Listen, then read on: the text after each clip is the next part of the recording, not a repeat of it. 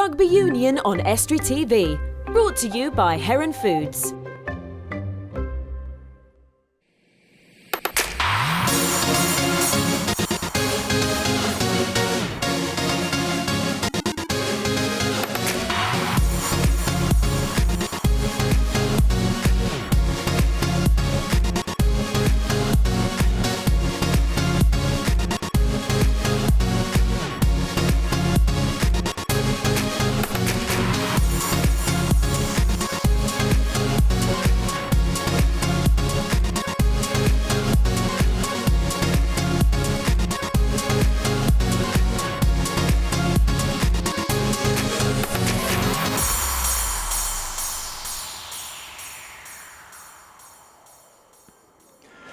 Hello and good morning here from East Yorkshire. We're at Pocklington Rugby Club where we're looking for the 57th appearance of the Pocklington Sevens. I'm stood here on a glorious day looking forward to a fantastic afternoon of rugby. I'm stood here with Ian Castleton, who was with me last time we presented at Hellensians, where the rain was driving down, the snow was falling horizontally on us. But today it's glorious weather. Ian, good morning to you. Good morning, Terry. So tell me, how much better is it to commentate on a lovely sunny day like this? Now this is what rugby's all about, this sort of weather. 7-a-sides, a celebration of rugby for Pocklington. They've been having this tournament here for 58 years. And it's one of the oldest tournaments in the world for a 7-a-side tournament. And without doubt the oldest 7-a-side tournament in Yorkshire.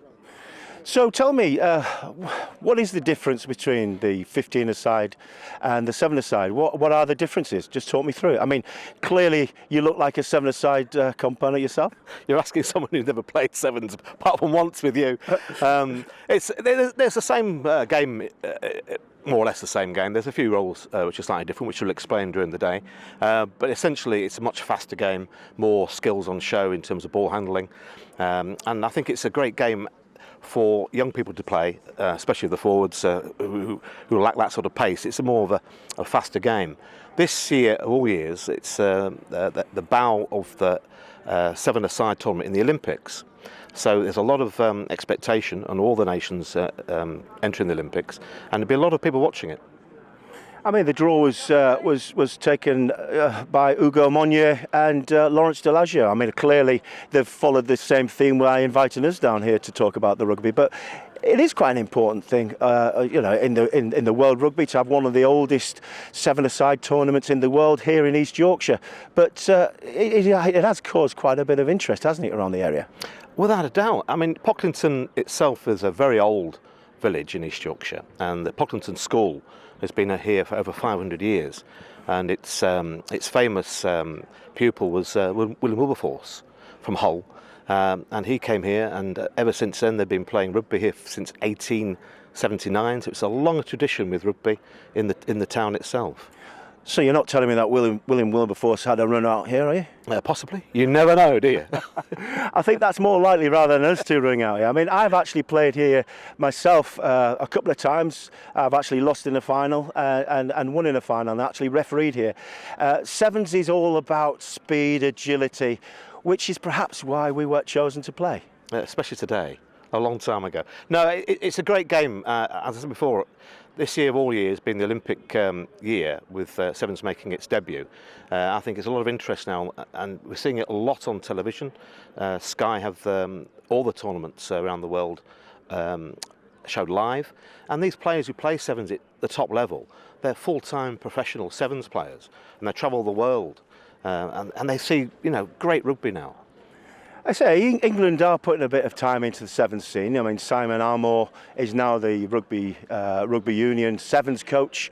Mike Friday, obviously an English guy, is in charge of the USA team, and of course we've got our own coach here coaching for Italy. Is that right?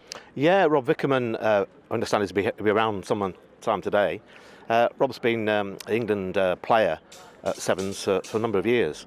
And I think he's going to be looking after the Italian side. He was anyway a few weeks ago. So in terms of rugby union, sevens is something which is really quick. You have to have a lot of speed, agility. Today we're going to see, a lot of skill Scrums, there's only 3 in the scrum. Line-outs, you're not going to see many line-outs. Penalties, you're not going to see many kicks for goal. It's just going to be action-packed throughout the whole of the 7 minutes each way. Yeah, we've got a great day for rugby, especially 7-a-side. We've got a lot of people expected to. I'm hoping for a really great day of rugby. I mean, one thing for the referees as well, it must be quite difficult for the referees because ordinarily, during the course of a 15-a-side, the ball goes into touch, the referee can have a bit of a rest, there's a scrum down, and we've worked out, there's 3 minutes before a scrum can set and reset and it might get collapsed. Here, the referee gets no time to rest at all. Not at all. You know yourself, being an ex-referee of 7-a-sides, it's hard. The stamina, the fitness for the referee as well as the players has to be up there. So local referee Simon Lazenby's here this afternoon as well. He's one of the best referees in the area. So, I'm looking forward to seeing him have a run out as well. Yeah, absolutely. Do you fancy a run yourself? Not at all. As far as I've had a few bacon sandwiches, and it's resting a little bit too heavy in the stomach at the moment. But talking about representative rugby, I know that Steve Cruz, the ex-Wakefield hooker, played in the Kelso Sevens and won in the Kelso Sevens, and played in the Harlequins Sevens, and he's here with us now. Good afternoon, good morning, Steve. How are you? I'm great. Nice to be here helping you out today. Listen, I mean, Cassie and I were not really that good at talking about. Well, we're good at talking about 7s, but actually pulling our kit on and running about and playing 7s is something we're not particularly good at. But you've got the T-shirt, you've got the Kelso win with Wakefield, and you've got the representative honours for playing at Harlequins. Tell me, what's going through your mind when your legs are saying you don't want to run any further, your lungs are saying no? What's going through your mind? Pass it to Mike Harrison and Brian Barley, really, and Ray Adamson. My job was simple, just to get the ball for those 3. I was fortunate to play with some really quick men. I think this game is all about quick thinkers, Terry, as well as quick, fast-paced people. So, today we'll see a lot of good young men. I've seen them walking around the ground. The guys that have come up through the county system that I know, I think we're going to have a fabulous day. It's good weather. The ground's absolutely perfect for it. But for me, 7s, it's about quick thinkers. Quick thinkers, Ian. What's he trying to tell us? Yes, that you and I weren't. But in terms of physical aggression, we were up there with the rest of them, weren't we? Yeah, but it was never really my game at 7-a-sides. But I've always been admiring of the skills that 7-a-sides, especially the top sides, play with. I mean, as far as I'm aware, the game 7s was introduced and invented, in Scotland, and I'm sure that it was probably invented to allow the outside backs the chance to have a run with the ball, to get rid of people like you and me, Cassie, off the pitch, because, as far as what they were concerned, we just slow the game down and spoil it. And would you agree with that summary? Yeah, absolutely, Terry. But there are some big boys like yourself, and I think you're doing yourself down. You could play with the ball in your hands now and again, and I think the space that 7s provides allows for everybody to do that. What the viewers will see today is not much at the breakdown. It's quick, it's fast, it's furious, and the ball's away again, time and time again. So. You've got people that will be running in the wider channels on this pitch, and it's all about depth and pace. Depth and pace. So, I mean, I've had a look around today with some of the guys that have been, getting changed. Some huge lads, some young lads, some really look eager and looking forward to the game. And one of the guys has driven like 4.5, 5 hours to get down here. So that shows the sort of interest that we've got. Yeah, it's a tremendous effort. He plays for Wharfdale. He's been down at Southampton on holiday, and he was here at 10 o'clock this morning. That's fantastic. That tells you everything about this tournament and what it's all about. Indeed. So, I mean, I remember in the olden days, when I say the olden days, not too many years ago when we used to play here, everything used to be geared towards playing at the Pock7s. Everybody used to talk about the Pock7s. And, you look at the day today, the sun's shining down. I'm expecting 3,000 people here, and it's going to be a fantastic atmosphere.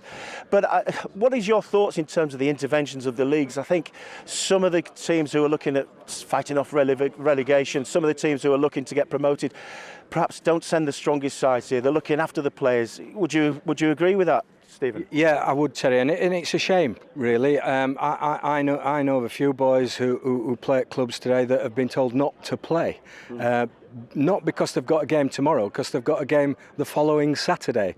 My own personal view is that if you're not playing league rugby tomorrow, what a finer place to spend a Friday afternoon.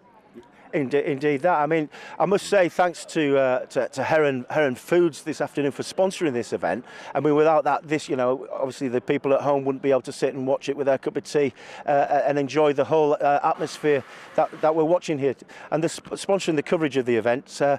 Cassie, in terms of playing the Sevens aside, if you had the skill, the ability and the speed, what position would you pick? You're asking me a really hard question there. As Steve says, it's all about speed of thought, isn't it? I think the winger, without a doubt, the winger in the Sevens is the pivotal player. They get the ball in his hands with space. You can see some great length of the field tries. And had I been blessed with space, I'd have been that winger. But I'm not. So do you lay at night dreaming about scoring that winning try at the Pocklington Sevens? Is that what you think? Maybe. The years gone by. No. How many times have you played here, Stephen? I've played here a couple of times, but we tended to go to some of the London festivals. I think Wakefield came to this event after I'd retired, and I believe that you won it with them, Terry. Is that correct? I did. Unfortunately, I had to get a sponsor to sponsor a side so that I could actually pick myself in the side. But we actually eventually went on to win it, the East Coast Exiles. But as I say, it's a great event today, and for those of you at home, get yourselves down here. It's a fantastic opportunity to watch one of the oldest competitions in the whole of the world. We'll go to a break now. Thanks very much indeed. Rugby Union on Estuary TV, brought to you by Heron Foods.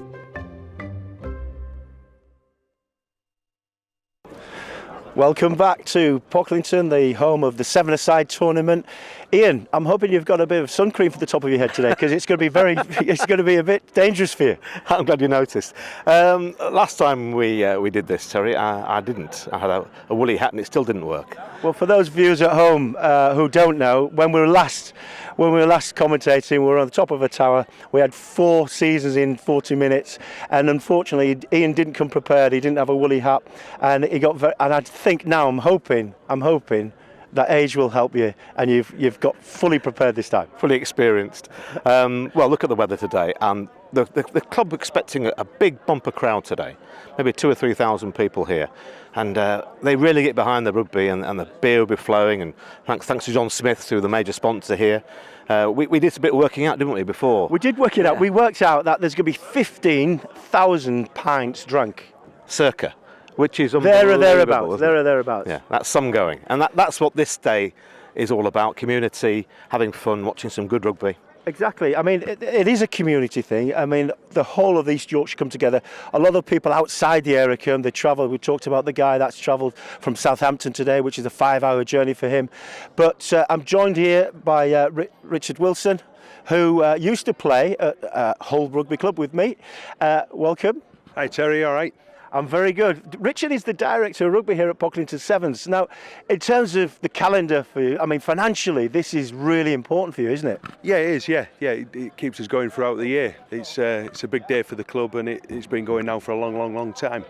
I mean, I think Goole, which is where you were from, won it the first year. Is it 1952, was it? Yeah, something like that, I think, Terry, yeah. It's a long time ago, but yeah, they did. Did you enjoy winning that day? Not as old as you yet, Terry, am I? So again, it just takes a lot of organisation. I see the police are here to organise the crowd. There's cones up. There's so many people organising. It does take a lot to organise, doesn't it? It does, and it's the volunteers at the club. It's the junior section, the mini section, the exec, volunteers from the first team, second team, setting it up. They've been doing it all week. So tell me, in the run-up to the Pocklington Sevens, what's involved? Does it start as soon as the final whistle's blown for the next year? Yeah, we start to review it. We'll sit down and we'll look. Den's will talk a bit more about that, but we look at how we can improve it. Can we get more sides in, that kind of thing? Year on year, we do that. That's great. So Ian, in terms of organisation, if it was left to us two, do you think we'd get this off the ground? Well, the beer side would be no problem, but it's getting the players in may be a little difficult, mate. There's a few people here that come here year after year after year. There's a guy in the beer tent that sings. What's his name and what's he do? Tell me a little bit more about him. Beardy is a legend. Pock player for years on end, Shield winner, Yorkshire Shield winner, and sings year in, year out, sings in the club. Percy Road, Take Me Home, well known. Wherever we go, he follows the team year in, year out. Wherever we go, he's a top man, club captain. That's fantastic. Thanks for that. So also we've got Adrian Sykes here. Adrian, just come and join us. Good morning to you. You couldn't have wanted for a better day than this. Absolutely fantastic. I hear you talking to Richard about the organisation. We start obviously immediately after last year's event. The view is obviously based on the weather, and some years at Easter it's been an absolute stinker and we can get snow and ice and all sorts, but today is just brilliant. This is the weather we want to getting people out, come in, fill the bars, watch some great rugby, and that's what we want down at Pock. So if you're sat at home, you're missing a great event here. You get yourselves down here. I know it's the Rovers whole sort of game today, but there's still time after that event to get yourself down here, watch the game. Yeah, I mean the rugby kicks off in 10 minutes, so we've got 2 first round games on the front pitch, and then the first round moves to the back pitch. The second round starts at 20-1, and there's rugby all the way through to the final at 20-6. I mean, you have had some star players down here. Webber used to play down here. Rob Vickerman, the ex-England Sevens captain, used to play down here. Any more big names apart from myself, of course? We've had some absolutely great teams down, and this year the mix of teams is some guys from away. So we've got Oxfam Crusaders who have won it for the last 2 years. We've got an old Pock guy called Guy Hope who's brought a team from Trent College. We get a lot of interest through Twitter now and social media, and this year we filled the 24 places pretty fast. We had a dropout last night, but we filled that already. So we've got Hull Ionians brought a Colts team in to play at 2 o'clock, where that fixture was sort of looking doubtful. So yeah, it's gone really well. We talked earlier about the intervention of the league rugby and like some teams having to protect players if they're in a precarious position towards the bottom of the league, or even if they're looking for success to try and get promoted. Have you seen a drop-off in the quality of players, or actually people are still coming down to play this game?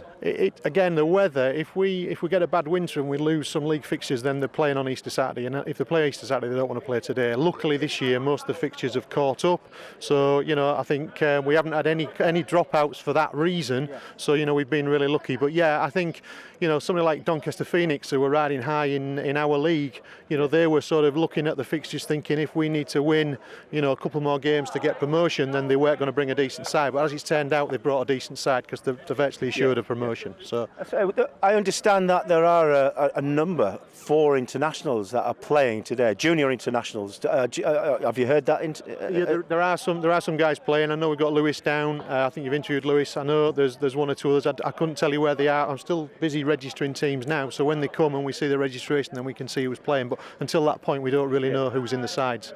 So when I was playing well over 20 years ago, you looked at the shape of the people and you look at the shape of the people now, they're just huge now. They're players. To say that most of these guys play in the backs, they're just absolutely huge, aren't they? Yeah, they are. I was lucky enough to play a little bit of sevens, but it wasn't my game, as it's probably not Richie's game or whatever. But yeah, you look at these guys now, they're all strong lads. They're working out. They're doing the things that we probably didn't do when we wwere playing, but fit as anything. So yeah, it's looking forward to a real good day down here today.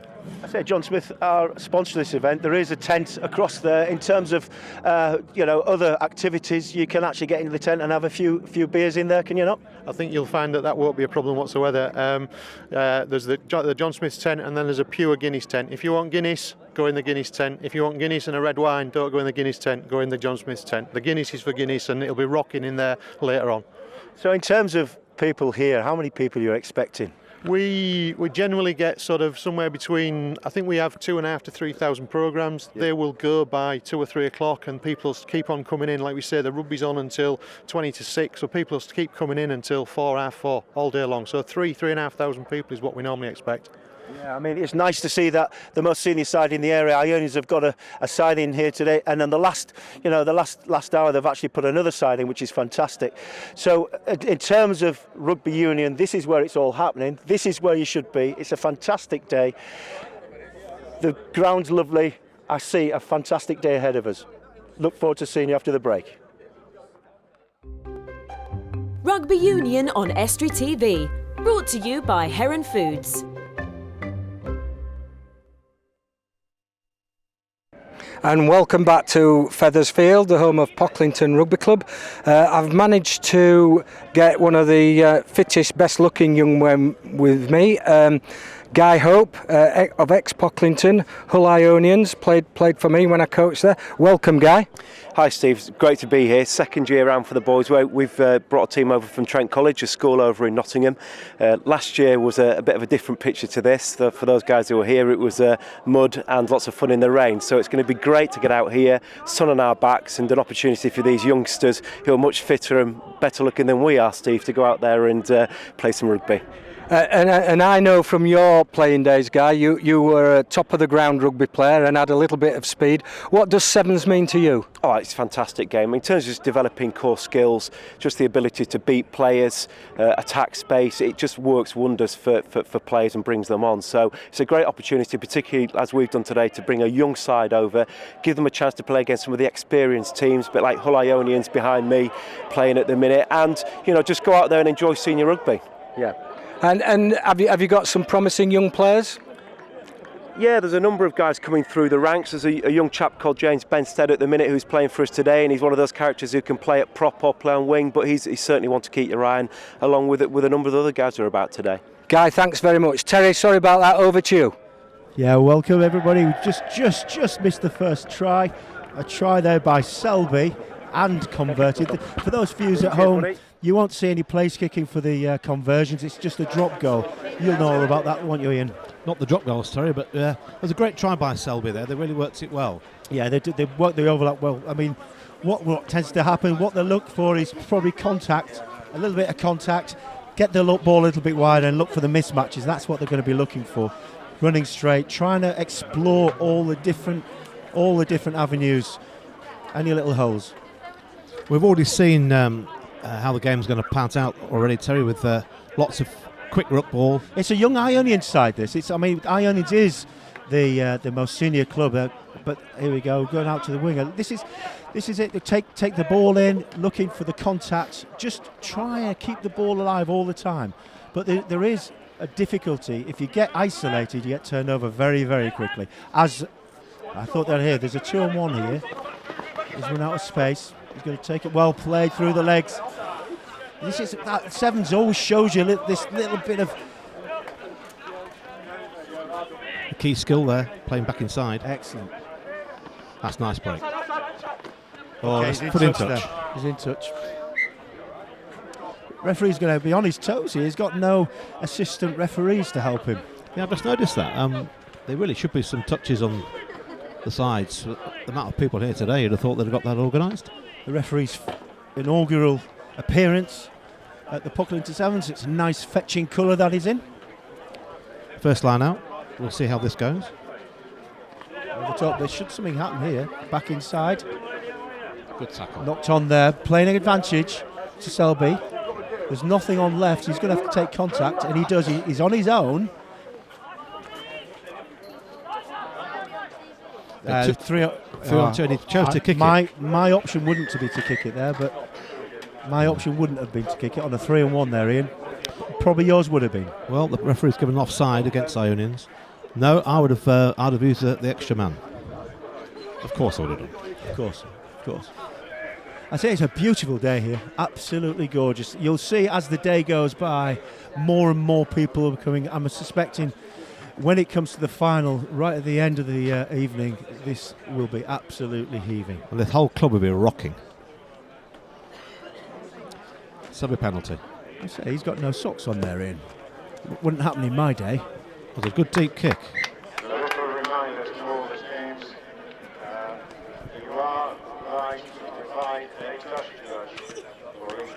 Yeah, that's. I've just said that in. The announcer has just said that the teams are supposed to provide their own touch judges. I do think it's hard enough refereeing on your own. It must be even more difficult. Without a doubt. Let's see how we get on here. See, they're going to go for the lift here.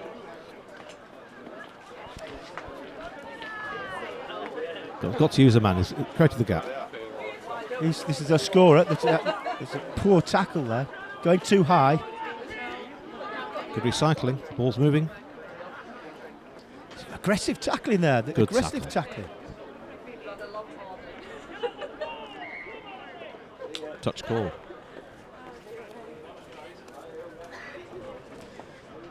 There's a knock on. So we've probably been going 2 or 3 minutes. There's not been that many stoppages. Not many stoppages at all. This is why. Yes, who's playing it? Selby versus Ionians here. It's going to be the Ionians scratch team that was put in at last minute, I suspect. Selby in the yellow and green hoop. So Ionians in the red, green, white and blue quartz.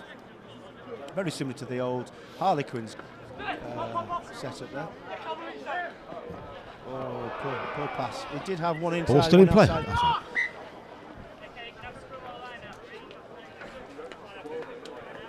Both clubs play at very different standards in the league structure, Terry. Yeah, they do. Ionians. Again, I don't think you can. I mean, whilst the shirts, they're wearing the shirts of Ionians. I'm not. There aren't any first teamers in. This is a very young side that Ionians have put in. Yeah, and it showcases the young players how well their skills have developed.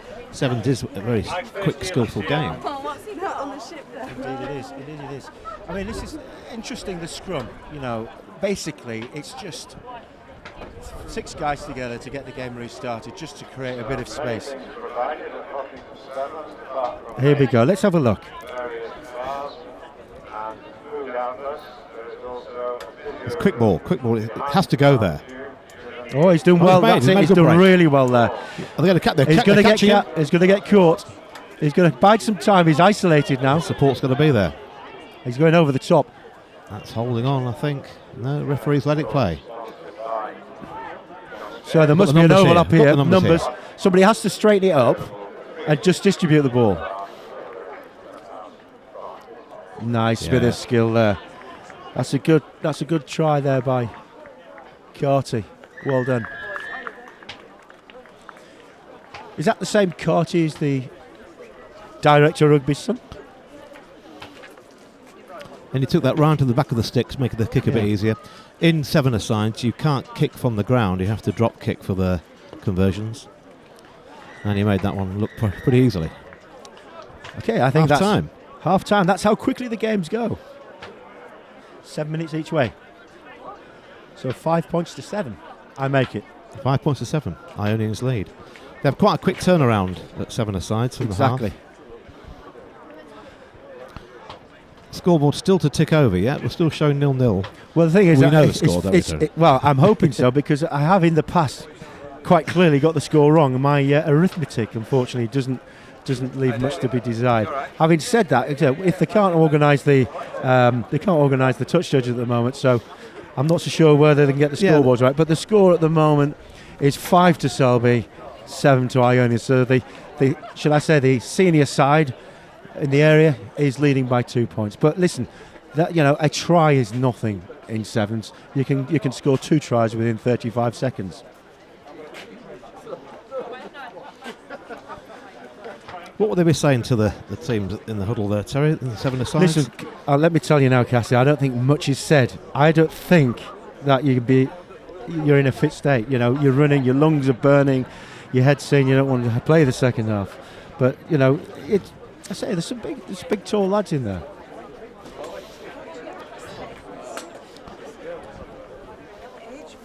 Quick 2-minute talk, they're back out. I think everybody's appreciative of that break. The referee, the players, everybody. Quick water break and then we're off again. So this Hull Ionians versus Selby, second half. The next game is old Pockletonians versus St Peter's York, isn't it? Is that what you got down there, Ian? Yes, I think that's correct, Terry. So they come straight after this game, they come straight on. Yeah. It's like a conveyor belt of rugby today. Well taken. He's going to be through. He's going to stretch it through. You'd expect he keeps going. He's keep going. He's coming across. Well, that is a mismatch if ever. He's done well. Young man. David and Goliath there. That was a mismatch if ever there was one. Good tackle by. It was a David and Goliath moment, that wasn't it? Young Willingham. He was odds on to score there, Walker. Young Willingham took him down. I'm not so sure whether he got caught up in his studs, to be fair, but whatever happened, he took him down. Well done, young lad. Scrum down. Good attacking scrum, though, still. It is, absolutely. I suspect that the Ionians hooker will just come out very quick. Oh, that is a knock-on. Don't rush things, is the answer.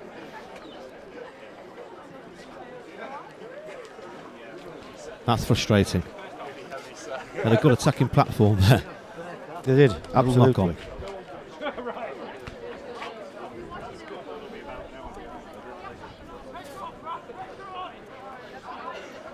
Quick feed. Oh, another knock on by Ionians. They're playing the advantage. This is where you need to make the most of the advantage. It's a free ball. Just use it. Just try anything. He's got a 2-on-1. He's got a 2-on-1. He's not using him. Score. And he scores. That's it. Okay, at the moment, 10-7. 10 to Selby, 7 to Ionians. The junior side are coming through. At the moment, a game littered with mistakes, but exciting. It is exciting. You have to remember, though, it's the first game, a few nerves, bit of rustiness, because this is one of the first sevens tournaments in the area, in the country. And sevens, as you know, is a completely different game. Just wide there with Wilmer just wide, so it stays at 10 points to 7.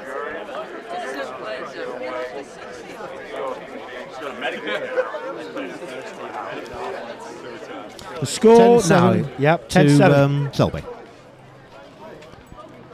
In 7-a-sides, the team that scores kicks back to the opposing side, unlike 15-a-side, where if you concede, you have the kick. Ionians to receive. That's a nice high kick, actually. There's no chase. Well taken there by Potter. They've got the numbers out wide. They move that ball quickly. This could be it. Absolutely. Give it. Oh, slightly forward, my thinks. Again, an error. Comes in. The referee's still there. I tell you what, he's done quite well, the referee today. He's been there. He's kept up with play. I think with the mistakes, he's given him a bit of a chance to get across there. I would think so. Again, 10 points to Selby, 7 to Ionians, and the referee is keeping up with play because we're littered with a few errors. Let's look at this scrum now. Let's have a look. Slightly crooked feet. Good drive by Ionians there, but he leaves the blind side open. Nice step.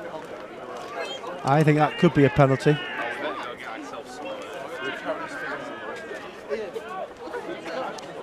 Well, you don't see that very often. No, it may be a good thinking. The referee said play on, he stopped running. Why has he stopped?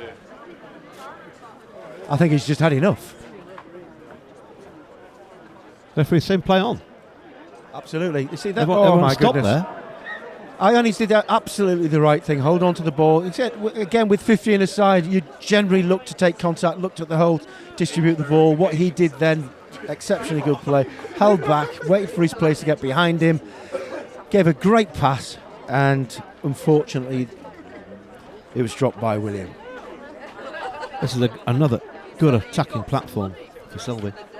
Again, there's only one score in it. Selby at 10, Ionians at 7. It's only going to take one score. There's not much time left in it now.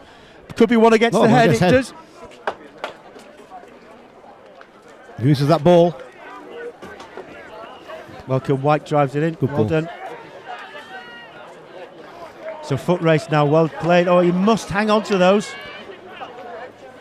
He must release. He was held. That's right. Yeah, I'm absolutely on the referee's side there. When you get tackled, you have to release the ball. The let off for Selby there. And I think this game must be more or less wrapped up. Don't mind your head, Ian. Must be only a couple of minutes left, if a minute and a half, I suspect. Not long to go. It's not going to take much for Selby just to get back into this game. 10 points. Sorry, Ionians to get back into this side. Well, Selby have got the possession. It's a bit of keep ball now. They've got the game in the bag. That's a good line out, actually. Very controlled. That's what I would have done. Keep it tight. Keep it tight.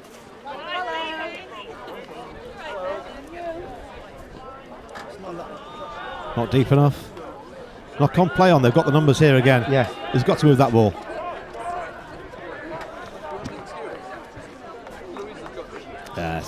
Well, try in the corner. that's a try in the corner. I would suggest that'll be game over. I think that is the nail in the coffin for Ionians. We're now looking at 15 points to 7. Selby taking the lead. And if I was a betting man, Ian, I'd put a few quid on Selby winning this game. Yes, whether they kick this goal or not, I don't know. I think the game's over after this. No, I'm afraid that was one of my kicks. No, he's got time to start again. But I think Referee must be feeling pretty fresh. I've got him down his time up here. I think the next never the argue next with the stop, referee's never, clock. ever. Never argue with The next stoppage, I think, may be the end of this game. Where would you kick this? Deep.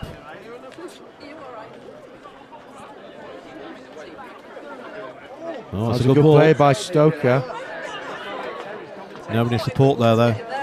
Thrown away. Another 2-on-1, another 2-on-1. Oh, dear me.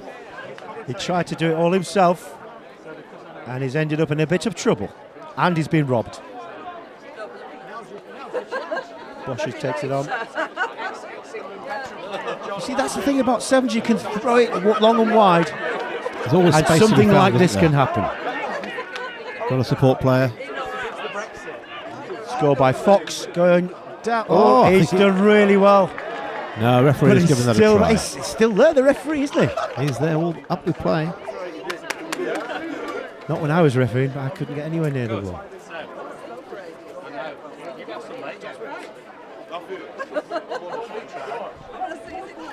(12:15). A very important kick, It is. depending on the time. Oh, would you believe if that had have gone over, Crossbar. ladies and gentlemen, that would have And that been is the end of the game. totally against the odds of this game. But we see there a win for Selby, 15 points to 12. That kick was critical. Ian. Oh, dear me. The official results are just coming through from our commentator, if you can hear him. Yeah. At the same time as this game on pitch A, there's games going on behind us on pitch 2. Yeah. Which we're not covering on television. But as soon as they've played 2 games here, and all the games come onto the pitch 1, the winners stay on. And for those at home, Round 2. we are going to get joined by our partners, made in Leeds, Teesside, Durham, and Cardiff. And Cardiff, indeed. So going out to about 3-4 million homes. But I suspect that everybody's going to be down here with the lovely weather we've got. So, the next game, who have we got? Old Pocklingtonians, this Old Peterites. St Peter's York it is. Yes. St. One of the Peter's oldest York. schools in the world, St Peter's Really? of York. I think it's the second oldest school in the world. And had a very famous Do you know that pupil. because you went? Back in 10 something or other. No, Guy Fawkes Really? was an old pupil there. At St Peter's? And Pocklington School itself, which is a very old public school here, their famous pupil was William Wilberforce. Yeah, exactly. A lot of history in this area. Thank you, Professor.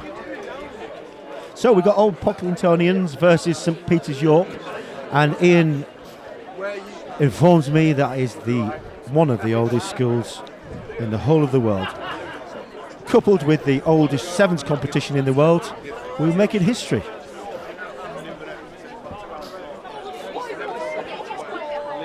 Right, the York side are in the white and purple hoops, and Old Pocklingtonians in the purple square and light blue hoop.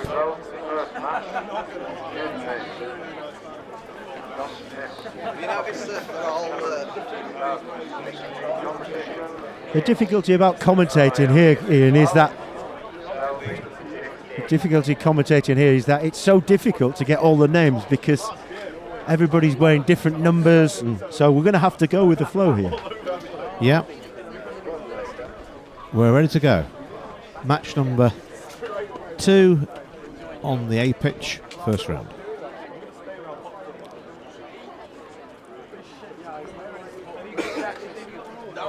Okay, so who's who here, Ian? Tell me. St Peter's with the ball. They've got the kick. Got a touch dodger just working his way across. So they're very, very similar, the colours, aren't they? And the crowd is really filling up as well, Terry. There's hundreds here already. So St Peter's to kick off, and that, unfortunately, It's straight hasn't out. gone. So that will be a free kick, which is different laws to the 15. So free kick here to Old Pockletonians. That is a mouthful, isn't it? You won't want to say that after a few Guinness. Which we'll try later. It's a good loop round.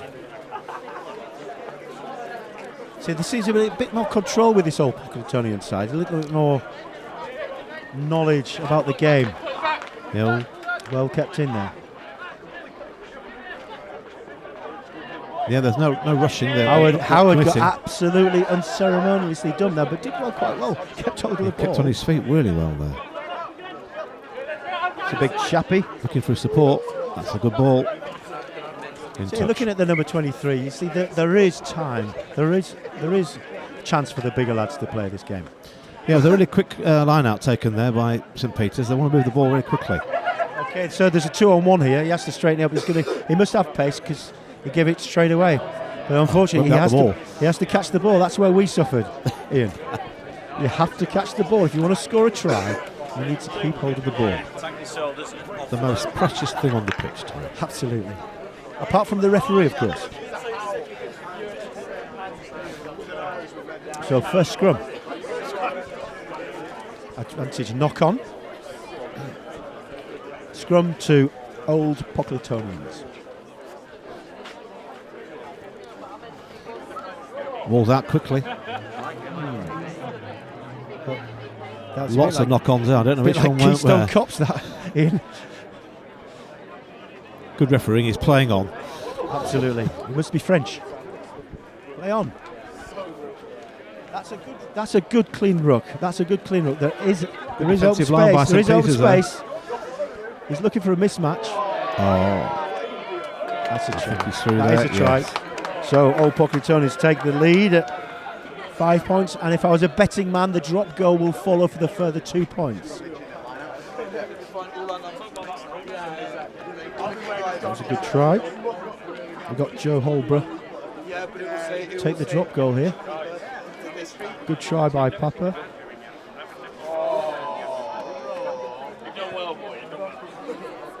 He's got it. Yeah. You could back heel those over, couldn't you, Ian? About 7 points. 7 on points. Pockletonians.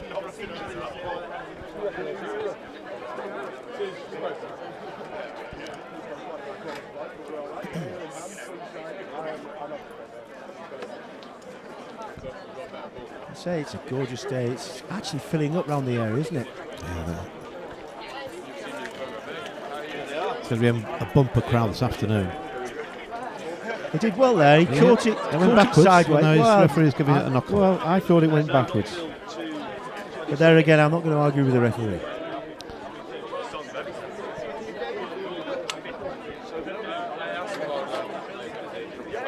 I'm a little surprised at the moment, Terry. The weather conditions, quite a few knock-ons. As I say, they're a little bit rusty.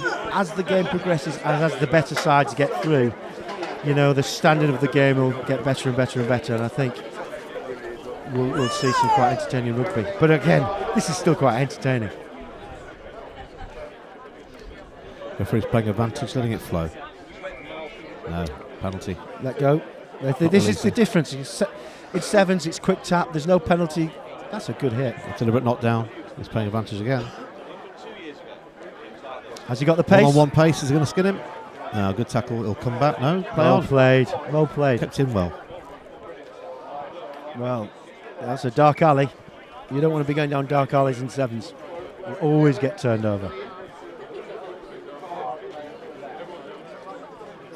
So just talking about Pocklington, this has been going on for 56, 7 years now? It's the 58th seven-a-side tournament they've held. It's one of the oldest seven-a-side tournaments in the country, if not the world. Fantastic. Good line out. That looks quite controlled. He's going to... Good press defence by It is St a good Peters. press defence, but with a press defence, if somebody's out of line like there, if you rush defence, you're going to create a hole, and that's what he's done. He's exploited that. Medford just dashed through that hole, so now I suspect you're going to get the kick. Yeah, 12 more than the 15-side game. So the defence is critical in sevens. If you're not together, if you move a gap and you miss your tackle, it's more or less a try on the cards, isn't it? Okay, Holborough takes the 2 points, so we're now looking at 14 points to 7. Old Pocklingtonians just stretching the lead.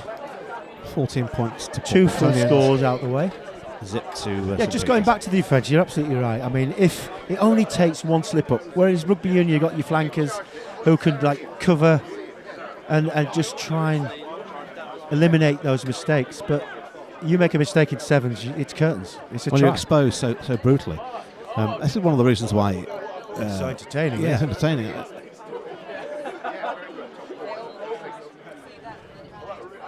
This is good ball. He's got some legs. Pins his ear back. Go for it. If he goes for it, he's making all the... He's got it. Again, this is where it gets tiring. I mean, it's a score there. But, I mean, this is where it gets really tiring. He's just gone the full length.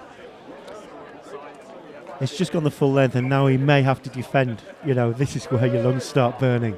And another thing with the drop kick, they can actually kick the drop behind the sticks as well as in front on sevens. Yes, indeed. So 7 points to 14. It's coming slightly more interesting, not one-way traffic. But again, we look at Lloyd, who's just scored there. He's going to have to then get back. Sorry, Howard, that's just scored there. He's going to have to get back now. And he's potentially a weak point now because he's just run the full distance. So you'd target him, wouldn't you? Well, that said, he showed a real clean pair of heels to run the length there. Again, his shot through. It's a dangerous tactic, 22, shot through, but it worked for him. That's kicked straight out, I think. That's half-time.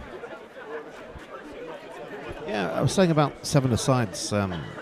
14 points to 7, Ian. At half-time, 14 points. Yeah, 7-a-sides in rugby union. Yeah. This year, in the Olympics in Brazil, 7-a-sides rugby union is making its debut as a Olympic sport. Now we know, you and I both know some players who've played for England in sevens, and we know one or two of the lads who've done the coaching at various countries. And it's a full-time career for these 7-a-side. It is, absolutely. I mean, we've got Armour, who used to play in the Premiership, who's now the England coach. I'm obviously Mike Friday, a good friend of mine who used to coach at the England side, who's now coaching the USA side, who incidentally has got the fastest rugby player in the world. He is an ex-sprinter. Let me tell you, he can run. He didn't make the USA sprint side, so he switched to rugby union. Well, yes, he unfortunately he missed out by 0.01 of a second. You're talking very small figures here in terms of talk minutes when we're in the 100 metres. But this guy, he flies, and when he gets the ball in space, he's going to be a try all day long. That is what you need. Well, I know England have got a team in the Olympics, but it's going to be a mixed team. Not just England; it's going to be made up of the Welsh, Irish, and Scots side. Well, they haven't again, actually picked the side, have they? I mean, it's going to be very, very similar to the British Lions side, isn't it? Yeah. It's exciting to see who's actually going to make that squad. Again, there's only probably a squad of about 18 players that they have. Yeah. And it's not all going to be speed. It's not going to be speed. You're going to have a bit of grunt up front, and you're going to have props that aren't props playing sevens. I mean, we're looking at this afternoon. The props that are playing props are certainly not props in the 15-a-side again. So here we are, the second half. Athletes still the same. Pocklingtonians to kick off. Nice ball. So Peter's moving it wide quickly, looking for the space. A nice little step on him. Nice out the back door. That's what we like to see.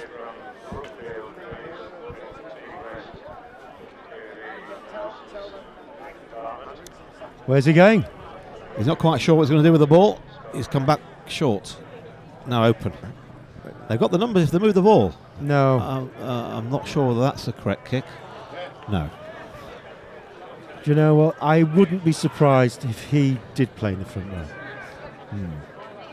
Now, would you have made that same choice of kick, Terry, had you been No, that player? I've always been told never to kick the ball in a game. So now we've got line out. Oh, and good it's a quick thinking. throw. Nice quick- That is it. Yeah, absolutely. Steve Cruz said, didn't he, Again, earlier in on? 7-a-side, It's all about it's all quick about thinking. pace and speed. thinking. Absolutely, quick thinking. So, what we got now?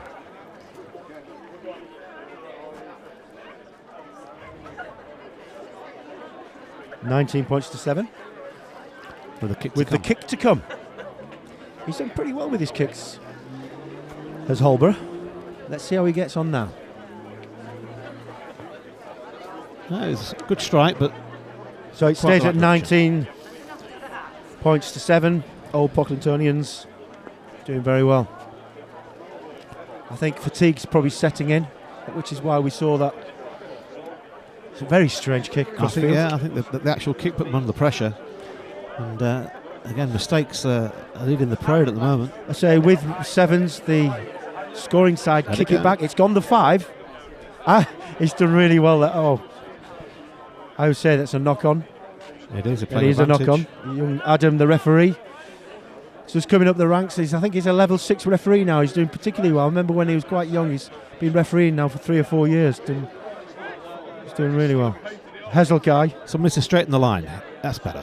Attack the line, straighten it. Well taken. One-handed, left-handed.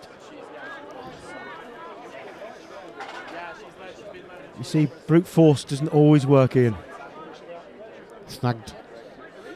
It's a quick ball here. You see, the thing is about Old Pocklingtonians, it just looks as though they've got more players on the pitch, and they haven't. But it's just the way that they utilise the space more.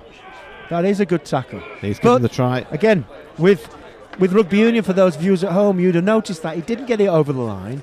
He touched it on the bottom of the goalpost. And in Rugby Union, if you touch the ball on the bottom of the goalpost, it's a try. That's right. 24/7. 24/7. Kick to So, come. for Kick to those come. viewers at home, Yes, the kick. okay, 26/7. For those viewers at home, and for those people that do play a bit of rugby, those young people at home watching rugby, just remember that you can touch the ball down at the bottom of the post, bottom of the pads, and score the try. Did you know that, Ian? I did know that, actually, too. I did know that. Also, for those young players watching, there's a lot of areas where you can learn what not to do in situations. And one of them is kick the ball in your own 25, straight in the touch. And that's a penalty. It should be. He knocked it on and picked it, but Adam's given him the benefit of the doubt. The referee. It's a nice colour the referees have got there. I think those are from Gary Pearce's shop, I think. I think he sponsors the East Yorkshire Referees Society. Gary Pearce is a big friend of ours, World of Rugby. Welsh International. Indeed, he's I played think he'll be here at the today, I top think. level of rugby league and rugby union. He coached his club at Pocklington for a number of years.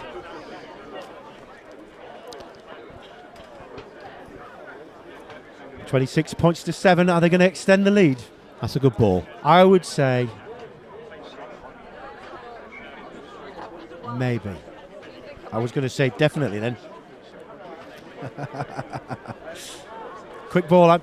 The numbers are here. The ball's got to go. They must move that ball. Well played. He's got the space.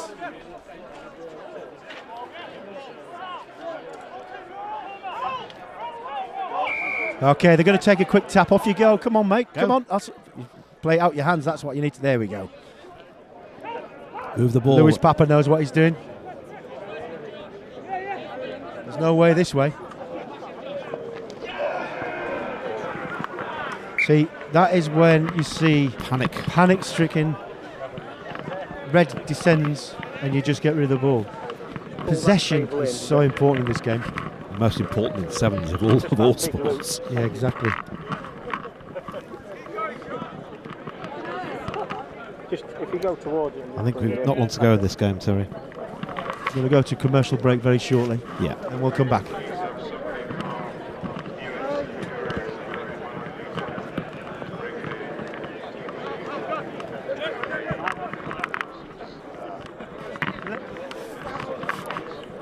Good. Well played.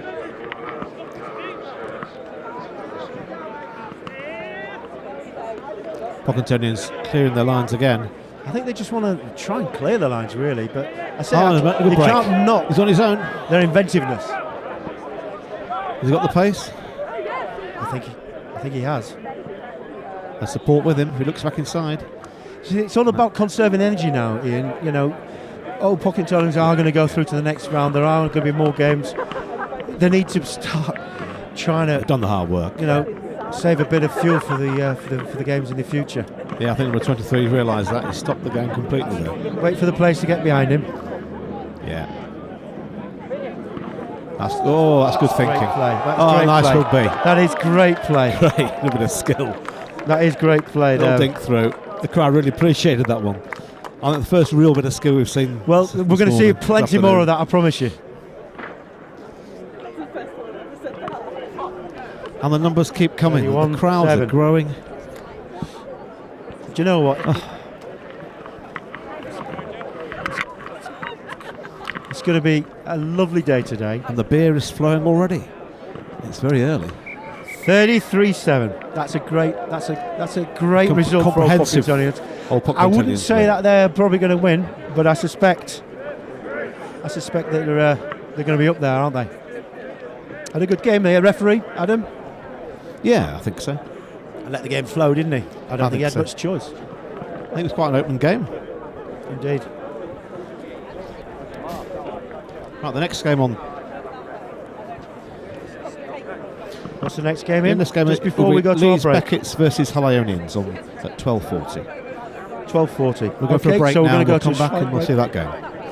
Exactly. Rugby Union on Estuary TV. Brought to you by Heron Foods.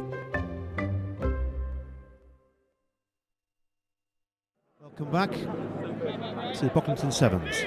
So now we're seeing the next game, which is Selby, who beat Ionians, versus Leeds Becketts, their first appearance. I must say, though, Leeds Becketts, I think they're going to be winning this competition. I think they've got a couple of internationals in their side. They're coached by Kerry Wood, a good friend of mine who used to coach at Ionians with me, who's now actually coaching a level 3 coach with the RFU. He's doing quite well. Is it Harrogate now? I think Kerry, isn't it? Yeah. Yeah. I understand there's 4 England student 7-a-side players playing for Beckett, so I think you'll see a little bit more pace on this game. Straight away you can see them moving the ball quickly. Good transfer. And they've kept their line really well. The overlap well. You see, they've got a 2-on-1. Going for the corner. Yes. Nice try. It is a nice try. Leeds Becketts, they take a very early lead.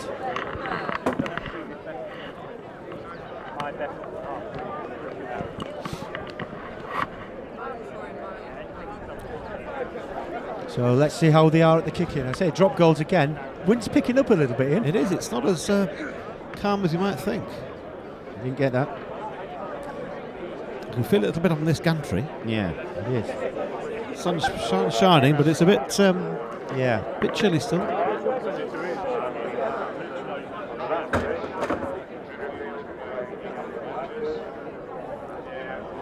So we got Leeds Becketts on 5, Selby 0.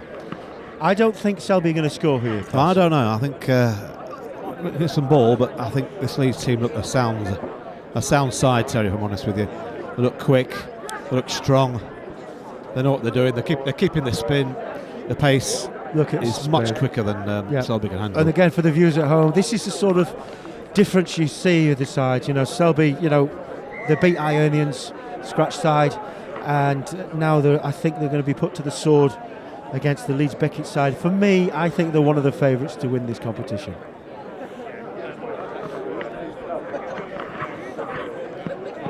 So 12. That's 12 to Leeds Becketts. So for those viewers at home, Leeds Beckett's in the turquoisey, greeny blue colour, and Selby in the striped yellow and green. Would you say that's more an orange? I'm not quite sure. Colourblind. I'm not quite sure. Get you to paint my house then. The Beckett's team are pressing already. So what's we can do with the ball? No. See, everything about Leeds Beckett's, it's so controlled, isn't it? Referee's playing so advantage. Controlled. Strong, Terry. Strong play. You know what? I'm going to have to get a calculate. This game is going to go.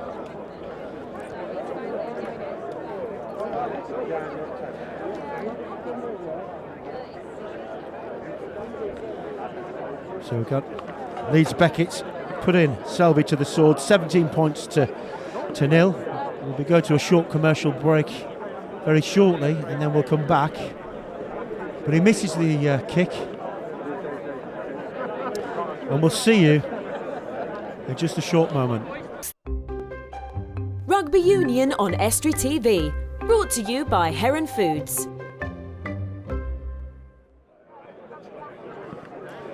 Welcome back. You've just missed a couple of tries there. We've got Keith Beckett's at 29 and Selby at 0. So Keith Beckett's just about to kick back to Selby.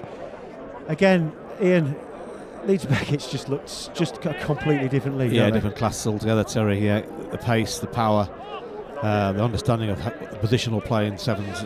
It's just different team completely. They're going to be a tough team to beat, I think, this in this tournament. Exactly. You know, it just. They are so much better, so much more clinical. They've got so much more pace and power. You know, we're looking now at 30, 33, 34 nil. Still the first half. And when you've got 4 student internationals playing for you, you know, you're going to be there's something about your side, without a doubt. Exactly. And again, he kicked that. Yeah, 30. That's half time. 36-0. Part of me thinks that Selby must now be thinking, why on earth did we beat Irons? We should have gone in the plate. Yes, perhaps. But maybe deliberately missed the kick. No, I think whatever standard of rugby you play in any competition, you want to do your best. You want to try and win. You know. So you come up against a good side like Leeds Beckett's. Yeah. So that's a good thing. You have a go. That's a good thing about this competition is that for those of you at home, Ironians have lost their first game, but they have now the opportunity to play in the plate, haven't they? So they have their hour in glory, should I say? Their 14 minutes in glory. Yes, absolutely. And should they make it to the final? Some of these lads from Selby, playing against some quality opposition in Leeds Beckett's. And the way to learn, the way to improve your own game, you're playing against better side, better quality opposition, and you learn. And they're only young lads, they are a young set of lads from Selby. Many years to come. It's just, it's a great game.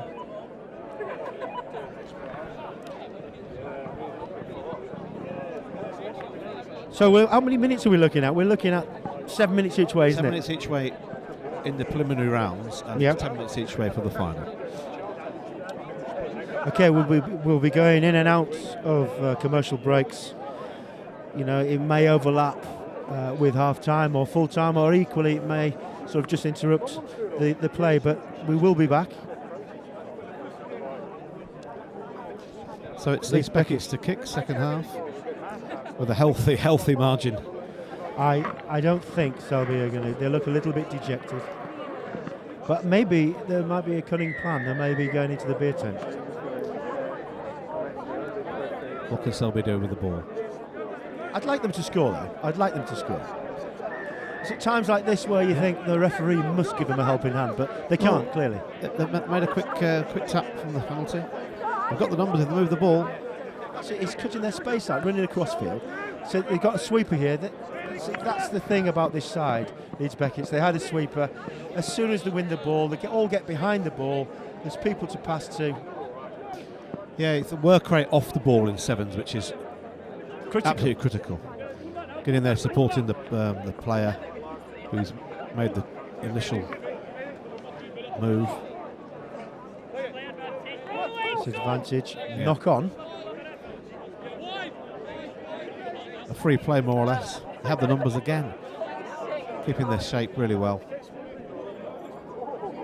It's another score, this, isn't it? Oh, it's a he's done really good well. defence. I think he's given the penalty against. You see, Leeds, he should have on. released. Should have released. Great cover Didn't tackle score. for Selby player. He's jogging back as though he has scored, but let me tell you now, he hasn't. Just looking around some of the colours and shirts that some of the players have got here. There's some bright colours in. It'll be easy for us to spot the difference. Well, again, we talked earlier, Ian. You missed one tackle. That's it. You're in, aren't you? And that's twice I've seen the cross kicks, 41-0. which haven't worked. Perhaps it's best to keep the ball in hand, Terry. Listen, I just think, for me, Selby are just trying anything and everything, and whatever they try, it's not working. No. It's now 43 points to 0. And I must say, I've not seen many games where you can get to the 50 in 14 minutes. No, not often, but in sevens that you can score a try in seconds. Yeah, but I think this is such a one-sided affair.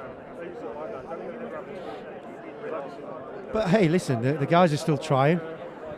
I'm just very pleased it's not me on there.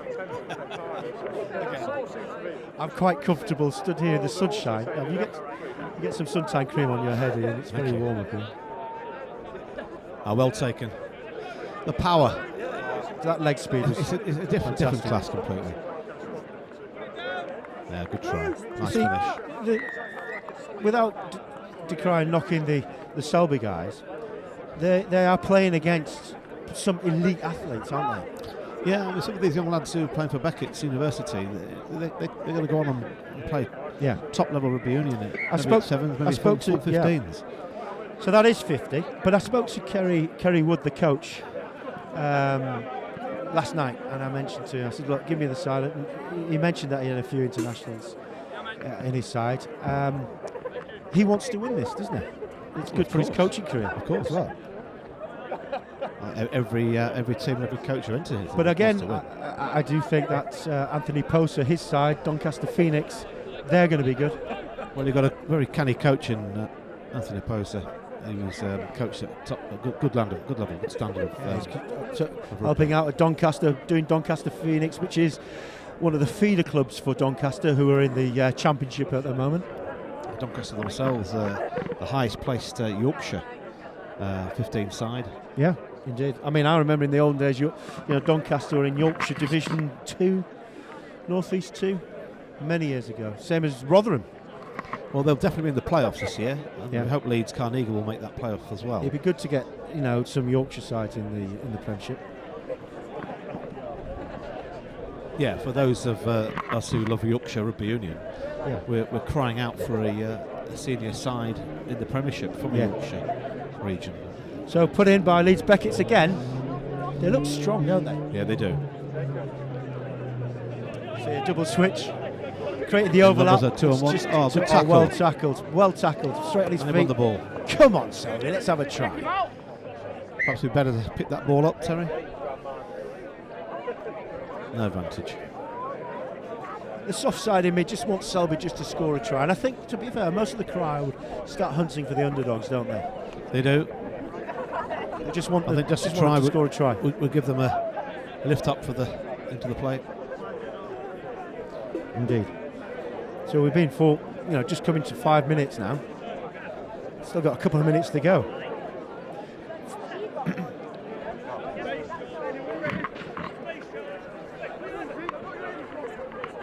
I'm not sure whether we're on 50 points to 0 or is it 57-0 now, isn't it? I think it is, Terry.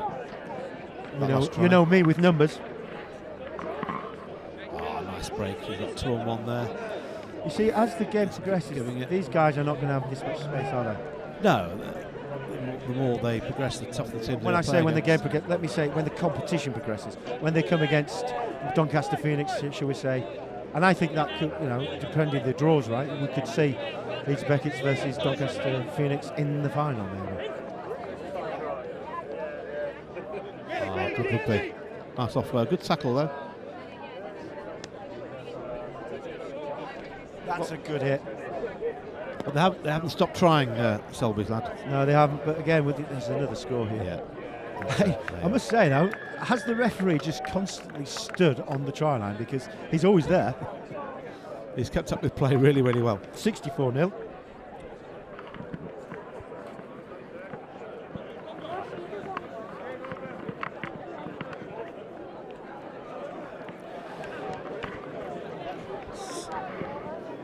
Yeah, we think that's 57 with the kick to come. Yeah. Not We good. didn't get that. That's the end of the game. 57-0.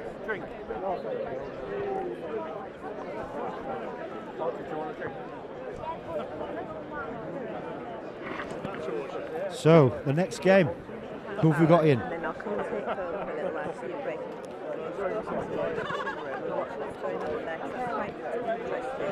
Who have we got? Teams are shaking hands at the moment, Terry. Next team on will be Newton Centurions I don't mind now. Wait, versus the winner of C, either Driffield or Yapham Badgers. So we're waiting to see who's won that. So I'm just being joined game on here there. by Steve Cruz, who's going to take you through to the next game, taking over from Ian. So who we got on next, please, Ian? We've got Newton Centurions versus either Driffield or Yapham Versus Badgers. Yapham Badgers. And I'm waiting to see who's won that game between Driffield and Yapham to progress into this second. So I'm joined by Steve here now. Steve, I say you've played in these competitions, so early stages, you know, you're trying to conserve energy, aren't you? Yeah, you are. I thought Beckett were absolutely fantastic. They just let the ball do the work.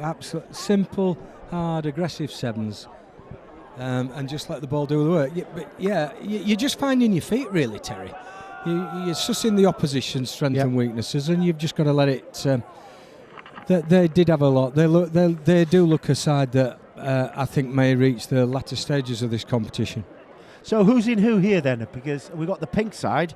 Is that Yapham Badgers? I suspect it probably is it? It is, I believe, and I think they're playing Newton. I think Pocklington. Okay, good. So, as I say, it's a beautiful day. We're not having to have our woolly hats on, Ian, today, which is great.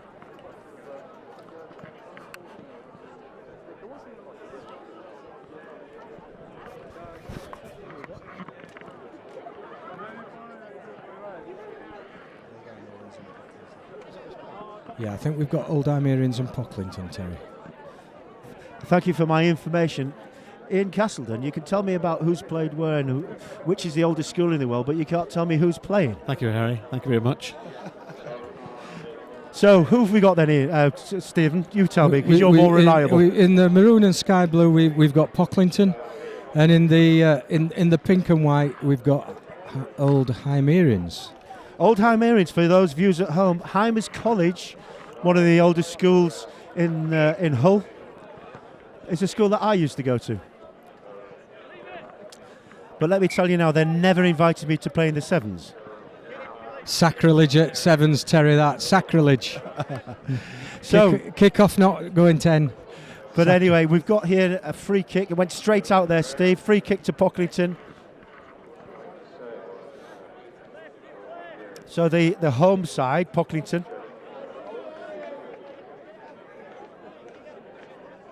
They look a bit pacey to the Old Almerian side.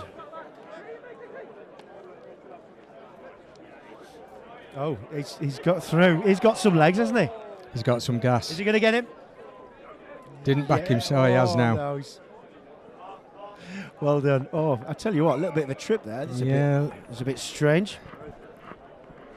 Okay, so Old Almerians go up 5 points. Didn't think he was going to back himself for a moment there, Terry. No, absolutely. I tell you what, though, Stephen, I'd like you to keep the score for a change because my head's hurting. Certainly after that last game, I had to write more than 57 points down. My calculator doesn't work that well. Okay, so 7-0. Old Almerians take the lead. It's beginning to fill up around the ground now. It's a great occasion, Stephen, isn't it, today? It's absolutely fantastic. And when the weather's good, it's even better. Absolutely. The organisers have really got their trump card today, haven't they? Yeah, indeed. I say the local derby, Hull KR, Hull FC. But yeah, I say for those viewers at home, you've still got time to get yourself down here to enjoy a fantastic celebration of rugby. That's a bit too early. That was one of my tackles, I'm afraid. Even the referee's having a laugh at that one. Young Adam, the referee, I say he's already had a game, so I think they're putting the young lad on to burn him out, to try and drag him down to the older referee's level, I think. I understand from down below he's been fast-tracked, Terry. Right. What, today or in life?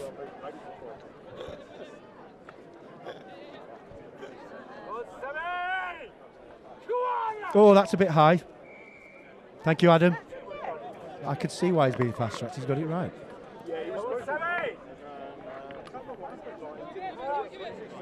That crossfield kick again that Cassie was talking about, it's going to work today, is it? It does. Yeah.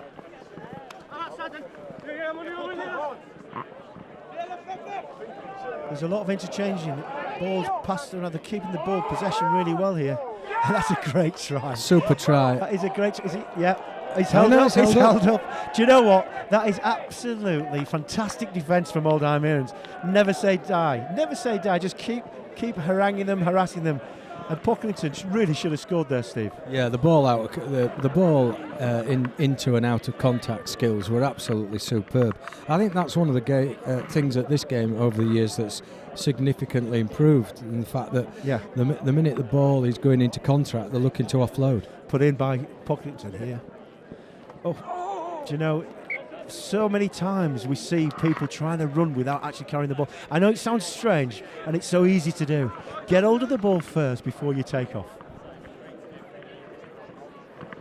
It goes back to the your mind's thinking 3 times faster than what your body wants to do, and you're thinking 3 steps ahead.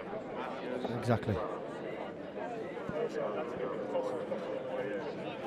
So put in by Old Almerians. Rush to the side, easy score there for Pocklington. Absolutely scragged the scrum half from Old Almerians. It's nice to see the Old Almerians represented here. Old Almerians actually were a side in their own right in 15 aside, and they actually amalgamated with Hull Rugby Club, who actually were once part of Hull East Riding, so there is a long tale to be told there. And I think you and I spent many a happy year playing with an Old Almerian in David Heron, is that right? Absolutely, David Heron, another Hull guy. So, Stephen, you're the scoreman today. It's going to be quite easy for you to work this one out. I believe it's 7-7, Terry. I'm really pleased for Pocklington. They deserved it with the previous play. But I must say that Old Almerians, their defence, their scramble defence was awesome. It was really good.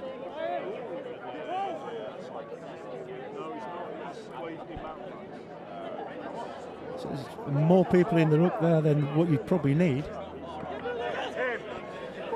The feeling of agoraphobia when you get the ball in space for us front row boys is not a nice feeling. You're always looking for somebody else. That's a good tackle. Back on his feet again. I would say he should have released the ball before he picked it up. He was fully tackled. Indeed, the referees pulled him up on it. Oh no, over the top. Old Almerians take the quick tap. This is what we see in sevens, Steve, and that's exactly... Super bit of play. Super bit of play. Good. Did you see, Terry, how he held it in 2 hands to keep the defence off him? Yeah, absolutely. Then when he saw the gap, bang, went straight through it. You said earlier, when we're talking earlier, Steve, before the game started, I said, what is it about sevens? And you said speed of thought. And then exactly the situation there, speed of thought, isn't it? Absolutely. When I've been coaching, the key thing for me is, and young players generally don't understand it, is that to keep the ball in 2 hands, you keep the defenders off you for a longer period of time, so you've got more time to make a decision. Then if you see the space, by all means tuck it under your arm and put the gas on. So are you telling me, Steve, that taking contact all the time is not a good idea. It ain't a good idea, Terry. I know you used to really enjoy it, but it ain't a good idea. Well taken there by Pocklington. He rolled over the ball, got on his feet really well, but it's been stolen. It's been ripped off him. Oh, that was nice out the back door. I tell you what, the old Almerians guys, they look quite good. Stolen again. Say they're not committing enough to that ruck there, Steve. And this is what two happens. hands, held his defender, turned on the accelerator. I tell you, this is a tight game. This goes under the sticks. You know, we're looking 12-14, gets the kick, 14-all, game on. I say you've written 14 now, and you're presupposing he's going to get the kick. And just remind me, Steve, what's happening? Why is he taking it that side? Just tell me. It's speed of the game, Terry, so to get the ball back into play. Okay, I thought, me being me, he didn't want to kick it into the crowd because later on there's going to be a lot of people with a lot of Guinness down there and you'll never get the ball back. I've met one or two already down this right touchline. So tell me, what stars have we got here then? Sorry, they all appear to have been dropped off by their respective partners as well. Fantastic. Well, unfortunately for me, you and Ian, there's going to be no Guinness to be drunk because we have to keep completely sober to ensure that our viewers enjoy a full, eventful commentary. You can rest assured with me, I'm not sure about Jonathan Laverick, though, who's our runner down there. Yes, indeed. I think he is the main sponsor for Guinness. I know he works at Heron. Heron quite kindly have been the main sponsors, and Jonathan does work at Heron, but I'm sure that he'll be drinking many a Guinness. Yeah, I think he's 2 in already. I'm not sure whether it's Guinness or John Smith's, actually. You see, just looking down there, Steve, you know, somebody's having a rub, bit of cramp setting in. You've had a bit of cramp in the old days, but we used to have the magic sponge. The magic sponge. We both played with a player in Ian Hill who used to love going down onto the ground for 2 reasons. One, for the lovely young lady that used to come onto the pitch, and the second, for the crowd's appreciation when he got up afterwards. Obviously, you and I never did that. Well, the thing is, the crowd always used to cheer when Ian got up, but when I went down, they used to boo because I got up again, so which is very disappointing. So here we are, the second half. We've got Pocklington versus Old Almerians. They're locked at 14-all. Anybody's game, I think, this at the moment, Terry. Go on, put a bet on it then, Steve. You're an expert. You're an expert. I wouldn't say I'm an expert, but I think Pocklington have got. I'm not sure of the young guy's name, but the number 6, they've got a player who I think's got a lovely bit of class. And I if I was a betting man, I'd be going Pocklington at this stage. Well, here we go. It's not a bad kick. Very well taken there by the 6. Pocklington recycling the ball, having the overlap on the right hand side. It's a good hand. As you say, Steve, they're keeping the ball in both hands, which is great to see. I think if they recycle this, it's on here. I say it's still Old Almerians making a nuisance of themselves in that look here, aren't they? Say that's what he didn't want. Again, missed tackle. Managed to scramble the defence across, Old Almerians. Long pass right. That's well batted up. Again, they're isolated now. On says the referee. Must be on here. He decides his lungs have had enough. There's going to be a foot race now. There's a try on here, I think. He does look pretty quick. Oh, good control. And he scores. Very well done from Old Almerians. The sad thing, of course, Terry, it came from quality ball from Pocklington. Yes. And one of my bugbears about our modern game is miss passes, Terry. I'm not a big lover of them. I don't think... I don't know what it does, because for me, when you've got the ball in hand, you're supposed to fix the defender. All it does, by missing a man, it allows the defending side to push out and use the best defender, which is a touchline, as one of the best defenders. It cuts the space down. Would you agree? Totally agree. I think the modern game players, the bigger, stronger, harder, faster.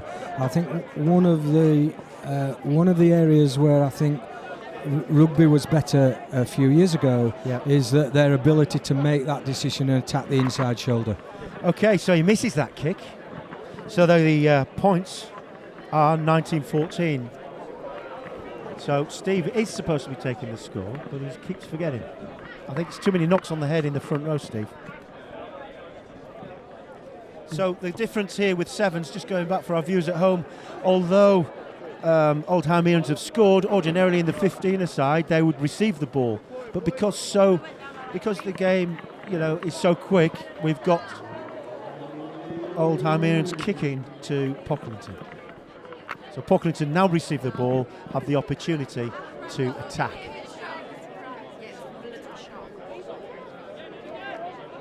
Is there a lot of technique, Steve, to this game? Whilst he's just running down the side, let's just see if we're going to score here. Couldn't pass Terry one hand. There's a significant technique He in my talked book. about it, about ball in both hands. He only gave himself one option. They would have definitely scored there. It was a 2-on-1. Now here we go, 3-on-1. He's not fixed anybody there, Terry. Exactly. 14. It allows the defender to drift across. Having said this guy's got a bit of pace. That was individual brilliance, but actually it was a 3-on-1 to start with. They should have scored earlier, but he's under the sticks, so potentially we could be seeing the lead change hands here. With a successful kick, it'll take it to 21-19. So again, just going back to this, they talk about sweepers. Just explain to me what a sweeper is. Right, a sweeper, basically 7 players. A sweeper is where there's a few different styles that teams adopt. One of the styles is to have a sweeper, which is effectively six defenders in a line who work in a concertina defence with a sweeper behind to cover any kicks. Okay, the other system is to work a 7-line flat defence, but your 2 wingers are working as your sweepers, dropping off. So if the play's going to the left-hand side, your right-hand winger will be dropping back. Exactly, and this is the reason why I brought you in, because there's not a chance Ian would ever be able to discuss this with me.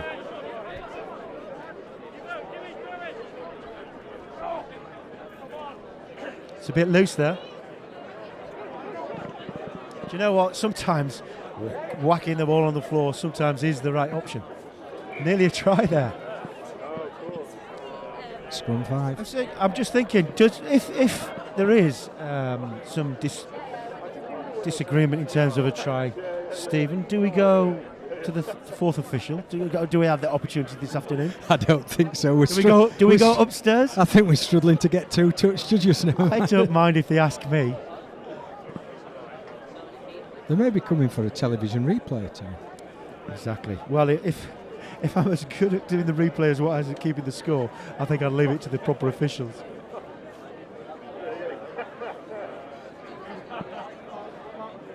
He's standing up well. He's got some fast feet, Steve, hasn't he? Very. Penalty here. I would think this is a real chance now for Pocklington to seal this game. They need to close the game down, don't they? They need to close the game down. They haven't got enough points on the board to just sit on the ball. And there you go. I think that might be the winner. Do you think so? What is quite disconcerting is that we have a scoreboard over there which automatically adds the tries up, but it's not working. Well, I have done my digging downstairs, and it's because they feel that we would confuse the crowd with it being Pocklington and visitors. All right, fair enough. So that takes the score to 25-19. With only a minute to go, I suspect. And I would say you're absolutely right. You said earlier on, Steve, that Pocklington would win this, and you're absolutely right. I think they probably will. Looks like it. I think they've just got 1 or 2 players that, to me, stand out from the crowd. Well, you don't want to be in the crowd because they've all got Guinness, mate.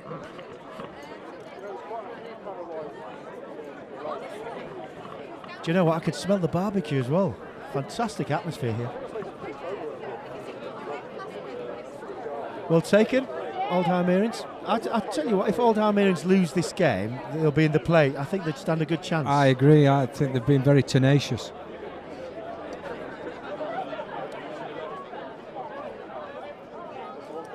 Still two hands. He did well. He didn't give the defenders any options, did he? They had to take him down.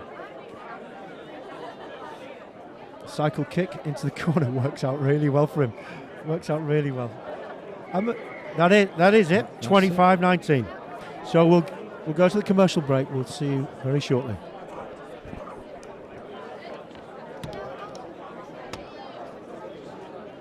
TV, brought to you by Heron Foods.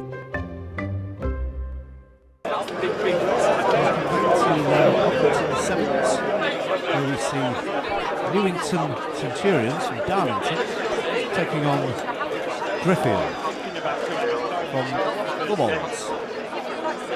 What do you think, Steve?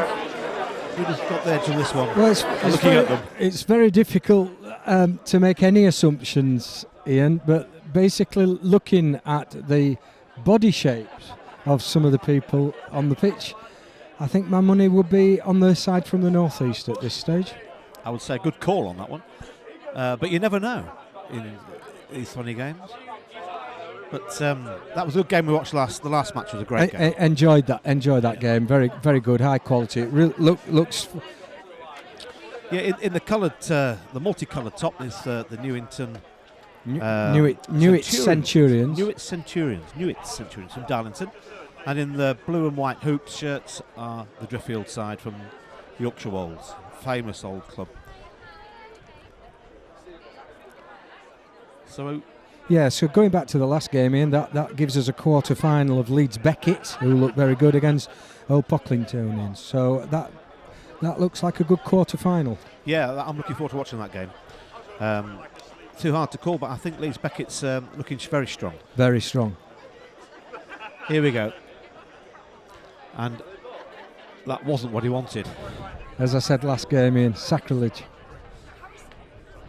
We've seen a bit of that today. We've seen a bit of poor kicking from the starts and across kicking as well. You've got to look after that pill.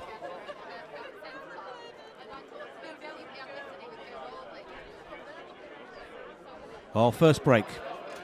I think the stroll in there. Too easy. Very easy. Knife through butter. Yeah, I was talking along to Terry, and of all the things in defence in rugby union sevens, you miss your tackle in sevens, and it's good night. It is. The only chance you do have is if you play a sweeper system. But the critical thing is your press defence, and the organisation structure around that, Ian, is you have a two-man press on every ball carrier, so it's really hard work. And they got it again, Steve. Got it again. I think they're. Oh, he's playing on. He's playing on. Yeah. I think that probably takes us to 14-0 in probably less than a minute. Order. Yeah, you talk about press defence, though. I mean, I didn't see that there from the Driffield side. No, you've got to be super fit to do it. You've got a two-man press, and then when they release the ball, the inside man of the first defender moves as the inside man of the next defender, and so on. And it's working as a concertina, so you're very much backing your man on your inside as a defender. I mean, has that gone 10? No. The team's now playing on the circuit, professional sides, international sides. But they're working on it every day, day in, day out. Professionals in their own right. Different style of sevens play here, Ian. Oh, it reminds me of myself there, Steve. One-way traffic. Effective. The gap's there, the overlap's there. No, let's close the door. See, just 1 point there, Ian, and it looks like a try here. Yeah, pace. Just 1 point there. The guy who had the ball, he did have some pace, he did have some fast feet, he looked a good player. but he was carrying the ball in one hand. Yeah. So what that's saying to a defender is, I'm not doing anything else. If you've got the ball in two hands, you have 4 or 5 options that a defender has to think about. He may pass to the left, he may pass to the right, he may kick it, but there's, or he may run it. What he's going to do is run it if it's in one hand. And for those young players watching the game, if anything they can pick up from these sort of matches watching is that key skill.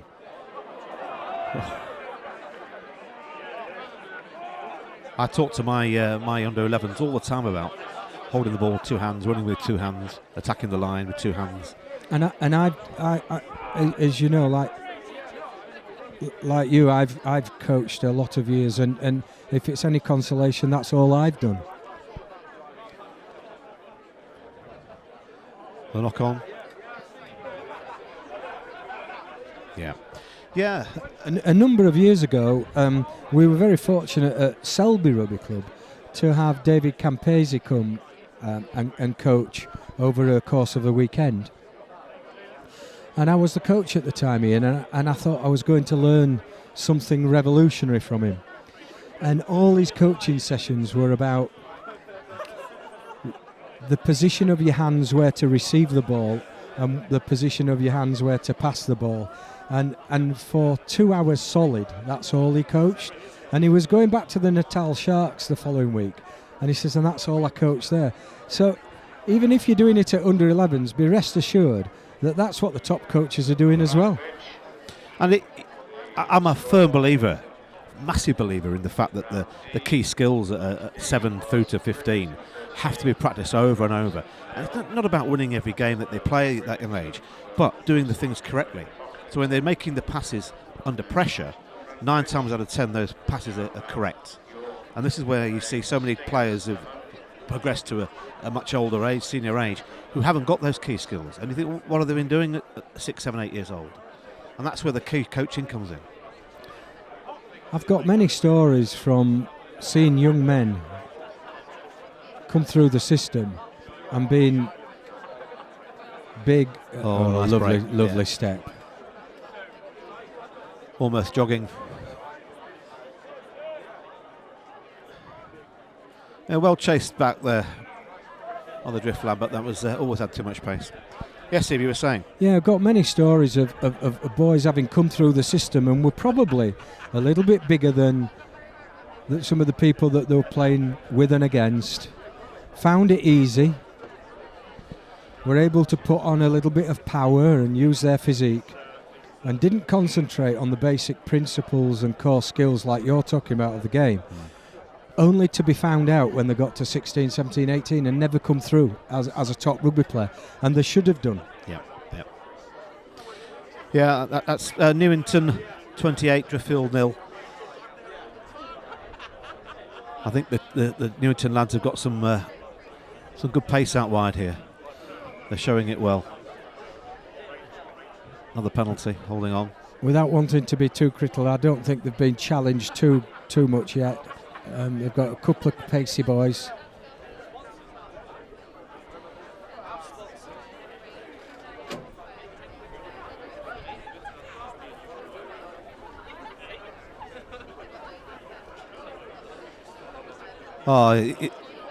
That's good, well played. Good offload as well. Go on. The big guy's had a really good game for Sevens. He's really caused some trouble. That's got some pace as well. He's going to go in here. He's going. Off the pitch, lads. He's put the burners on there. That's a good try. Driffield. Well done, Driffield, because they worked hard in defence for that. And the big lad, he reminds me of myself, he did well there. Yeah, but every time he's had the ball, he's got 10 yards. Hasn't quite made it. So that's 28-5. If you notice, a lot of the top Sevens team have a couple of big men. It's just how they're used.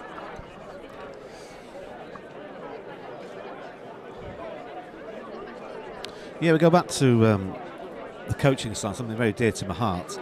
At the moment, we see we see a lot of lads playing at junior levels who've been coached by dads like myself who played the game, who've come through at clubs all over the country.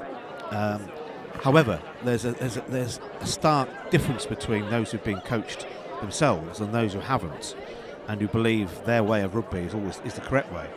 And you can see that in the teams you see coming through. And some teams have got good skills, been well coached. Some teams again are coming through who haven't got the key skills, and you know they haven't been coached well. But what's the answer to this?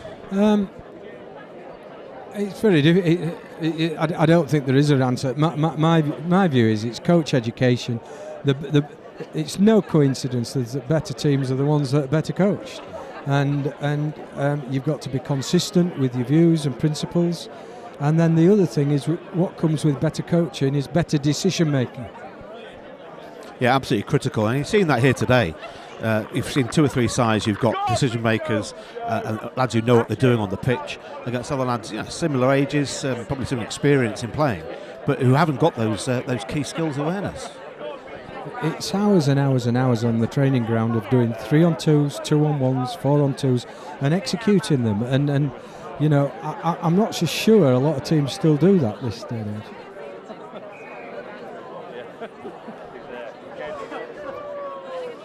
So the second half, knock on there by the Newington lad. So the score now is Newitt, which is from Darlington 28, Driffield 5. That's correct.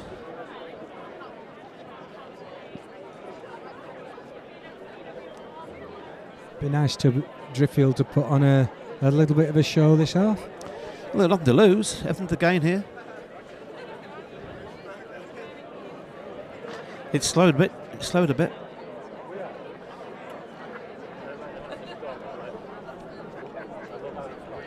As the ball's out.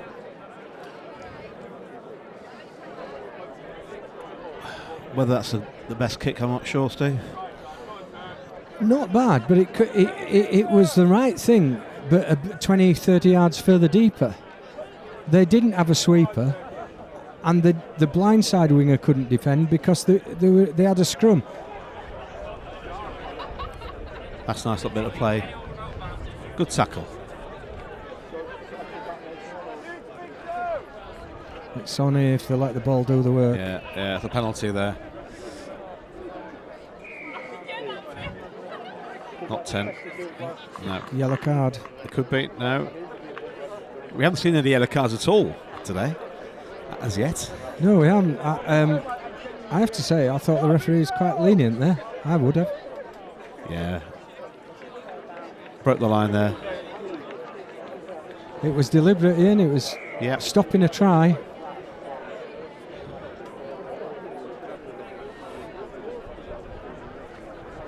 (32-5) with the kick to come. Oh. We're speaking of the devil now.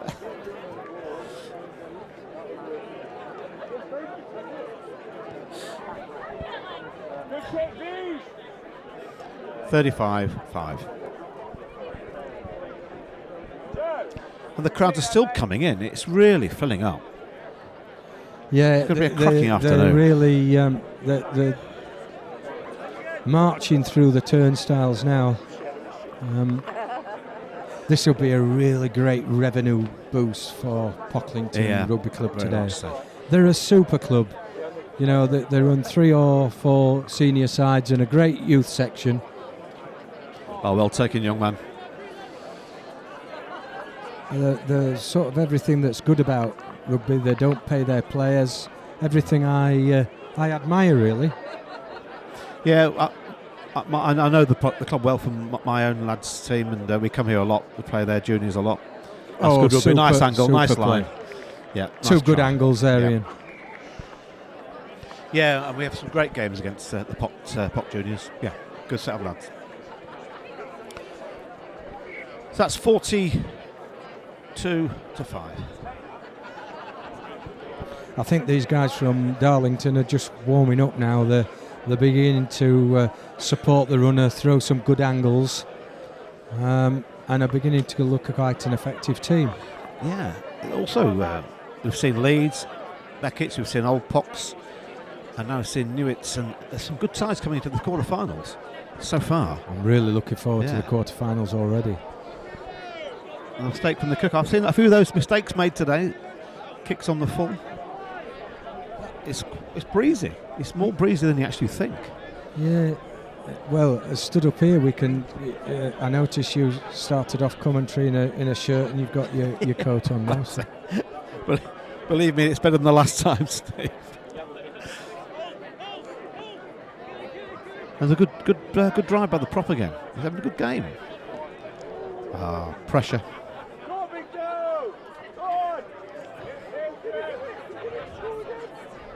Oh. Okay, just to help the viewers on one of the previous situation there, where the ball came to a Driffield attacker, and the Darlington defender was just about to tackle him. Something else I speak about quite often is playing with depth, and he was slightly too flat. What depth would have given him is a couple of seconds just to make that decision easier, and I think that's something else I see players playing too flat. There's a time to play flat at the line, but equally playing with depth, playing with pace has got to be the way forward. How do you coach that into teams, the depth, and where to stand to create that depth? I have a simple drill with 4 bags, and you get the players setting off, and which creates a space, and every player has to run through the space and then pass the ball. And then to make that progressively harder, you bring, when you first set the drill off, you get closer to the bag before you pass it, so that means the second, third and fourth man has to be deeper, because if he doesn't, he'll collide into the bag. So little drills like that, keep doing it time and time again, can work it, and often players work it out. You've got Newitts now. They've got the ball with the ruck here. Is that depth good enough? 2 hands. He's keeping the defenders off. Yep. Now he's got it in one look.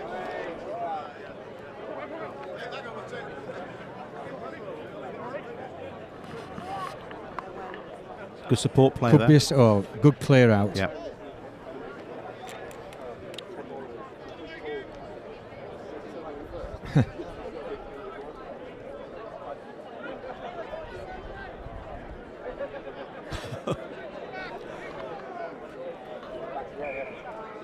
In touch there.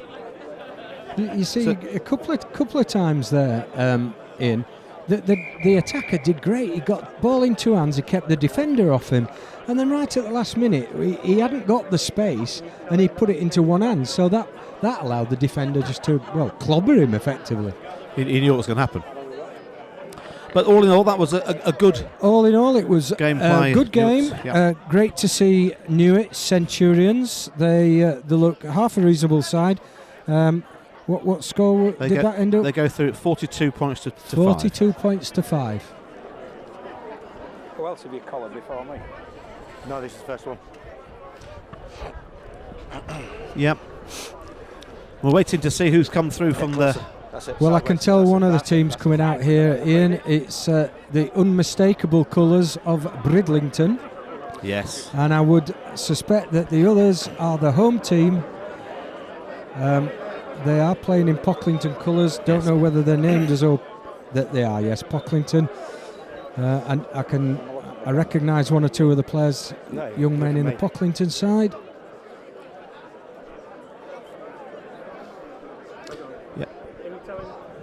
How long we got as well?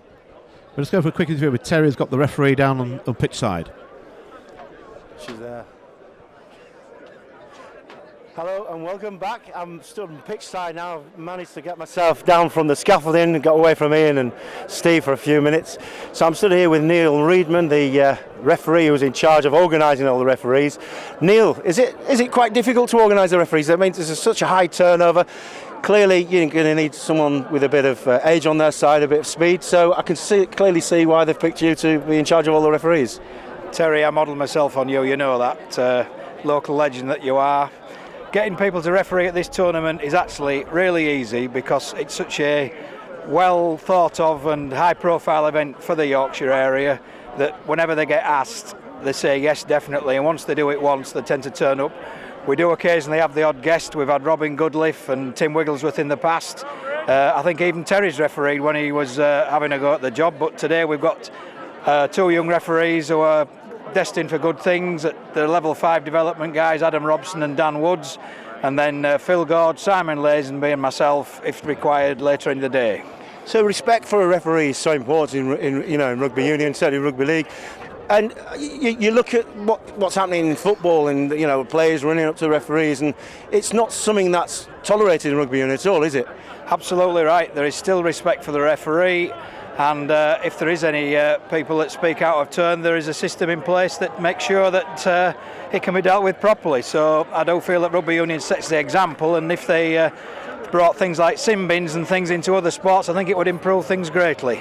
So we haven't seen any sin bins yet, and behaviour's been very well. I mean, the guys have just scored in the corner there. So when is the crowd going to be delighted with your presence on the pitch? I tend to now keep myself on the back pitch due to the size of it, as I'm now somewhere near, a bit older than you, but not by much. But I will be making an appearance on the front pitch when, for the semi-finals of both competitions, we have a team of 3, so I'll be a touch judge later. Fantastic. I noticed that there's no touch judges at the moment for the referees. It's incredibly difficult to referee the game without any touch judges. So what's happening? How come there are no touch judges? Well, I think that's just down to the official. If he's happy that he can manage without one, that's his choice. But if I was refereeing, I would insist on one player from each side running the touch, because, as you say, it could be a vital decision and there could be a foot in touch, and to give that decision from the middle of the pitch is impossible. So it's up to the referee, but I do think that they should be having touch judges, at least from the teams, if not from a proper officials. So the crowd's getting bigger and bigger, we can actually hear them. The game's going on behind us. Have you got any preferences in terms, the referees don't have preferences. Who do you think may win the competition?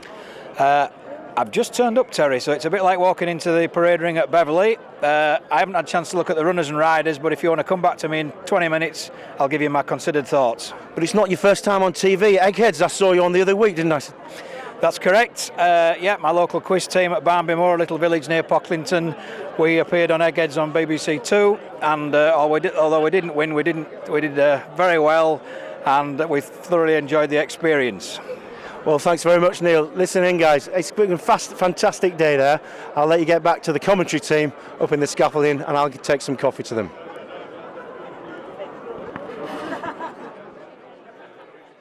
We're back now with Pock versus Bridlington.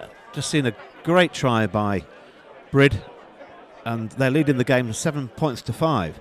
A very tight game, Steve, don't you think? It's a good game. Lovely try from Bridlington, number 11. Super step on the inside, and from a good 75 yards, or should I say probably 60 metres. If it was me, it would have been 75. Yeah, 75 yards. There was no stopping him. We've got a game on our hands here. Yeah, the first try from Pock in the very first minute or so, that was a good, well-worked try as well. So 2 evenly matched sides by the looks of it. Yeah, back to us here. Pocklington number 21. That's Matthew Proctor. I know Matthew.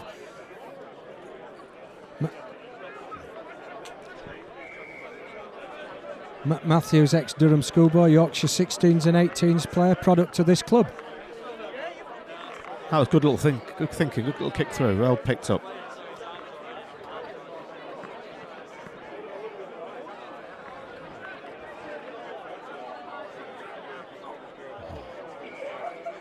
There could be a yellow card here, Steve. I think they're seeing the first one of the tournament. Without a doubt, that was a definite try on there.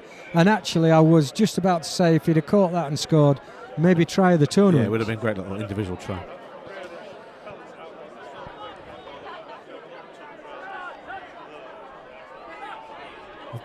I think there's a try here, number 14 for Pocklington going in. We're just going to go through a commercial break now. We'll come back until the end of this game. Rugby Union, Estuary TV. Brought to you by Heron Foods.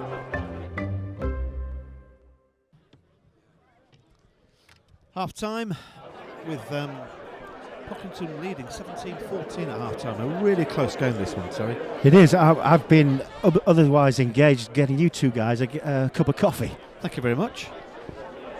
It's a long old day up here, mate, talking non-stop. Let me tell you, the Pocklington people are so welcoming. It's fantastic. I can't believe the crowd's already. It's at 1:45 and it's constantly filling up. It's going to be a humdinger this afternoon. Indeed.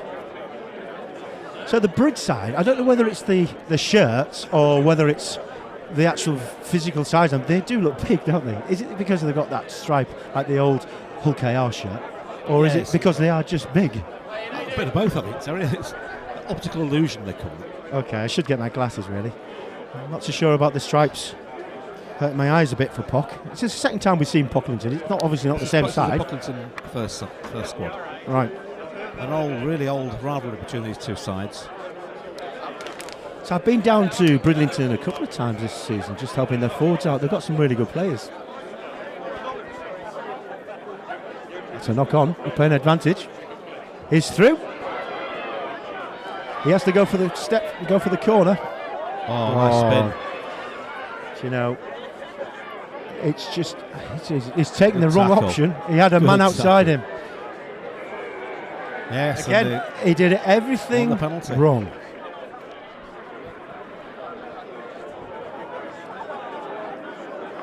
So watch this. Has he got the speed? No. Oh, that's well played. That is well played. They're keeping the ball really well. No, he's he must be offside. Where's he come from? Do you know?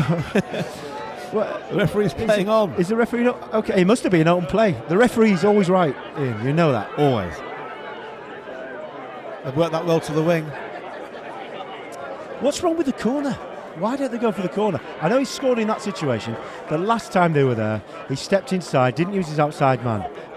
I think he tried to make it a bit easy for the kick, Terry. So the score is 19 points to 17.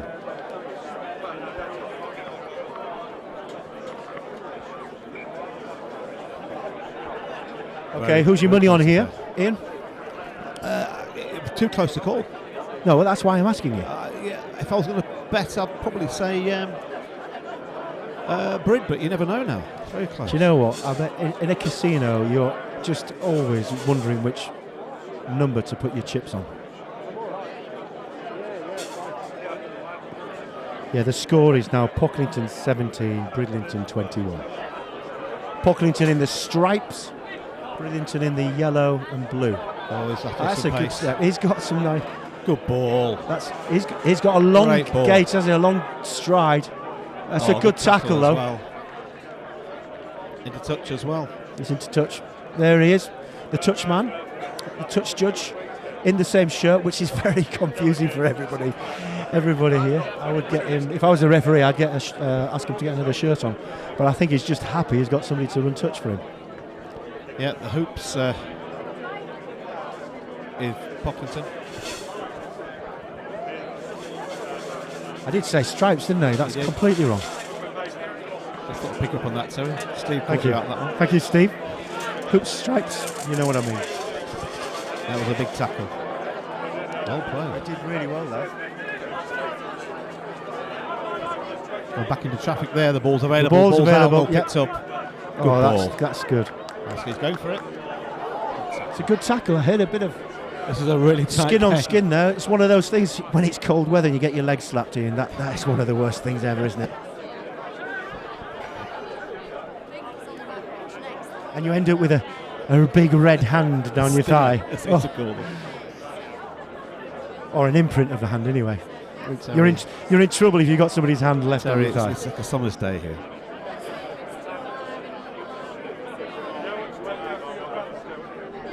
And a basketball being played. Absolutely.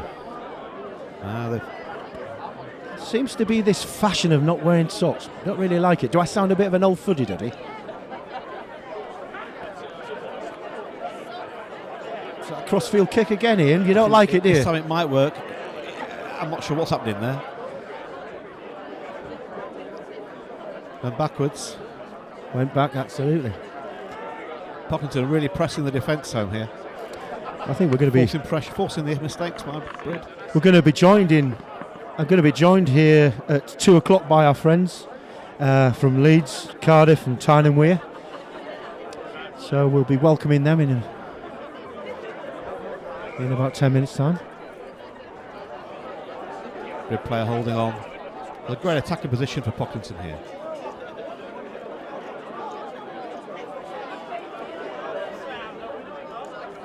Oh, that's a They're nice trying to go wide angle. It's on still, it's on still.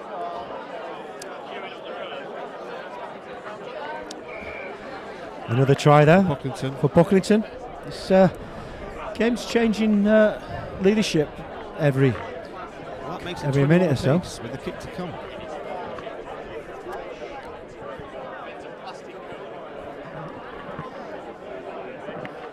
So not long before we get our friends, another 10 minutes, we get joined by Leeds, Cardiff, Tyne and Wear.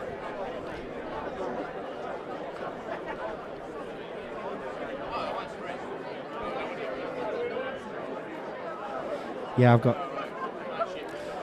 we are 20 points.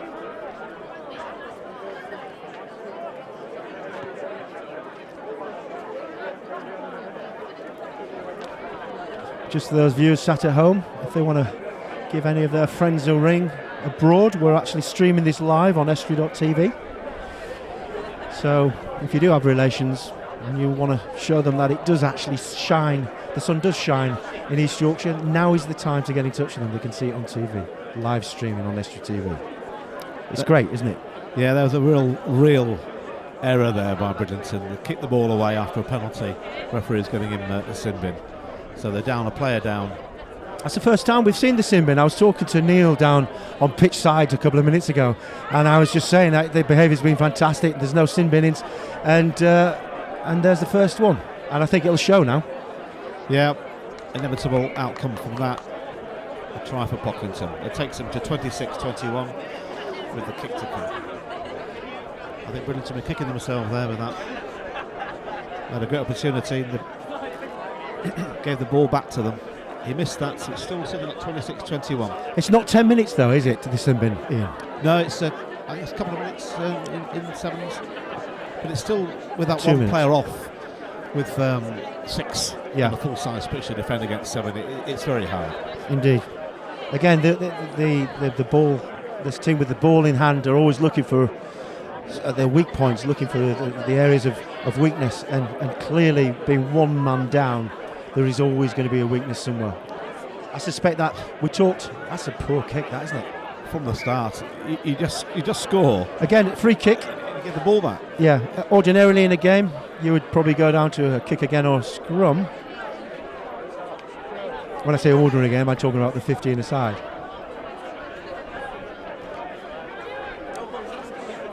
Incensed by that error, Pocklington, they're ramping up their defence. Very aggressive defence now. Was holding on to the ball there, but managed to present it anyway.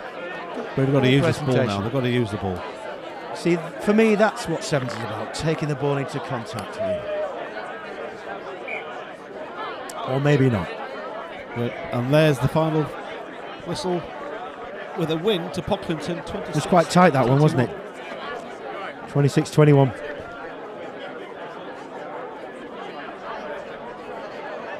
I think that was probably one of the best games there, Ian. In terms of entertainment, we had a yellow card, we had the score change in hands. You know, it went to Pocklington, then went to Brid, to Pocklington, and it had everything. It did, and we've seen some really good sides. Leeds, Beckett's, Old Pox, Newitt's, the last game, and that was a equally good standard. A few mistakes at the end. Yeah, indeed. But again, you are going to get those mistakes, but it's how you recover from those mistakes. Yes, every team is going to make a mistake. You can't play a full game of sevens without making mistakes. But for me, it's how you recover from that mistakes. And equally, it's about what the other side does to capitalise on that mistake, I think. Yes, I agree. Going for commercial break. We'll come back after. Welcome back to Pocklington Rugby Club here at Feathers Lane. I'm stood again with Steve Cruz, my good friend Steve Cruz, to talk you through the next game, Oxfam and Stingers. Well, let's find out which team is in which colour.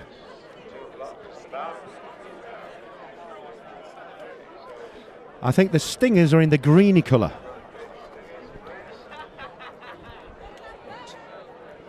No, I got that wrong. Oxford are in the green. Such is the high octane event. Teams coming on and off. It's very difficult to keep score, never mind what colours who's who, Stephen. Yeah. The previous two winners, Terry. Previous 2 years winners, Oxfam. I'm looking forward to watching them. Oxfam, again, they're a team that actually raise a bit of money, which is fantastic. You know, they come all this way, they pay out their own pocket and they get sponsorship, and that sponsorship goes back to Oxfam, which is, you know, I applaud them for their generosity and their time they put in. So the Stingers, Stephen, would you they say the Stingers are in the red and white? I think their shirts have been washed by my wife, Terry. They've obviously been put in the wrong wash because it's like a pink with red piping. Dear me. I'm looking forward to this game, Terry. I think this might be pretty fast and frenetic game. For those viewers at home, this is, I think, where the competition starts to get interesting. You've got the two previous winners, and you've got Oxfam who are looking to hold on to the title.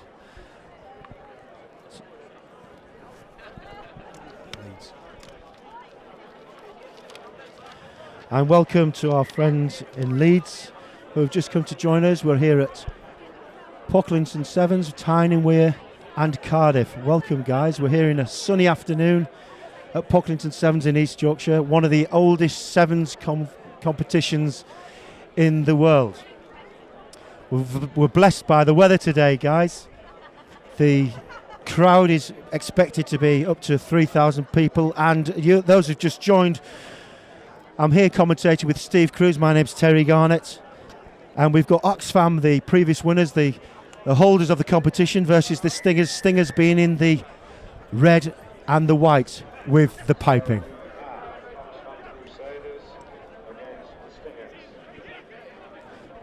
That's the commentator you can hear in the background for the whole of the stadium. And again, Steve, you've been looking forward to this game. Been looking forward to this one. I think this is certainly a teams that could go far in the competition. Pocklington's ground, Feathers Field, doesn't it look great today, Terry? Fantastic, absolutely. You couldn't want for a better. The whole occasion's fantastic, and we're blessed by the weather. The weather's so important for a really enjoyable day. Dan Woods, the referee today, who actually blends in quite well with the Stingers kit.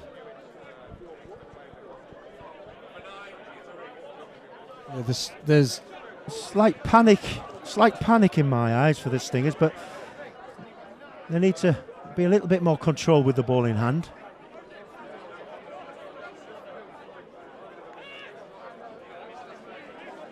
He's isolated. Yeah, it was a great clear out, else he would. But they're playing advantage, knock on, trying to get it out miss wide. Pass Terry, not a big fan of him. No, again, we talked about that earlier. We need to fix a man so that we can distribute the ball to people in space.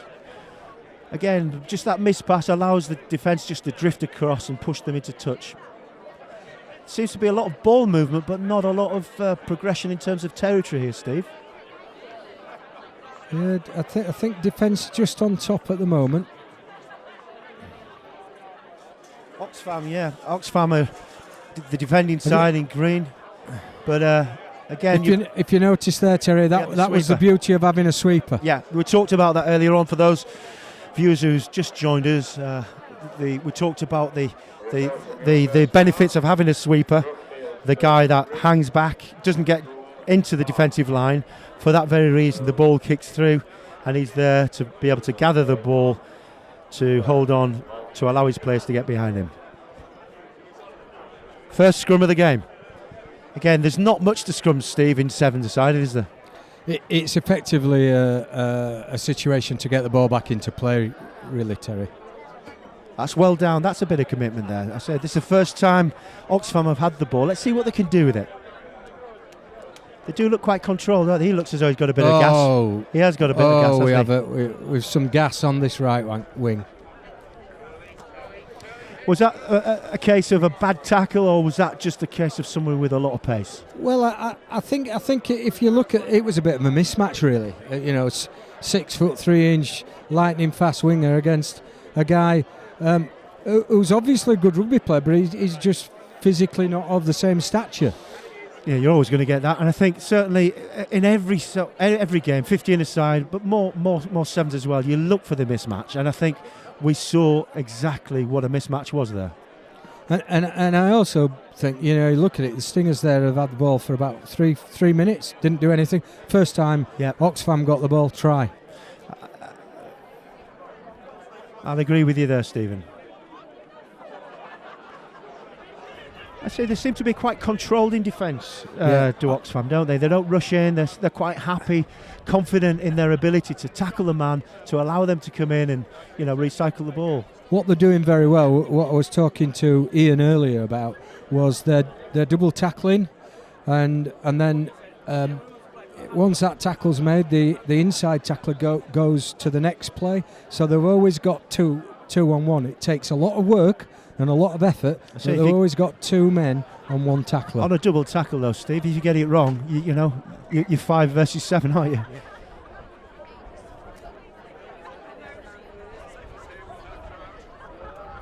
So the crowd's just coming in. There's people still coming through the gates, Steve. Yes, I bet a few rugby clubs would like to have half of what Pocklington will probably make out of today's event. Good luck to them for all the effort that you talk about making money or making friends. Both. I think they're a great rugby club, and but a club like this needs its money to function. Just for those viewers who's joined us, Pocklington Rugby Club was just going to score a try here. Again, straight through, missed tackle, Oxfam score the second. It's probably going to be 14-0 if he gets the kick. But just going back, Pocklington Rugby Club, Steve, is a fantastic host, but it does have an international shirt hanging on the wall in here, doesn't it? It does. And Rob Webber. Rob Webber, he's somebody I coached with along many years ago in an East Yorkshire event with a guy Paul Huntsman, and it was obvious at 17-18 that Rob was going to go a long way, and he's obviously just made his next move, hasn't he, Terry? Yes, he has indeed. Again, this is Stingers have got the ball. They just look a little bit edgy, a bit panicky with the ball in hand. I think they just need to settle themselves down. I think that's a lot to do with the defence of Oxfam there, yeah.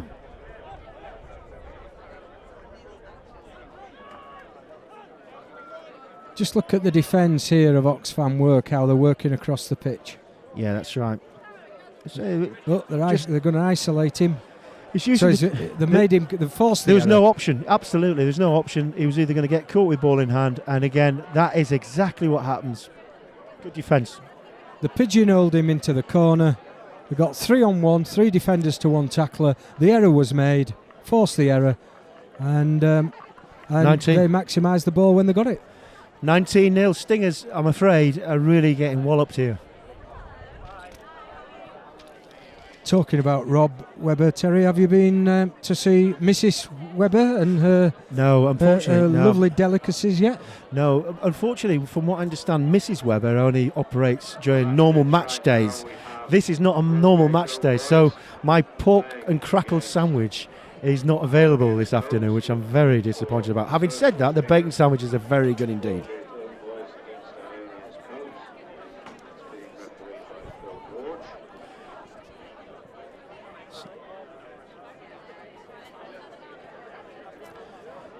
So again, it's Oxfam to kick off after scoring that try. And welcome to our viewers in Bristol, just joined us. We're just watching the game, last year's winners, Oxfam, versus the Stingers. Oxfam are winning by 19 points to 0. I suspect they're probably going to go on to win this game.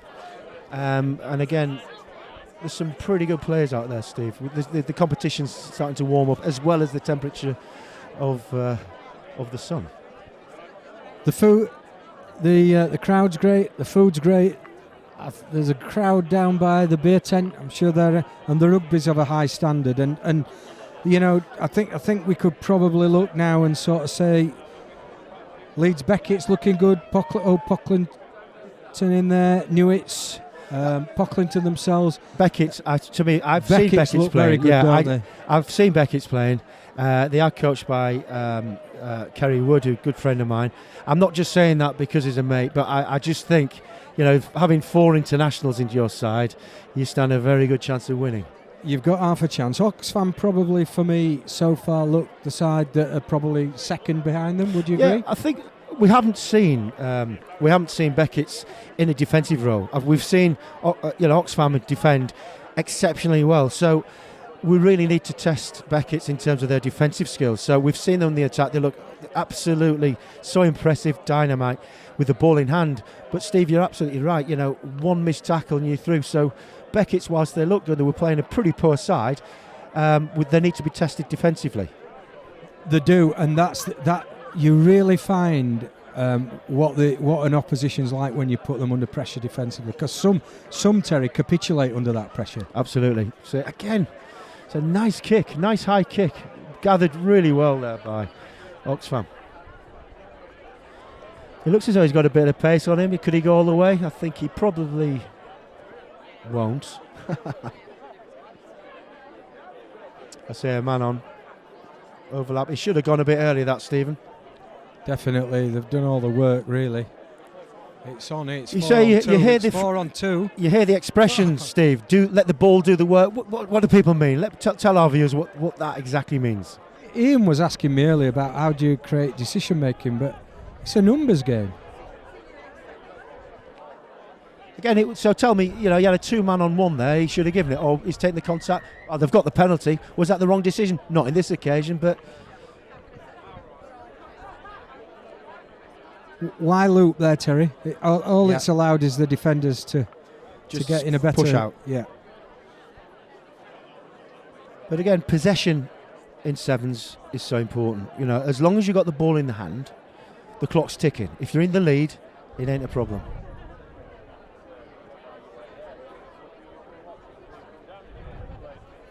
There you go. I must say, though, the referee's colouring is very similar. I thought they had another defender there. It's 24-0. Yeah, just didn't step up into the defensive line at this game. If you're 2 or 3 yards back from the defensive line, you're giving players of this quality and this speed and this agility the opportunity to just break that line.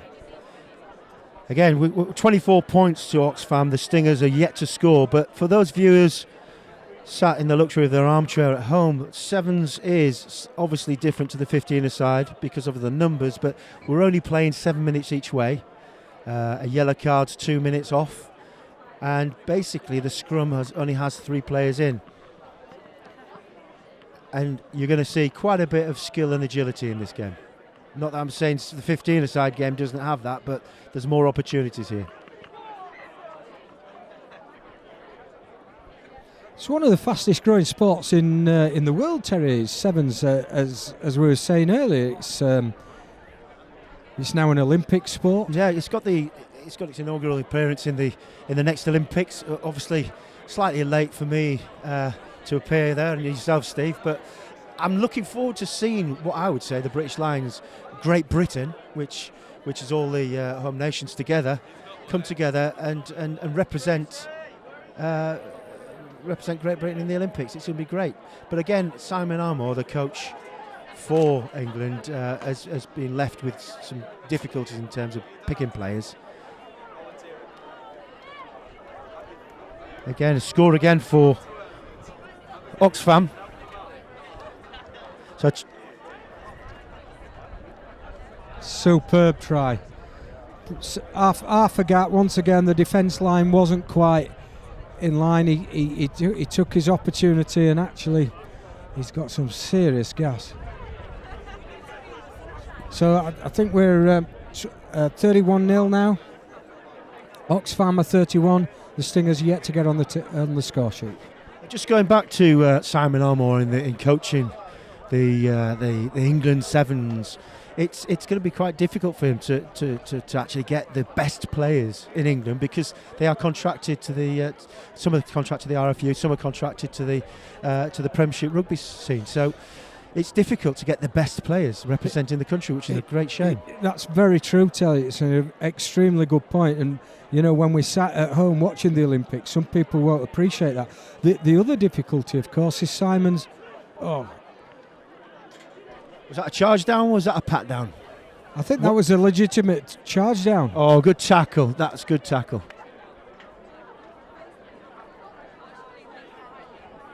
It's a bit like Keystone Cops again, that one, isn't it? Ball's bouncing all over the place. He's got a bit of pace. He's got a good sidestep off his left foot, hasn't he? Yeah, I was just going back there, Terry. 36 now.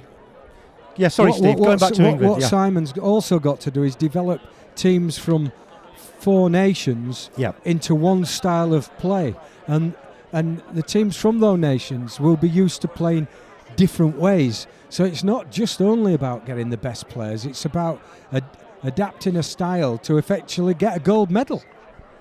Yes, you're talking about. I mean, I know Simon is. That's 38. I know Simon is the coach of England, but I'm not so sure whether he's the Great Britain coach. I don't know if that's been announced as yet, has it?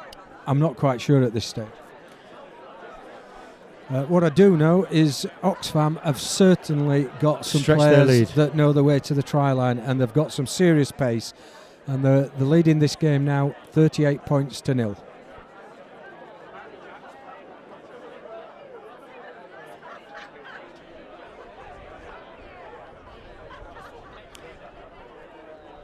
So the thing is, Steve, it's all well and good being 38 points up, which is great, fantastic. For me, it's a long day. I think they should start sitting on the ball, conserve a bit of energy now, don't you think? Absolutely.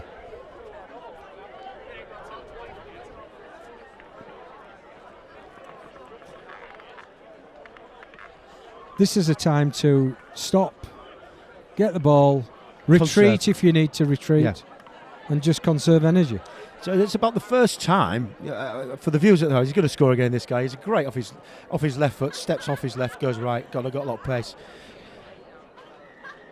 43 points to 0. But just going back to that, it's about the first time in rugby that you'd be expected to go backwards.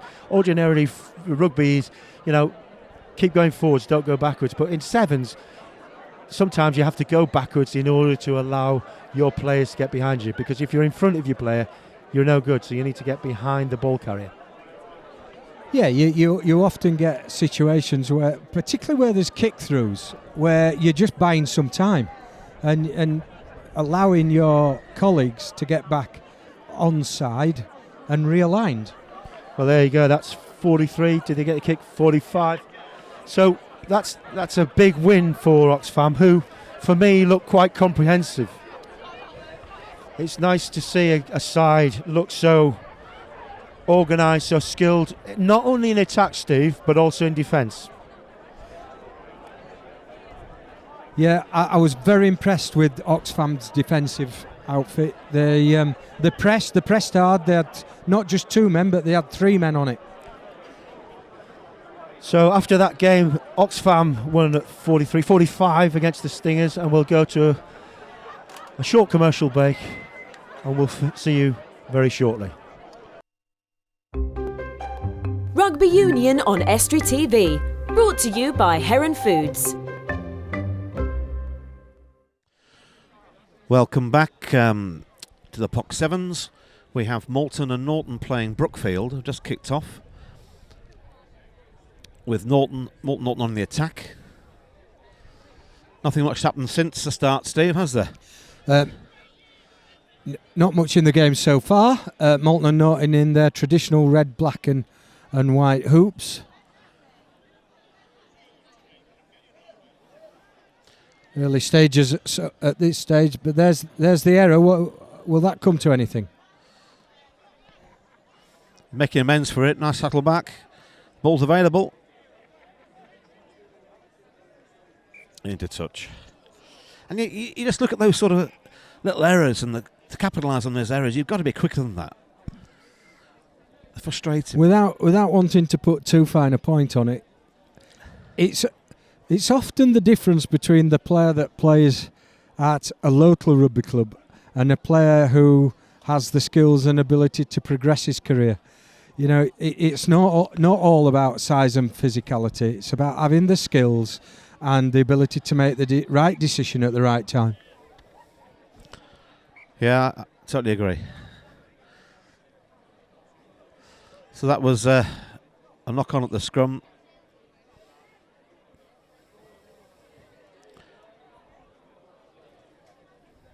Line out.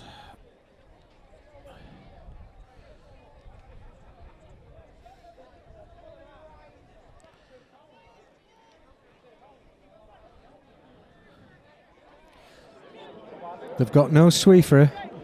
Brookfields have got no sweeper. There you go. Away. Yeah. Soon as there's a break, with no sweeper, Ian, if you're through and you've got some gas, it's try time. Yeah, there's no one to cover that. That's first try to Moulton. The kick to come.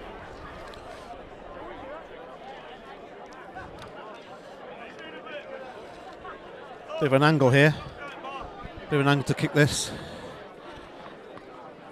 No. Not that time.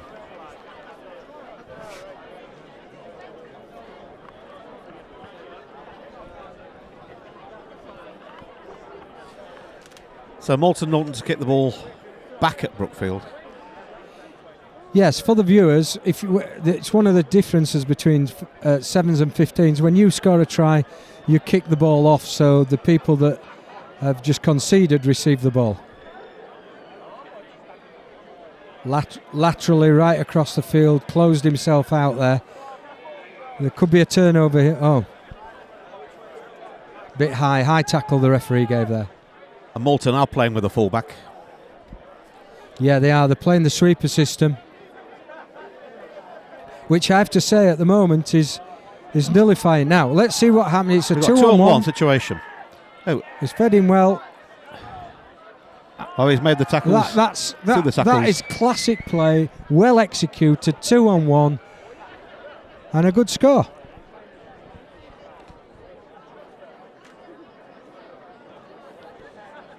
And the 2 to add, so 7-5 to Pock. That's a Brookfield.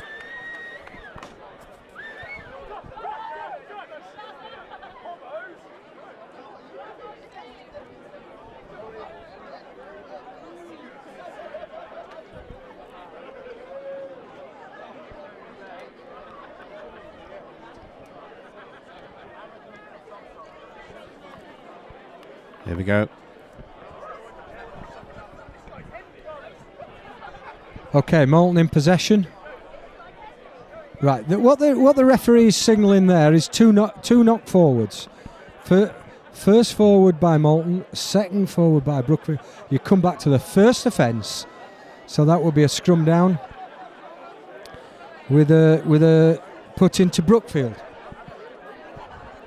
And number 9 feeds the scrum. Nice strike. Good play by the scrum half from Moulton.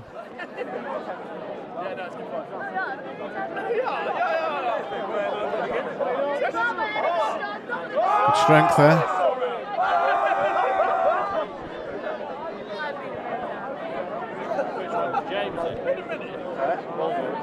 There's the miss pass again to the Moulton right winger. Oh, he's knocked him off. Oh, he's just gone into touch. And that's half time, yeah. So 7-5 to Brookfield against Moulton and Norton.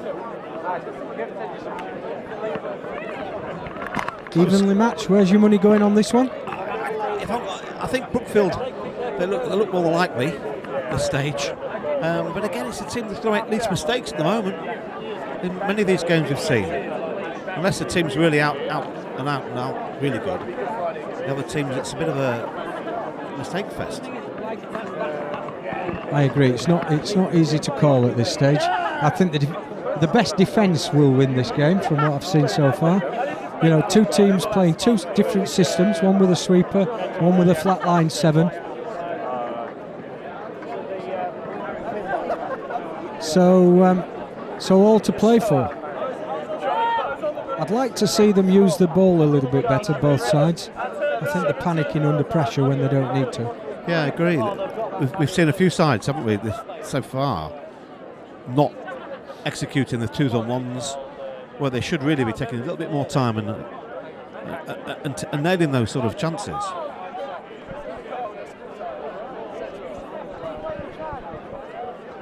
Have you noticed I don't think we've seen a long kick-off yet, along to the far corner. We're all going for the challenge on the high ball. Every single one.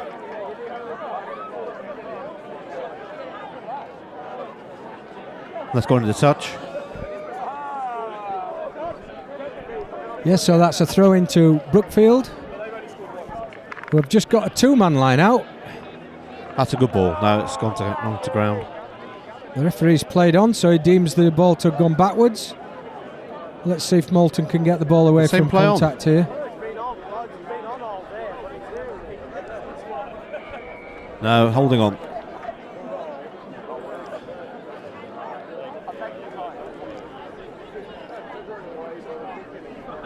There again, Steve holding it in one hand again. One hand, the defence knows what he's doing.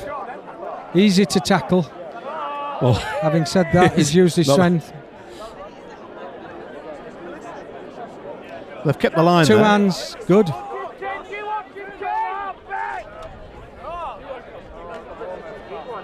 Now it's on the other way if they get quick ball here. Numbers are there. Yeah, numbers 4 are there. on 2. Straight, there you go. Execution.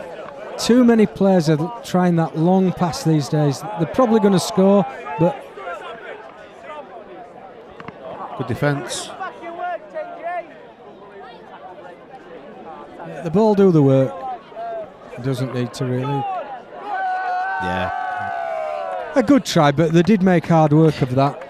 It was always likely to happen, though.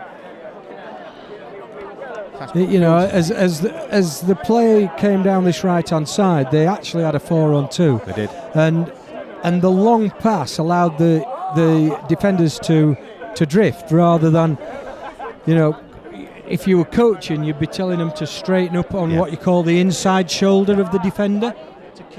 So you're effectively keeping one defender. That becomes 3 attackers to 1 defender. Yeah, that's Brookfield 13, Moulton Norton 5. And halfway through the second half here.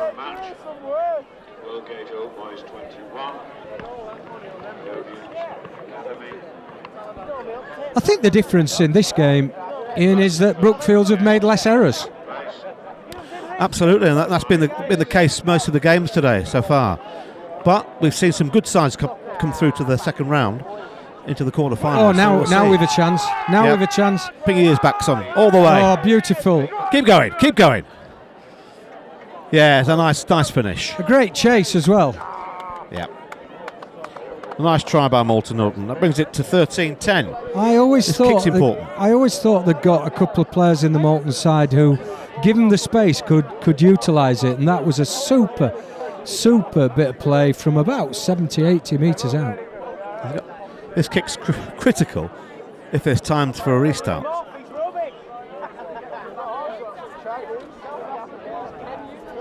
Referee's checking his watch twice now. 3 points in this game.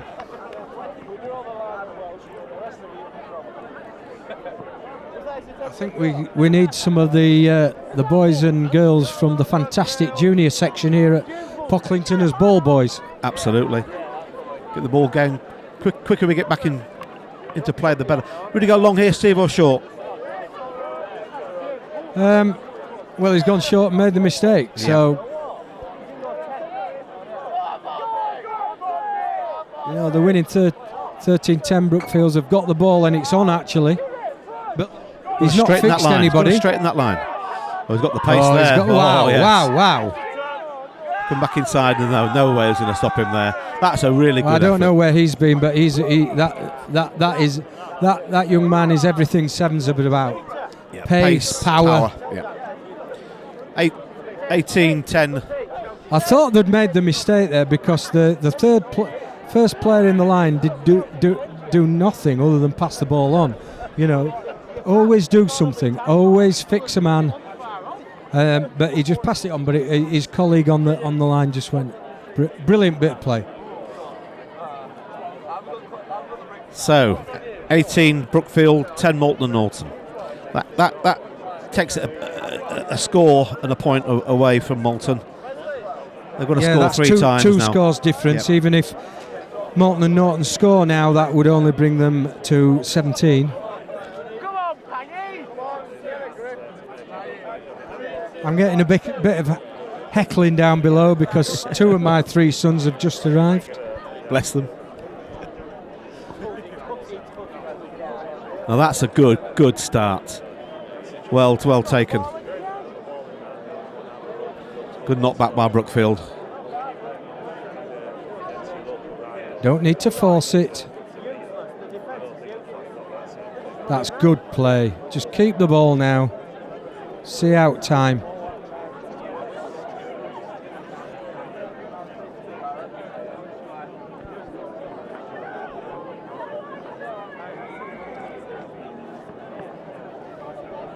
They've got to tap and go here. Have to go.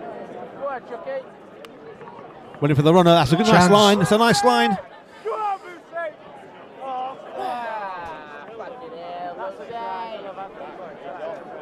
You go all the way here, Steve. This could be the no stopping him. The final score. Came from the error. For the viewers, really sevens is about, you know, the side that makes the least errors. You make errors, there's loads of space in this game, and if you make an error, it usually results in a try to the opposition. Final kick of the game, I fear.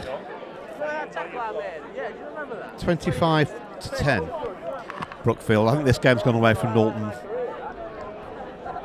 I think 25-10 to Brookfield's is about a fair reflection of this match. I think so.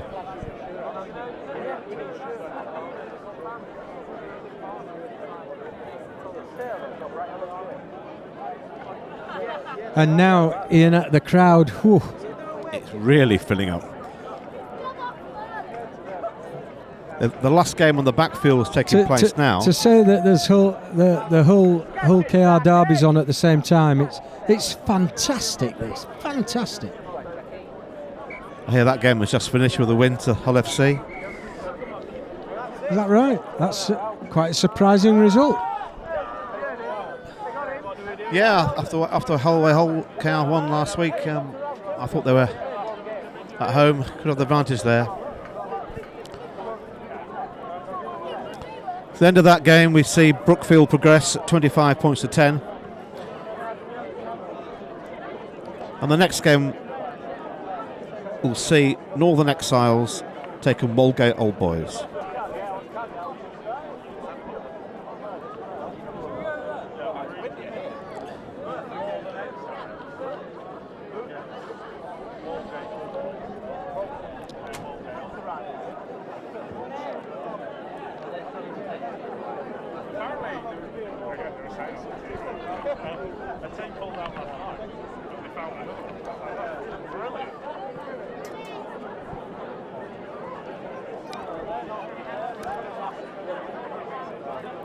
We're looking at some beautiful pictures of Pocklington in the distance there, one of the older churches in the region. A really picturesque Wolds village. Hundreds of years with the school the centre point of the town for many hundreds of years.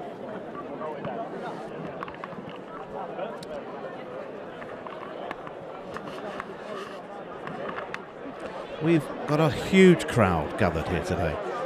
There's more and more people coming through the gates all the time. I'm guessing there must be 2,000 people here already, at least. And with the game on the back pitches, there's one more game taking place. There's hundreds of people watching that as well, so there'll be even more coming around in a minute. Who have we got here, Steve? Yeah, we've got two teams here. We've got Northern Exiles and Walgate Old Boys. There we are, Steve. We can see us in the pictures there. How do we look? What a pleasant sight. What a pleasant sight. So Walgate Old Boys, old school side, a lot of guys from Pocklington Rugby Club. And for those of you watching the match here, I want you to look out for one particular player on the Walgate side, a guy called Lewis Wilson. Lewis is an England under 16 and under 18 player. That was well taken. I think he's playing. All the hard work done, gave the ball away. Yeah, number 3, I think, Steve. Number 3. With the ball in hands now. Young man with a big future in the game. Oh, well run back. He's just joined the senior academy at Leeds Carnegie. So Northern on the ball. Looking for runners, taking the ball still. Needs to be going forward on that ball. They're just working each other out at the moment, looking for the space. There's the gap. Good angle. Nice feet. And they're confident with the ball in hand, both of them. No mistakes so far. Good ball. Yes. Took the outside. Tackle missed and under the sticks. So it's 5-0 very to nice try. Northern. With a kick to come. 7-0.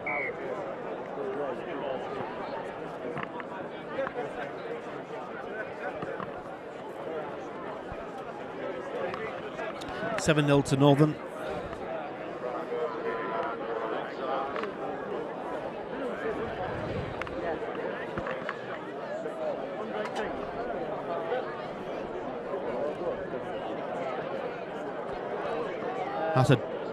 That's a deep kick. Well taken. Good vision. Needs to come back inside. Loose pass. Turnover ball. Turnover ball. An opportunity on here. 4 on 3. Oh, well taken. That was a good pass. It was a superb pass. Never broke stride. That's a cracking try. Yeah, really good. Another Northern 5-pointer. The previous pass did nothing, but the final pass was beautiful. It was quick, it was sharp, it was straight into the player's hand. As you said quite rightly, he never broke stride, so he was at full pace as he hit the ball, and it was a super work try. I like the look of this old boys team, Steve. So far, the passing's been crisp. So do I. Yeah. After this game, I'm going to inquire about some of their players, who they are, because they look a bit hot property to me. They do. They look up for this. I like the colours they're playing. Yorkshire colours to me. So that's 12-0 in favour of Northern.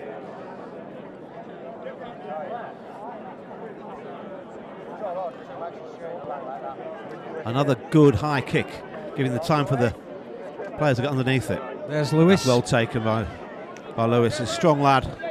Good defence. A loose ball. Good little dummy. Oh, good tackle back. Released well. They've got the numbers. They've got the numbers out wide if they move that ball. Fix a man. Whoa, try. Yeah, that's a cracking try against. They're taking the chances really well. That's 17-0. I'm liking what I see here. Very much so. The passing has been really good so far.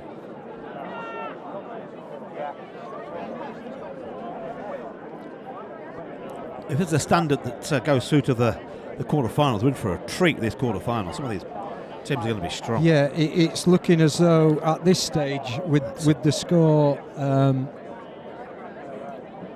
think is that 10? Is that 10? That's 17 17-0. It's looking very much that Northern are going to be playing Brookfield.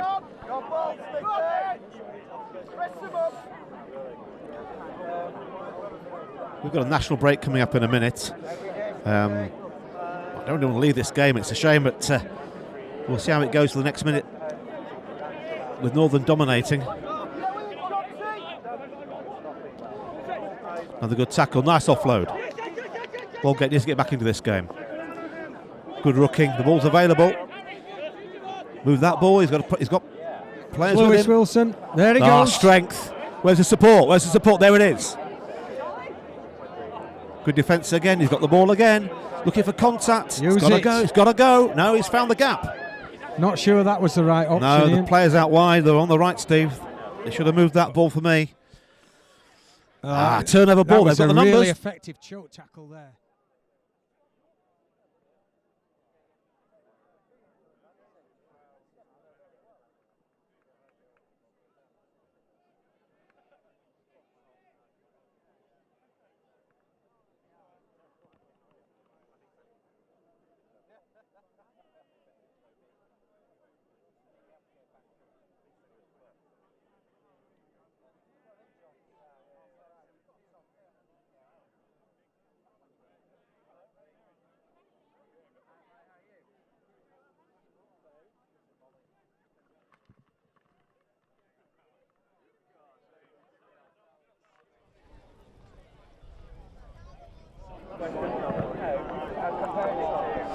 Oh, that's a nice little pass. Just super ball retention. Yeah. And backing each other up. Really, really good play.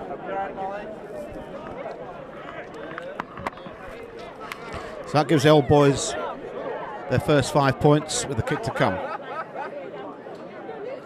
Nearing the end of the first half.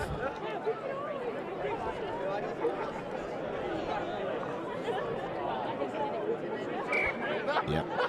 And the conversion, 17 points to 7. 10 in it with half-time approaching, Steve. Yeah, half-time approaching, 17-5. I think if Walgate get their next try, I think it could quite interesting.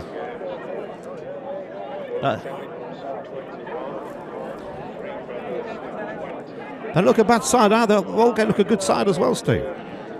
Having said that, these guys really utilise the ball well. He's a big lad, that carrier there. Number 4. 14, sorry. Is he a winger? Ever that size and we played as wing?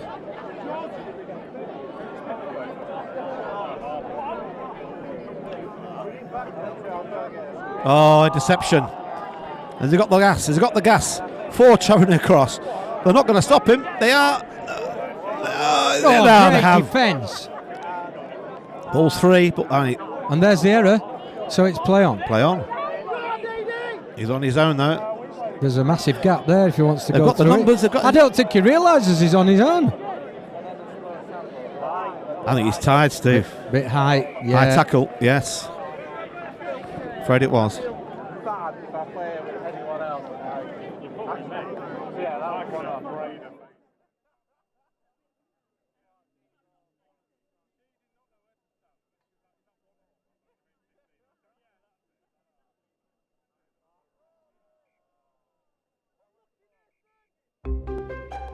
Rugby Union on Estuary TV. Brought to you by Heron Foods.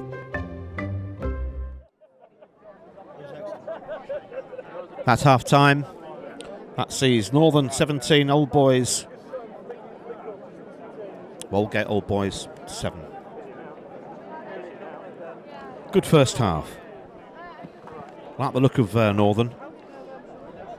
Yeah, we've got Northern 17, Walgate Old Boys 7. Half time. Close game. Very close game. I think if Northern get the first score, I think they'll probably take it away. You know, the Walgate guys, if they get in, they've got a chance.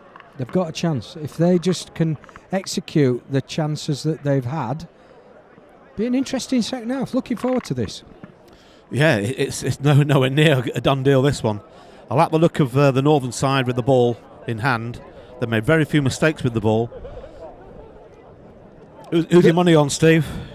I'm going to go with Northern. I think, as you've said, they other than Leeds Beckett, they're the best team to utilise the ball in hand. I agree. However, we'll wait and see. Just looking at the numbers coming through the gate, they're still teeming in here. Yeah, they're actually queuing outside Feathers Field here. Just looking at the entrance here.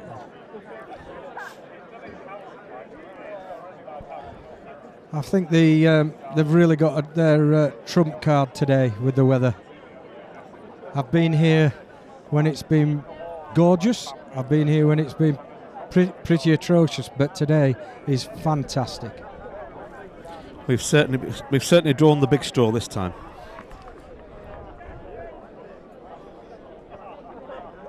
Right, here we go. All to play for this half. I think if I was the coach of Northern, I'd be just saying much of the same. Keep hold of the ball, control it. As for the Walgate guys, I think they've got to force it a little bit. They've got a chance down because they've got to score next if they want to win this game. I absolutely agree.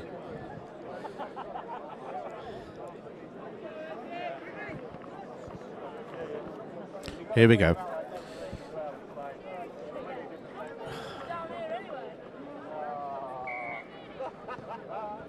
A nice high kick, giving a chance to get back. Oh, knock on. So they're in possession of the ball now, Northern.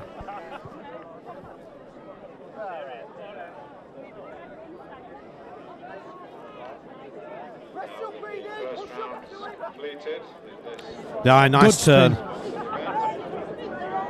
Moving the ball available again. If he could have get that ball away, there's a three on two here. It's still on there, it's still there. That's strong running, looking for the offload. Nice feet, good tackle as well. Chance. Use it. He's got to move the ball, it's got to go. Unlucky, went to ground. Good defence. Ball's available. In there, he's off his feet. He's off his feet. Referee's playing. Good refereeing, he's allowed the play on. Yep, absolutely. Good tackle. Nice pop, well picked up. Well cleared out. Oh, that was absolutely, yes. He was. The referee's indicating that the hands in the ruck. Yeah, didn't roll away from the contact. Tap and go, off their own. I'm pleased to see this. They're having a go. They're forcing it. Great play. Oh, great play. Ball in two hands created that inside pass. If he'd taken it, the gap was opened up. It's still there. It's still available. Numbers are still there. Either side. Nice feet. He's chosen the outside. He's going for it. Nice feet, young man. Try. That's a comeback. Really, really good play. I'd normally say to the winger, pin your ears back, go for the corner. He was a really big winger against him. He came in off his left foot, nearly got to the line. Great, went north-south in his ball presentation, and easy running for the scrum half. It nicely worked. Try that. I really enjoyed it. 17-11. Who kicks this? Just for the viewers, 17-11. What I mean by north-south is when you go onto the ground to work your body, not parallel to the touchline but down the field. It's a lot easier in terms of ball retention if you work like that. A lot of lazy players go what we call east-west. That's true. It's a key, another key skill to learn, Steve. Body positions. Something else that you said earlier about teaching your children, it's one of the critical things these days. Ball presentation, yeah, absolutely.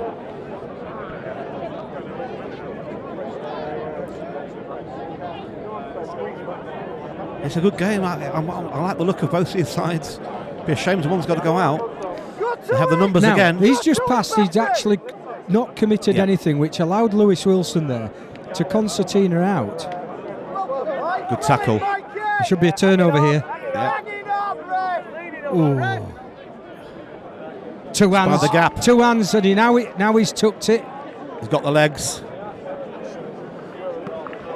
Good play. That's I think 22-11. Lewis is obviously Northern. going through a bulking programme with Leeds Carnegie. He's put some serious muscle on over the course of the last 12 months. He's a big lad, and he told me early on today that he was going to be moving to number 6. That's where he sees his career. Yeah, I can see that. He's only 18 years of age. And you look at the size of him now, when he fully develops, he's going to be a pretty big specimen. Very much so. But as for this game, I think that's 22-11. Yeah, I think that's a victory to Northern. We did say that they needed to score next, and they have done. They did. It's still 11 points. 22-11 towards Northern. 11 points in it, so three scores. Have them the time? We shall see. Cheers, Jay. It's Bit of time wasting going on, perhaps here. Bit of time wasting there, do you think? Yeah. Having ball boys doesn't allow that to happen.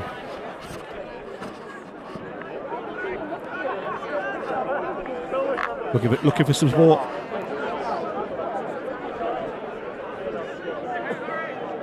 Oh, pressure straight over. The ball's available though. Good counter rooking. Oh, I trouble. don't think that was the right decision. No, it wasn't the right one to go, I don't think.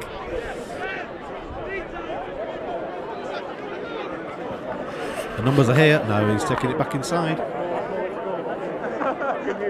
They're slowing it right down. All now. they're doing is controlling the ball and waiting for the space, waiting for the right time. You know, there's number 3 coming across there. He's the player out of the line there. waiting to see where the gap is.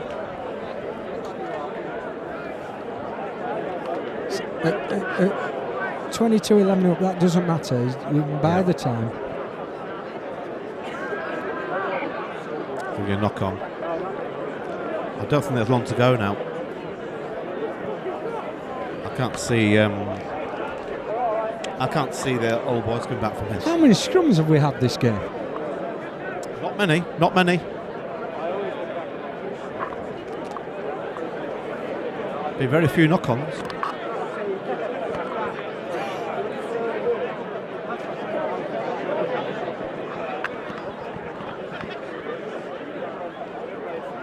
So it's Walgate's ball to feed the scrum.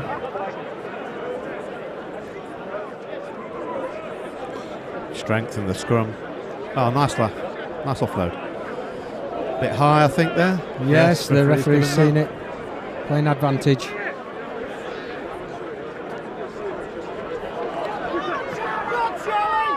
Advantage over. Yeah, now he's bringing it back. See Walgate playing without a sweeper as well. It's, both sides are. I always find it.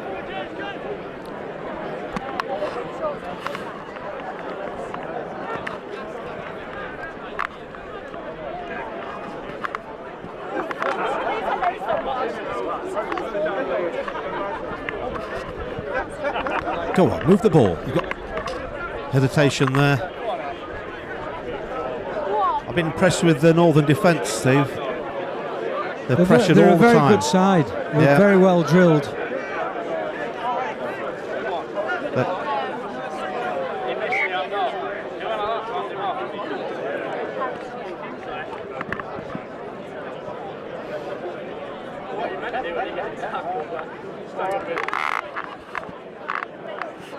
Northern putting. So we're coming towards the end of this game with the score still Northern 22, Old Woolgate 11.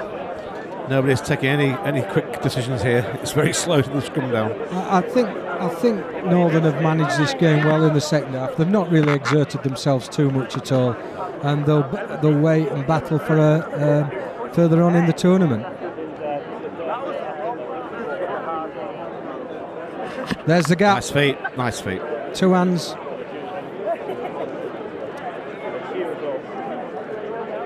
couldn't really execute that space because when he wanted to pass, it was tucked away in one hand. Ball's available there. Needs to be out of there.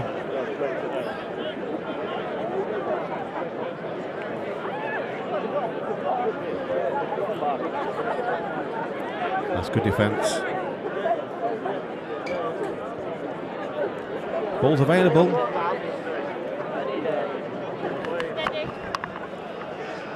Ooh, walking pace now. Injection of pace. Yeah, there's a final try.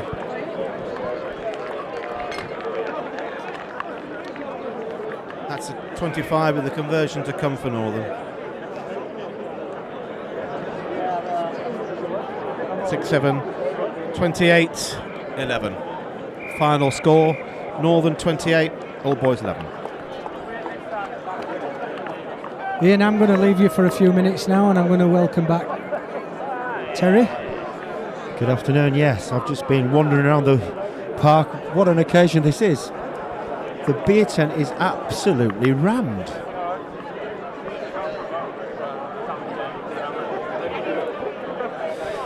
I said, as we go to our break in 20 seconds, we have just been wandering around the park. It's absolutely fantastic. I'll see you after the break, guys.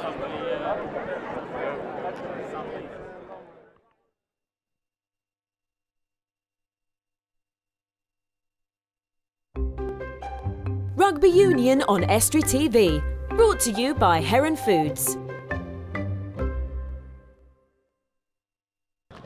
And welcome back, guys. We have just started the Doncaster Phoenix versus the Old Tridents. A very quick kick-off. Didn't go 5, so it's a free kick to Doncaster. Cassie, I do fancy Doncaster Phoenix. I think they're coached by Anthony Poser, the old Beverley coach, now coaching a little bit of Doncaster as well. I think they'll know what they're supposed to be doing here, don't you think?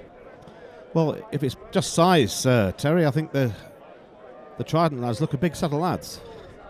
We shall see. Not always about the size, about the skill behind it. Has some pace there. Good tackle by Doncaster. It's a penalty, that. Quick tap.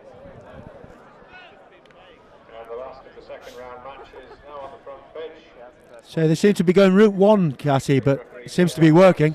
As long as they hold on to the ball, that is good strength. Good strength. Kept on his feet well. Good defence though, Terry. It is a good defence. They're very organised. They've held him up. I suspect it's going to be held up 5 scrum. Yes, held it is. Up. So we've got Doncaster Phoenix here in the blue and the Old Trident in the bright red with a little bit of blue. So 5-yard scrum, put into the Old Tridents. I think we're going to see a quick strike. The scrum half will take it, run slightly right to offload to his huge 10. He's a big lad, isn't he, Ian?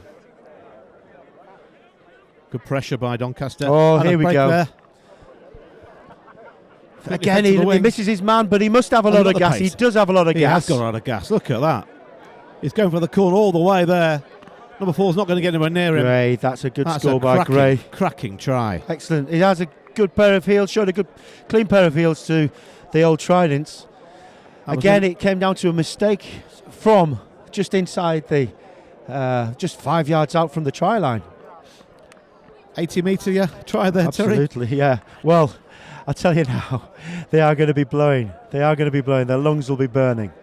What was the longest you ever scored, Terry, distance-wise? The longest try, what, physically or in my mind? Both. Oh, it's a good 80 metres. That's a great kick. That's a great kick. 7-0. 7-0 to Doncaster. Try and conversion. I said earlier on to Steve and yourself, Ian, Cass, that the games are going to get better and better and better, and the quality is just increased exponentially. And I think by the time we get to the final, it's going to be cracking, isn't it? Well, looking at the teams who've got through so far to the quarters, Leeds Beckett's, Old Pox, Oxfam, Newitts, Pocklington first, Oxfam, Brookfield, Northern, and now the winner of this. Again, so kick off to Doncaster, nice and high, allows these guys to get underneath the ball. It's a good kick off. See, they isolated that guy there. They've won the ball. They'll get hold of the ball. They'll hold on to it. They'll come back a little bit, allow their players to get behind them. Knock on there. You're playing advantage here. That's a nice little offload. There's a very fine line between playing it safe and just going for that 70-30. No advantage there. Scrum down. So just running through the Doncaster side, you've got Miles, Casey, Hasaya, Clayton, Barker, Wild, Hamidi, Hicklin, Henderson, Cahill, Gomes and Gracie. That's the first time I've had a team sheet. It just seems the Doncaster team just have a little bit more time on the ball and less rushing. Oh, through the legs. You see, you can get away with passing it. However, as long as you get it back and it goes a long way back and there's people there nice to take the ball. Out the back door pass. There's a hole there, isn't there, if he straightens up? There it is. He's got a 2-on-1. One-handed Feed pass it to out. the winger. We know he's got some pace, we know he's got the gas. Again, all the way. No one's going to stop him from there. He's going to go under the posts, isn't he? He's going to go under the posts. They've got a real speed merchant on that wing, haven't they, Terry? If I was him, I'd hold on to the ball until such time when I'm tackled. But anyway, he's put it down. Ordinarily, what people do, what teams do, is just hold on to the ball. But I suppose they're not that far ahead. But you may see that where they get over the line, they'll wait for the opposition to come and force him to put the ball down. And that gives it an easier. So when he kicks this goal, 14-0. So I've been in the clubhouse, been speaking to PC Andrew, Andy White and PS Tom Napier, and again the local bobbies said how well behaved the crowds are and what a fantastic occasion this is in East Yorkshire at Pocklington. And I would agree, it is a fantastic. There isn't any trouble. Everybody's really come down for a fantastic time. And they're still coming in, Terry. They're still queuing at the gate to come in. They've been queuing for hours, all day. I think they've all come to watch me and you commentate. Absolutely. So it's a nice day. That's another cracking kick-off, hanging in the air. Took his eye off the ball though, went down quite heavily. Managed to pick himself up. So anyway, it's a lot better than the last time we were up on a bit of scaffolding, wasn't it? Where, you have mentioned this already today. But it's a fantastic setting today. So again, a local guy, Mike Ray, who has sponsored one of the rooms from Lane Rental Services Limited, has put a bit of money behind to Pocklington Rugby Club to allow his clients the afternoon of having a bit of food and a few drinks. That's a good tackle. And again, just about Heron Foods as well, to our visitors in other parts of the country. Heron Foods quite kindly sponsored this event. Without Heron back in Estra TV, wouldn't be here today. Thank you very much to Heron. Anyway, super offload. Nice offload on the right. He's got the gas to go. The corner. He's caught him. Good tackle back by the Doncaster 10. I tell you, Doncaster, they do scrap for every inch, don't they? Giving a penalty away again, but very quick to go. tap. The numbers are here if he moves the ball wide. He spotted it. He's cut out two. Did he need to cut out two, Terry? He needs to do something here. Oh, Dear lock me. on with the line beckoning. I've been there. That is frustrating after all the hard work has been done. That's when you want the ground to open you up and swallow you. Half time. 14-0. Yes, indeed.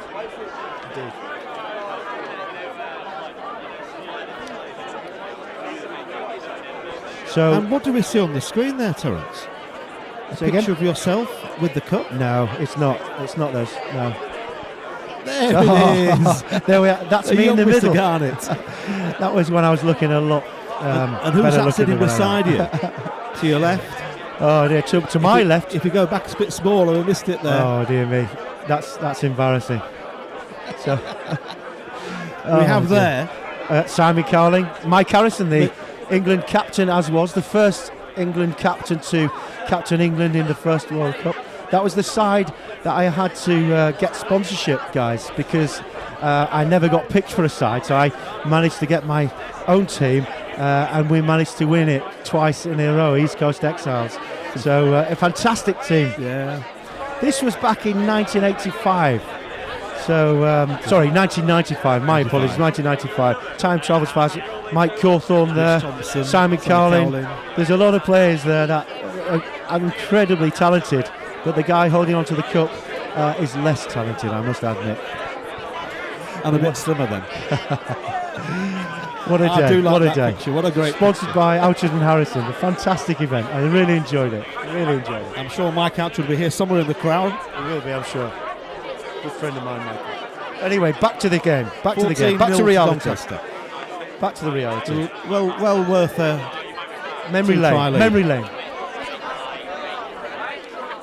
Man and ball there. Exactly.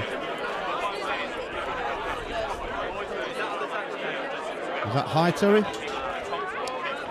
I'll tell you what, he's taking out the ball there. Very messy, but they come out with the ball and score again. That's going to be another 7-pointer. After the kick, he's going to be 21-0 at the moment. It's 19. Again, I tipped Doncaster Phoenix, didn't I, earlier on? You did. There's some strong signs into this quarters, Terry. But you had Ionians down for to get did. through, didn't you? We did. No, you did. I did. Yeah. The score again is 21-0. Doncaster Phoenix starting to run away with the game.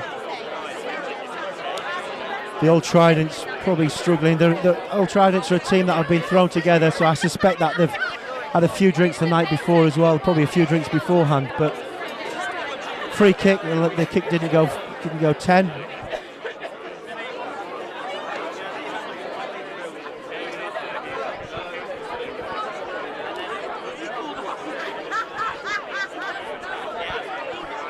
You feel they've got to, France have got to score sometime soon at the back of this game, Terry. Yeah. I'm getting a message here, Ian, that we've been twittered at Pocklington's 7s. Nice feet. We've been told by somebody that Doncaster Phoenix are in the red and blue. Now, I need to find this out. Not only do I get the scores wrong, I get the colours wrong.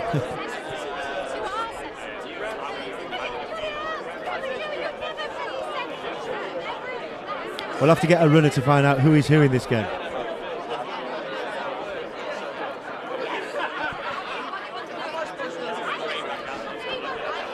Good defence.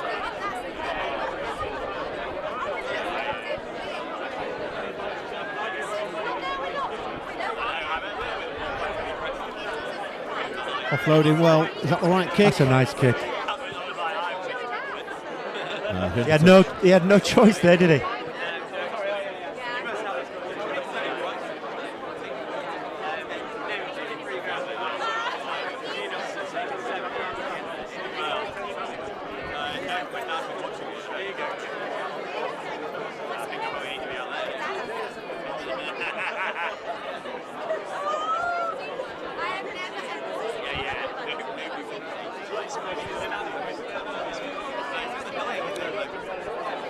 So we're waiting for the ball to come back. This is what happens when you kick the ball in the crowd. It goes and disappears for about 5 minutes. So we're waiting around it. The clock is ticking. It is a rolling clock. And whilst we're waiting for the ball to come back in, I'm actually waiting to find out if the Twitter is right that Doncaster Phoenix are in red and blue.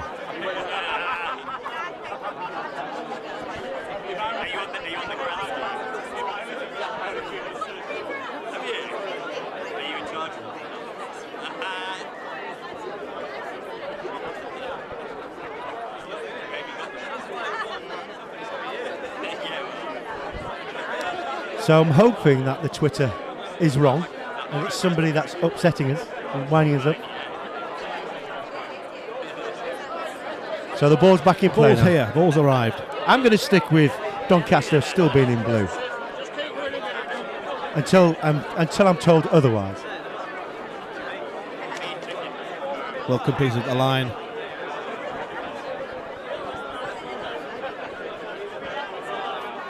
Well ripped. Oh, yeah. Oh, no. Penalty. Knock on there.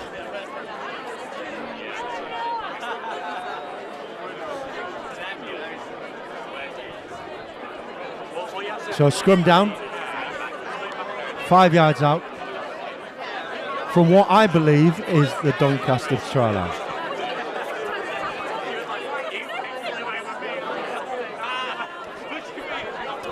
Well, Terry, you've been getting that wrong all this match. I did say they were Doncaster red and blue. I did back Doncaster and they were get absolutely Doncaster. trousted. So Doncaster are losing 21-0 and just about to score. Yeah, they've come back with a nice work try there. Oh, knock on. No, he's Knock giving on. a knock on. Apologies to our viewers across the UK. You are listening to two ex-front row forwards here, so, and we have a breakdown in communication, but I will tell you that Doncaster Phoenix are actually losing by 21 points How did we to get the that Old one? Tridents. Got a Twitter here. Any of those beautiful houses for sale? I wish I could sit in the window and watch this all day. Well, I guess none of those. That was from for sale Harriet141.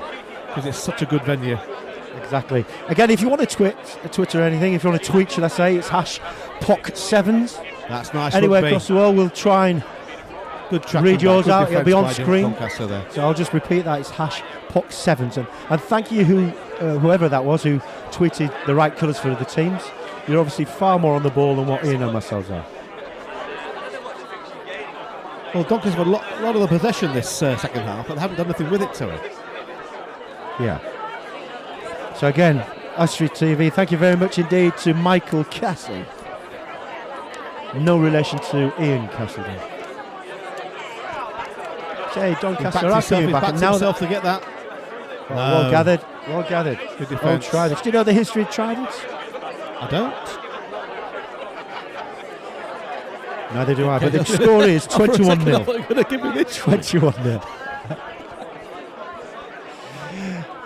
No, I don't know. I was hoping, because you was telling us about all the people who went to all the schools. You talked about everybody, and now we've got a team on. You don't know anything about them. Which apologies.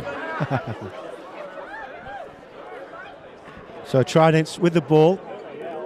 We've got a bit of pace on the outside. Oh, nice line, nice Again, angle. I think he's got all the pace to go all the way. Yes, I think the referee's doing quite well to keep up here. In fact, he should have a ball in his hands. Well done, referee. The number 11 has got a bit of pace. Again, he'll probably hold on to the ball. Wait till it. 26. I must say that Doncaster now look a little bit dejected. 28 points now. 20, We're all on an even keel now. Ian and I feel really confident about this game. We know who's who. We know the score. What can go wrong? Now, we do know now the lineup for the quarterfinals. That's a good game by Trident. We're going to have to find a little bit more about them. We're going to be seeing a lot more about 28-0. Excellent. So Doncaster Phoenix not as good as what I thought they would be. Yeah, we're going to go for a little commercial break in a second or two. We'll come back and give you the quarter-final lineup. Yeah, exactly. We'll be watching the teams, and hopefully we'll know a little bit more about the teams and get the teams right in. Yes, Terry. Estri TV, brought to you by Heron Foods.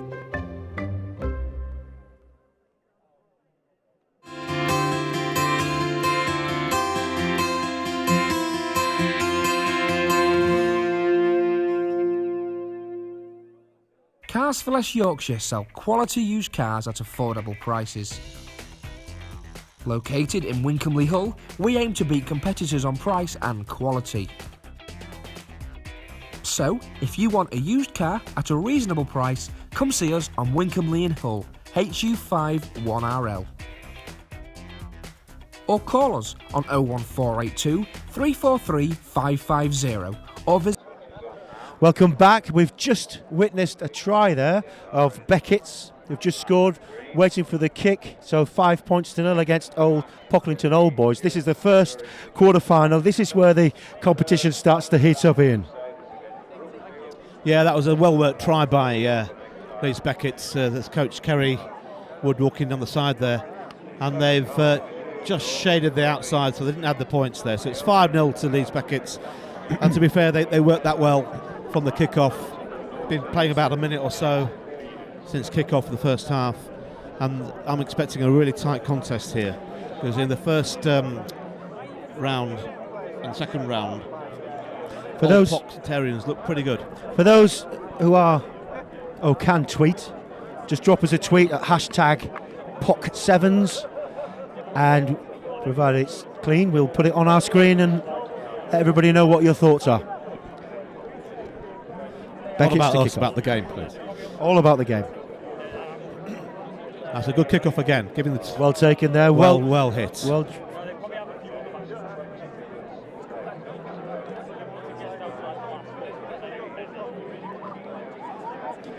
And if you're watching from anywhere around the world, you can get onto Estuary TV, live streaming. That's a great try. Great ball. Under the sticks. Right, good 5 combat all. ball. They're going to get the kick. Just going back to that, Estuary TV are broadcast, streaming this live. So wherever you are in the world, drop us a tweet, and we'll get it on screen. Ian, talk to me about this tweeting malarkey. I have no idea what you're talking about. That's a great try by Old Pox. So I suspect they're going to get. No, he's missed it in front of the sticks. He missed it. I'll have to change my score. I had it written down as a 7. That. So 5 points all. Pock Old Boys have just scored against the Becketts. Again, I think Becketts will do well in this. Give them a chalice now. Kiss of death. Kiss of death there. At least we know which side's which this time, Tom. Exactly.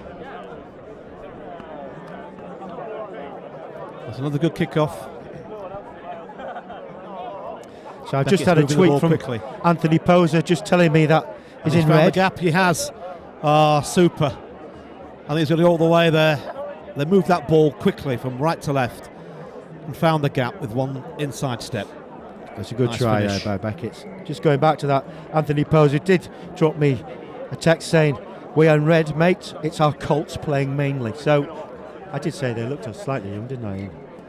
And they added the 2 there. So Colts are the ordinarily the sort of 18, 19-year-olds.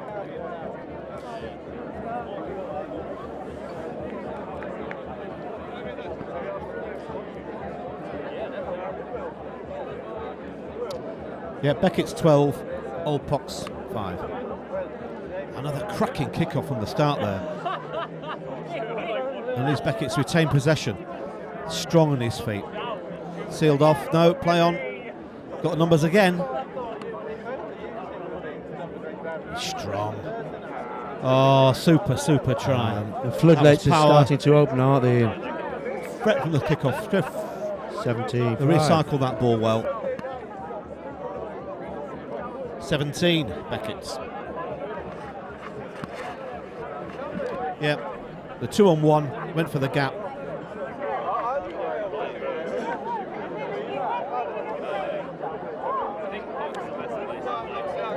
Okay, so we've got 17-5. The final try was 1-on-2 and he still went for the gap. Forced the defenders to make the tackle and he was strong enough to burst through. Nice finish. So Beckett 17, Old Pox 5. So Old Pocklingtonians will now receive the ball from Beckett. Beckett's just scored. Pocklington receive the ball. He puts a lot of height on that ball, doesn't he? A knock on.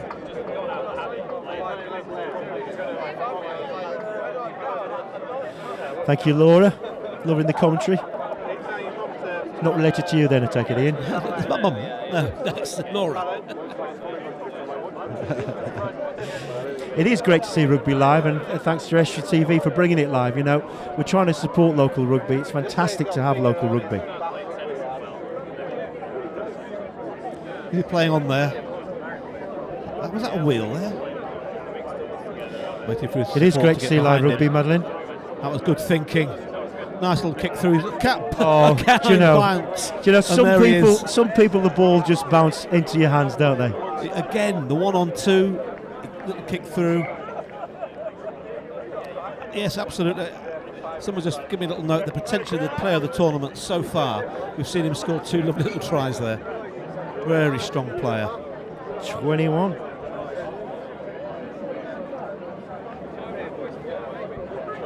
It's 22 if he gets the kick.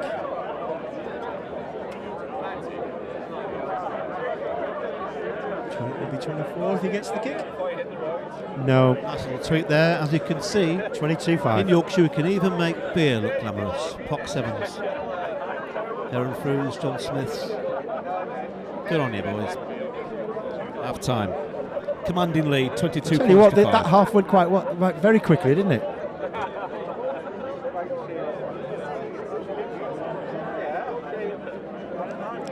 Again, I'll say again, if you want to stream the game live at Estuary TV, go on Estuary TV, watch it live, streaming anywhere around the Estuary.tv, all around the world. Let me know where you're coming from. Nice picture there of the crowds at the beer tent. Currently 22-5. I've got another tweet here, Terry. This is better than Moore and Butler. Great coverage. Who's Moore and Butler? Oh dear.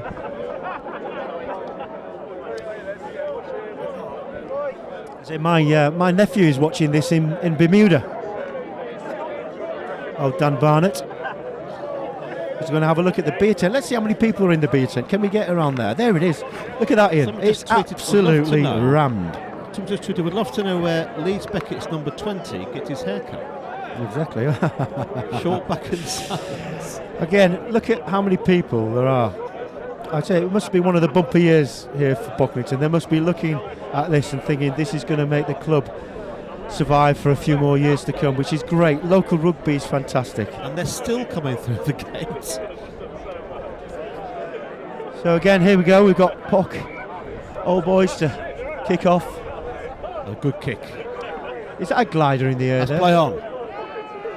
Oh, play on. Oh, good step. Nice side step. Good, powerful break. That's good. Good play. Yeah. Great, that's 27 points to 5. Kick to come. Having said that, he's missed one in front of the sticks before, so I'm not going to put...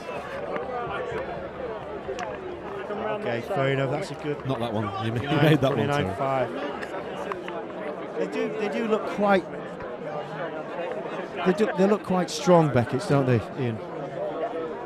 They look quite strong, don't they, Ian? I think they look very strong, Terry. I think we thought they were favourites beginning of the tournament, and I think they're proving so. So somebody sat at home watching Pock7s with the girlfriend at home, and he was wishing he was here. Get yourself down here. Yeah. Ewan Manson, is it? Yeah. Get yourself down here. Don't talk about it. Get yourself down. Plenty of time. We're only in the first quarter final. Plenty more time for people to get yourselves down here. 3 hours of drinking time at least before the end of the games. Well taken there. Oh, unlucky. Penalty, yes, taken in the knock air. on. Referee signal on a knock on. He's knock playing on. advantage. I'll stand corrected. Do they know we're coming on? Jane's got the com. Okay, so we've got our friends in Wales enjoying it. Clive Thomas. Thank you very much. Please, you can join us in Wales, in sunny East Yorkshire, which is on the east coast of England. For those who have never been to Yorkshire before, fantastic place to come. I can't hear very much.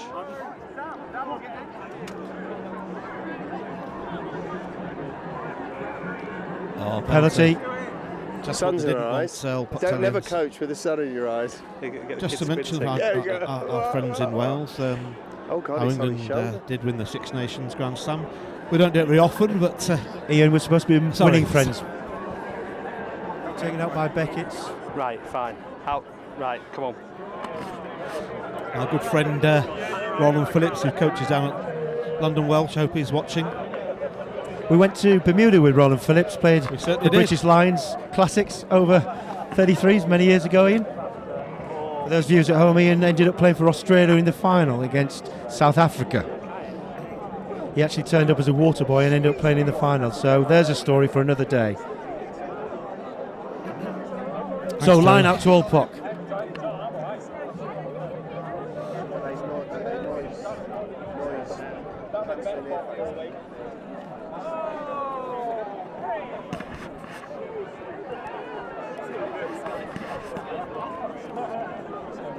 Well taken. So Pock seems to be wanting to get back into this game. They're not giving up, are they, Ian? No, I think Leeds have taken the foot off the pedal, Terry. They've done what they need to do. Great stuff. He should have used his man. That's always going to happen, isn't it? It's just thrown it to touch. Good hit. Good tackle. Oh, it's getting physical now, Ian. This is more my type of game. Yeah, it's good. Good offload.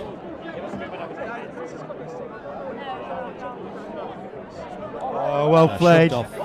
Beckett's going in for another one. Seven, they're in the 30s, 34. Kick to come. 34-5. Again, just for those viewers at home, hashtag Pock7s. Send us your tweet.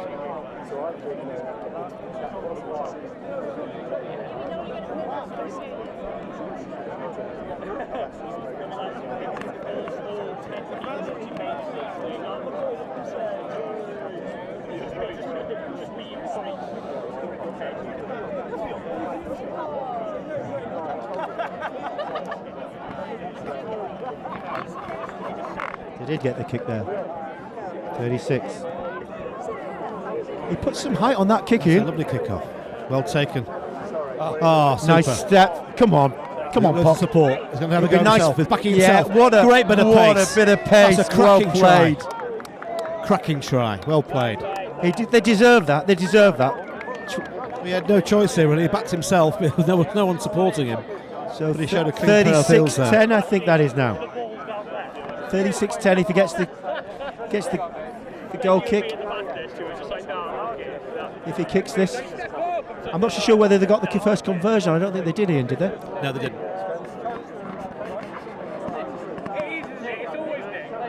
And this could be the last kick of the game. Where's he going to take it? No, he hasn't given the try. Sorry, it's no try there.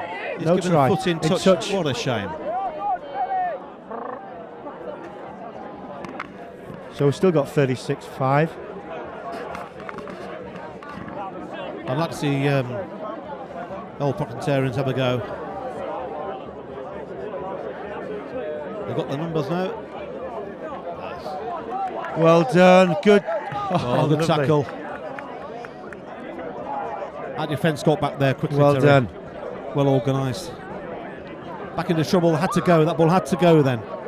I mean, this game's beyond doubt anyway. It's going to be 36-5. It's still on. It's still on. Oh. And again, it's still Come on. on, the Pock. ball. You do want the home side to do well, but he knocks it on. This game is not. It's not going to be won by Pocklington, unfortunately. 36-5.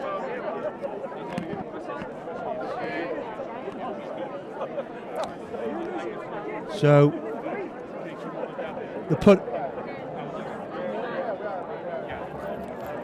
put into Beckett's.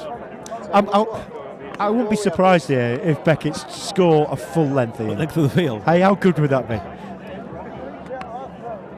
Let's see if they can do it. I think they're going to go for it, just to entertain the crowd. I think they're conserving their energy a little bit. No, they're going to go for it. Oh, he's going to try. What do I know? Okay, so they were going to go for the try. Rushing. Knocked it back. And the old Pock boys managed to dive on the ball. I'm pleased for them. I'm pleased with them. They deserve that through sheer endeavour. 10 points to 36. 36-10.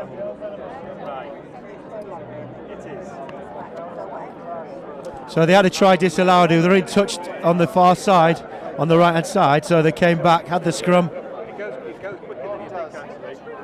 He's got it. That's a great kick. Great kick. 12 that brings points. the end of the game. 36-12. Well done, Pock, for sticking in there and scoring at the death. Just goes to show that Leeds Beckett, you can score against Leeds Beckett. You can, but I think they're quietened off the second half there. I do think they're a real deal, and I wouldn't be surprised to see them go all the way to the final. But we've got some good teams coming up. We've got Newtons and Pocklington the next game. So after the next commercial break, we'll come back and we'll see Newts against Pocklington. Rugby Union on Estuary TV. Brought to you by Heron Foods.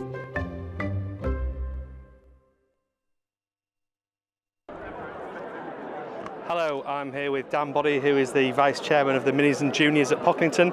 Dan, how is the Minis and Juniors at the moment?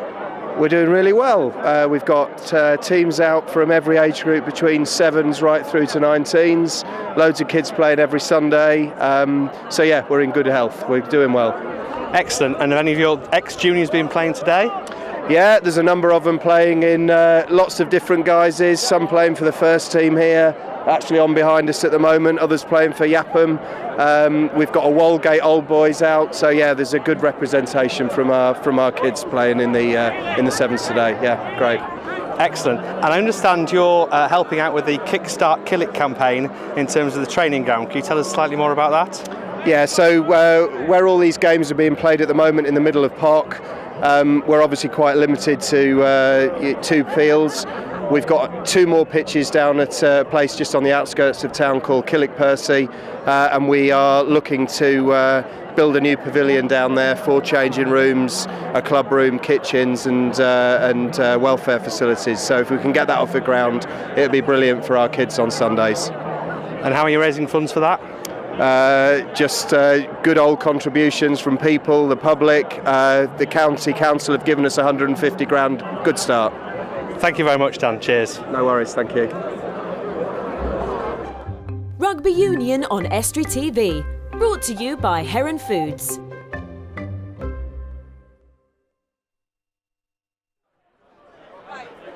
Welcome back. We just missed the first try by Newitts. Just missed the conversion.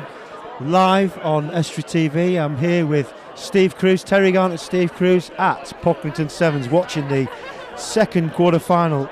Steve? Yeah, fantastic game. Newitts Centurions against Pocklington. What to play for here. Can't decide which way this is going to go. Referee Simon Lazenby. Very, very good referee, Simon. Pretty uncompromising. I do know him quite well as a pretty fearsome fast bowler. We've locked horns a couple of times, but he's a great ref. He is a very good ref. Has a lot of empathy for the game, Stephen. Taken there by Newitts. Do you know anything about this team, Stephen? No, the Newitts team are a made-together team from sort of the Teesside area. Okay. So our friends in Teesside will be jumping up and down, willing Newitts to win. Penalty Newitts. Oh. That's what happens when you rush things, I think that's where the mind's thinking 3 times faster than the body actually does. So 5-0. The home side, Pocklington, the hosts of this competition, are lagging behind by 1 try to 0.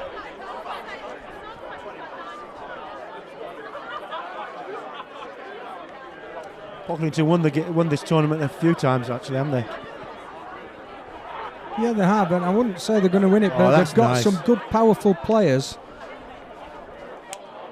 Oh, he's going to score all day long, isn't he? It's got to be a chance. That's a good play. Just held up there. Good support play. Put his man into the gap for the second try. I think the difference so far from what I've seen, Terry, is that when Newitts have the ball, they have a man on either shoulder in support, whereas Pocklington have really made some good progress, but it's very much on an individual basis, and when they break the gap, there's nobody to take it forward. Yeah, 12 points to 0 there. You got the conversion. I'd agree with you. There, Stephen. That I just think Pocklington. It's half time now, but Pocklington just seem to take route 1. They don't want to put any of their guys in space. They always want to take the contact, which always, not always, is the right option to take, Steve. That's true. The Pocklington number 8 is a super rugby player. It's fairly obvious. But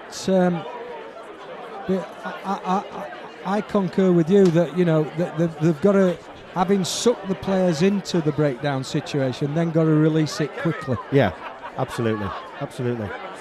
So again, here we are at East Yorkshire. If you want to tweet, it's hashtag Pock7s. Send us your thoughts. What a marvellous spectacle we have here, Terry. It is, the absolutely. church in the background.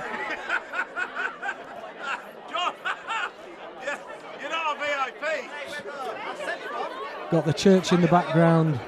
We've got what must be in excess of 3,500 people. When we arrived early this morning, we're just down one side. We're now down all four sides of the Feathersfield pitch.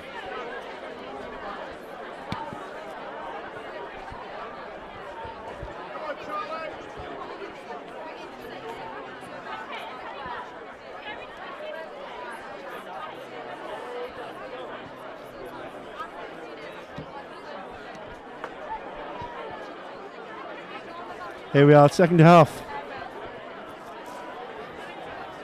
12 points to 0. So Simon Lazenby just about to get the referee. The second half underway.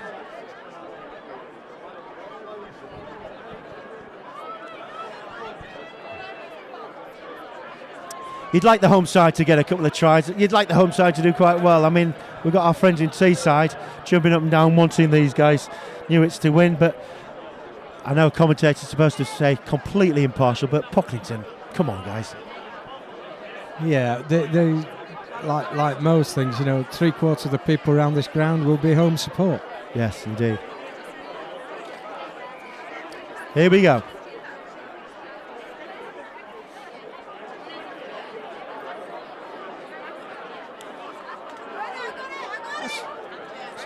Oh, hold on to the ball, Pock, if you want to be scoring. Scrum down. Simon Lazenby's got the knack of just being at the right place at the right time. Sign of a good referee, Steve. He's a very experienced referee, and what I particularly like about him is very decisive, and you know where he stands. There's not many grey areas with Simon, and as an ex-player, you appreciate that.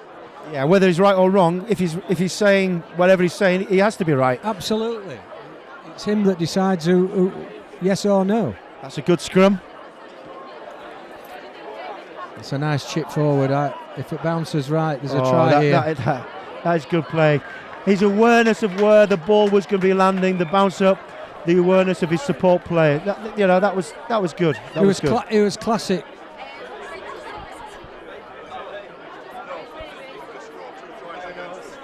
Classic play, Terry, especially with no sweeper from a scrum. It's always on, and if you've got a winger like number 12. He's got some serious gas for Newitts, and it was a good small play. Either, is he? He's not small. He's not small. There've been there's, I think, not wanting to broaden the topic, but you know the untimely death of Jonah Lomo this year. Yeah. Jonah brought a different style of winger to our game, didn't he? Yeah, absolutely, absolutely. I say we're here now. Score is 19 points to 0. Did he get the kick there? He did. So it's 21-0. So yes, just going back to John Alomo, I've played against John Alomo against New Zealand, and he was a big lump. He was a big lump, I must say. Did he run at you, Terry? No, he wasn't fast enough. Oh, sorry, no. I got nowhere near him. I wasn't fast enough. Again, he was a phenomenon for the first time you had a winger the same size as your second rows. But nowadays, Banahan was another one. You've got all the wingers now. They're huge guys. North plays in the backs for Wales. They're just getting bigger and bigger and bigger and get more gifted.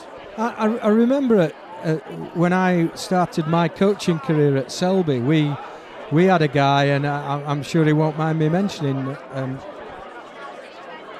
Tony Godfrey, who liked to drink, was quite quick, carried some serious weight, but Selby played their whole style off him. Tony would have been 17, 18 stone and pretty difficult to stop. Yeah, exactly. And it was all through Jonah Lumo, really, revolutionising back play that people like that came to the fore. Back to the game. I didn't realise John Allen was down at Selby. There's a gap. Oh, that's good tackling. Play on, says Simon Lazenby. I would have picked it up there if I was in Newark. And I think you may have been penalised, Terry. So there's no sweeper again. We talked about it, Steve. You need a sweeper, don't you? Yeah, he's Off just his knocked knee. on. Come on, play. Okay, so it's going to be a scrum down. We'll come back for the scrum. So we're looking at 21 points to nil at the moment then, Stephen. Going back, 21-0, fair reflection probably. Going back to the sweeper situation. Yep. I think what teams don't do, when I was playing, we tended to switch. Styles. So some teams we played a flat 7 with 2 hanging deep, or others we played a 6 with a sweeper. We just had a treat there from Rob Webber, sat at home in Bath. Welcome, Rob. Hello, Rob. How are you doing? So here we are at Pock7s, which is one of Rob Webber's. This is where he started playing his rugby. For those who don't know, who've been living on a different planet, Rob Webber was obviously capped by England at hooker. And a fabulous chap as well, Terry. He's all right. Don't overdo it, Stevie. Welcome, Rob. I say for everybody at home, Rob Webber, when his mum's down here, just the sandwiches, pork sandwiches, fantastic things they are. Oh, he's got a bit of pace. It would be absolute remiss of us not to mention that when your children are coming through a mini and junior situation and you look at the fixtures, you always look to see when you're playing Pocklington, because Exactly. you know when you're having Sunday lunch because of Mrs. Webb. So we've got a tweet from Hamish and Verbia. You're good at geography, Steve. Where on earth is that? I think it's Switzerland, Terry. Is that Well correct? done. Well done. I think Roger is skiing, is he? He must be. Hamish.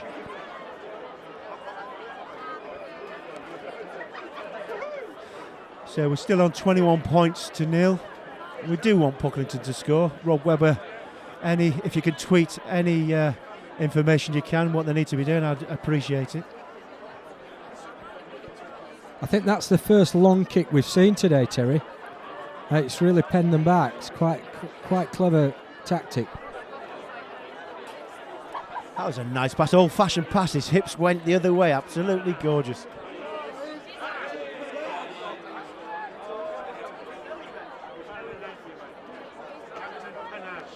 You can see the difference in the games now, Steve. It's getting a little bit more physical, isn't it? The dynamism's there now, isn't it? Absolutely. The last quarter final showed it. You know, Beckett's were good, but actually they were put under some pressure for the first time, and Yes, it was indeed. good to see. That's going to go dead, isn't it? It's going to be It scrum is. back.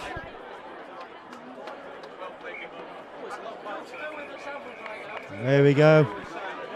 And I think when we move on within the next hour, I think we'll see the games increase in intensity even further. So those who are sat in their armchair, we've got Pocklington losing that game 21-0. Unfortunately, Rob Webber, your tweet didn't help anybody.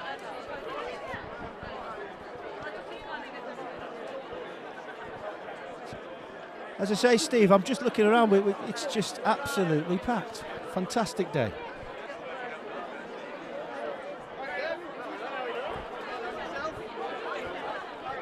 Who we got next?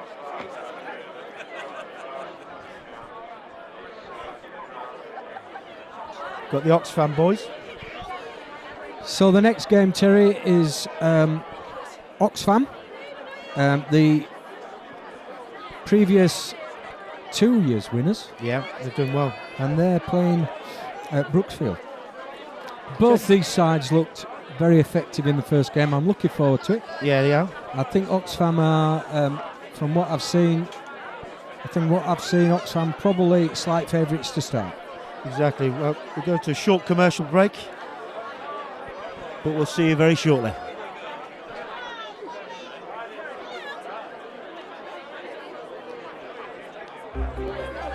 Rugby Union on Estuary TV. Brought to you by Heron Foods.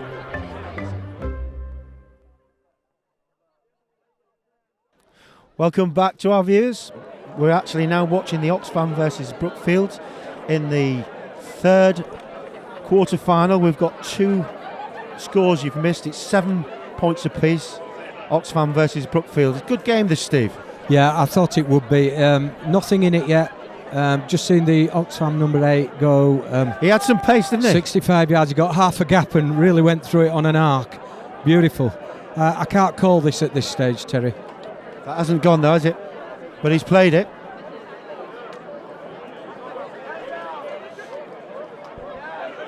Seven all. Play on advantage. Beautiful dummy. Got some pace. That's it. Well done. Oxfam going for another try. I suspect they'll kick that goal with 14-7. One of the benefits of carrying the ball in two hands, again, a fantastic dummy, Terry. I mean, all the ground bought it. It was fabulous. Yeah, absolutely. Certainly not a clash of colours here, though, Steve. It's a lot easier for us commentators.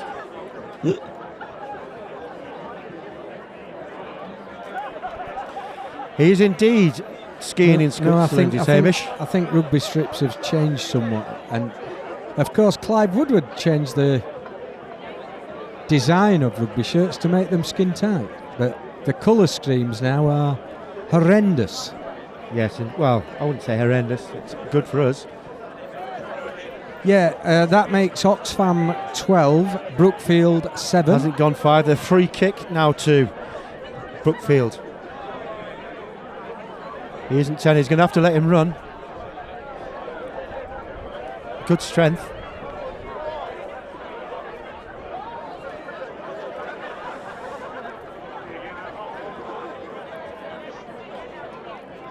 Well done.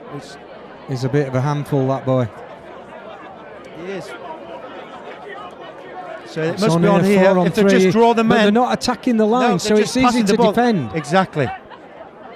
Well, there's a gap. It's an open game, this, isn't it? Inside defence really didn't do his job there, but if I was defending that would be quite easy. So again, that's a try. It's going to be a 7-pointer, this one, I suspect. I tell you what, I can't call this. You're right, Steve. I can't call this. I think this is going to. Yep. Yes, that takes Brookfield into the lead. So it's Brookfield 14, Oxfam 12. Again, so if you're playing this game, Steve, what's your thoughts? You're winning by 2 points. You're going to kick the ball back to Oxfam. What are you thinking? What is your plan? Well, at this stage, there's nothing in it, Terry. So you've got to keep playing your game and keep.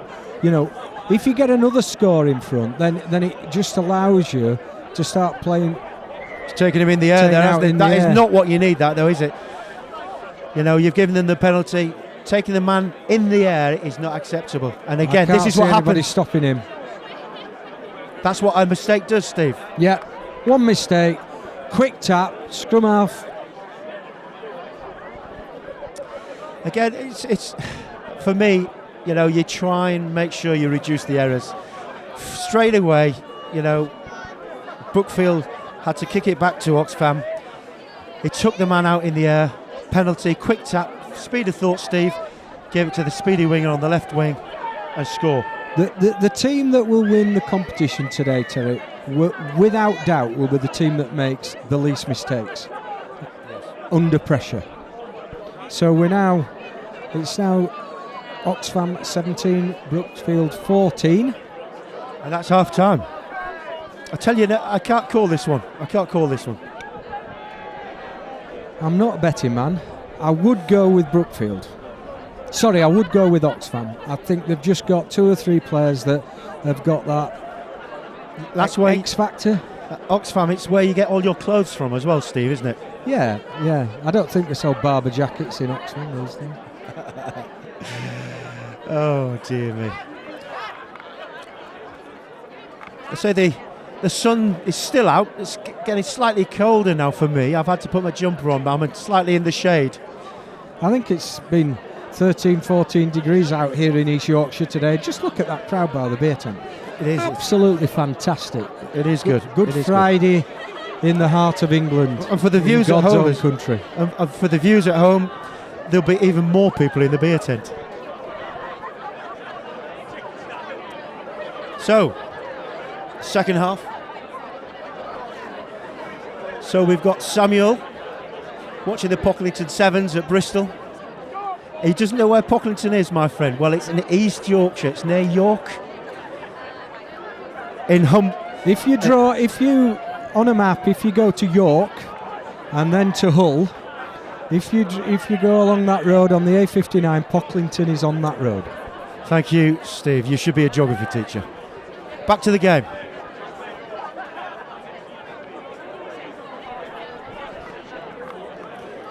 (17-14). 17-14.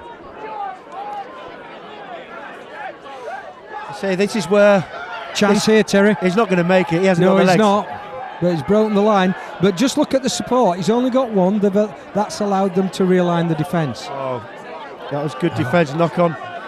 Do you know, this is where the lactic acid starts to build, isn't it, Steve? This is where you see the open space where he was then.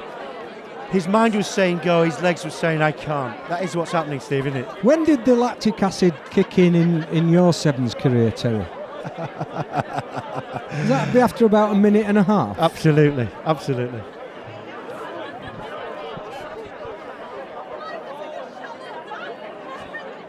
But again, it is a frightening thought, a frightening view when you've got the ball in hand and you have to go 50 This will metres. be an interesting one.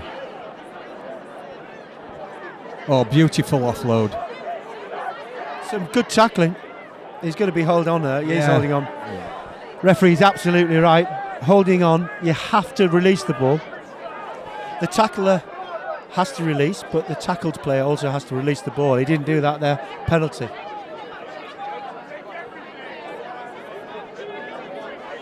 He's looking for the gap. He's got a good step on him, the number 9. Very, very deep though, aren't they? Brookfield, they're very deep. Yeah. I think that's held up. That's really good choke tackle. Really held that up beautifully. So the ball was in the possession of Brookfield, and as it was held up, the scrum actually goes to Oxfam. Yeah, you basically got to get to the floor. If you don't get to the floor, if you get to the floor, you're allowed to play. If you don't get to the floor, that's held up. Therefore, it's a returning play. It's a scrum to the opposition.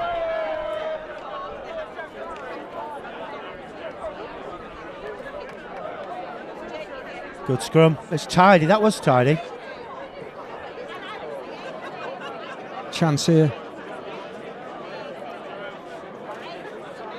Oh, good tackle. Good offload. He did it all in one movement. It's quite allowed. Oh, do you know, that was good. Yeah, it was good. They look quite an accomplished side, don't they? Yeah, they do. They play with the chin up, Terry. Most of the guys out there are looking. Every time, if you notice, when they're in possession of the ball, they've got the chin up all the time and are looking for the space. Exactly. I've got a text from Ryan Barron. Estrie is saying, it's just text, Hellensians should have a team. I would agree with that. I would agree with Hellensians and Adam Atkinson if you're watching. Why hasn't Hellensians got a team in? That takes the score to Oxfam 24, Brookfield 14.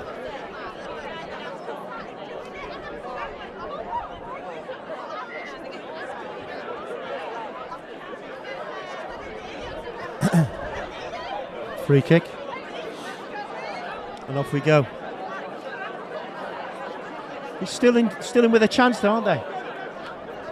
Not a bad side at all, and he's going to score. Ball in two hands, 2-on-1. Oh, held up. He's held. That's a great tackle. Absolutely outstanding. It's available. Try-saving tackle. It's available. Have a look on the left-hand side. Yeah, I think if he chose to come outside, he might have realised we had a 4-on-2. Well, Steve, if you're going to pick and go, You have to score, especially if you've got a 4-on-1 on. Is that right? Yeah. I would cast iron guarantee that he played in the numbers 1 to 8 on the pitch. Don't discriminate against the front five, Stephen. You won yourself. I was, but a lightweight one, not like you, Terry.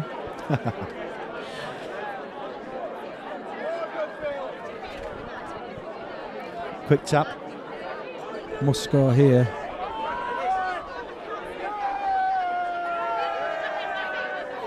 Number 8 again, Terry. I think he's a good player. He's really quite impressed me. The Brookfield number 8.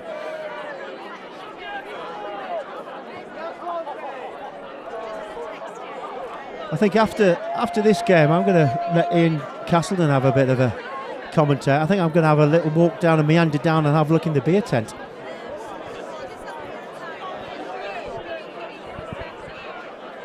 So I think it's 24-19 now.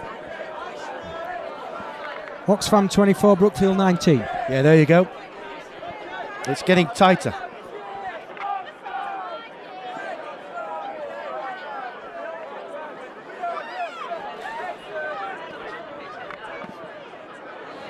Just a tweet from Andy there. At last, some decent bank holiday telly. Hashtag Pock7s. Nice step. Oh, he's got some pace, hasn't he? Look at the sport. He doesn't need it. Deserved a try. Came off both feet. Absolutely first-class play. He went the distance, didn't he? Yeah, he had ball in two hands to begin with. He was testing the defence all the way through. That was a quality finish. So get your pencil out, Stephen. Where are we now? What's the scores, please? I'm just going to wait for the conversion, which is successful. So that is Oxfam 31, Brookfield 19. I'd like to think that maybe Oxfam might win this. Yeah, at 10 point, I can't see 2 tries and 2 kicks from Brookfield with the amount of time left that there is on this game at the moment. Yeah, you're right.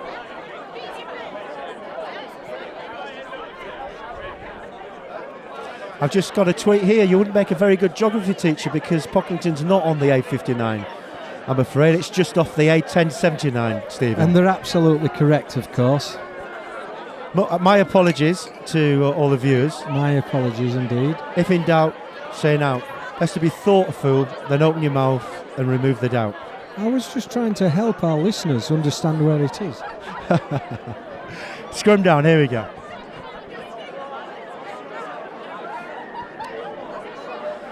Okay, pulling round. The A59, of course, Terry, is the road from York to Harrogate. Okay. Listen, you've messed up. You stop trying to recover. Oxfam, chip and chase. He'll bounce over his head, hopefully. Oh! He took it over. No. Pock7s Saturday home with a beer. Great coverage. Thank you, Ox Beer. Ox Beer Hunter. I've been very impressed with the standard of refereeing in the competition so far, Terry. Are you trying to make accusations since I've retired? You may think that, but I couldn't possibly comment. I think they've sewn this game up. 31-19 to Oxfam. Just going back to the Oxfam team, they are raising money. It's fantastic that boys put themselves through this all for the good name of the charity. Yeah, exactly. Oh, he's a good player, that super step. So we're 36, we may go to 38. Quick conversion. Indeed, he gets it. So 38-19 is the final score. And I'll pass over to Ian Castleton and I'll have a walk down to the beer tent to see how everybody is. Over to you, Ian. Really good game. Hello, everybody. Oxfam were challenged there. Welcome Terry. back, Ian. So the next quarter-finals between Northern Exiles, Newcastle University and Trident. We're going to go to a break and then we'll come back and pick up that exciting quarter-final.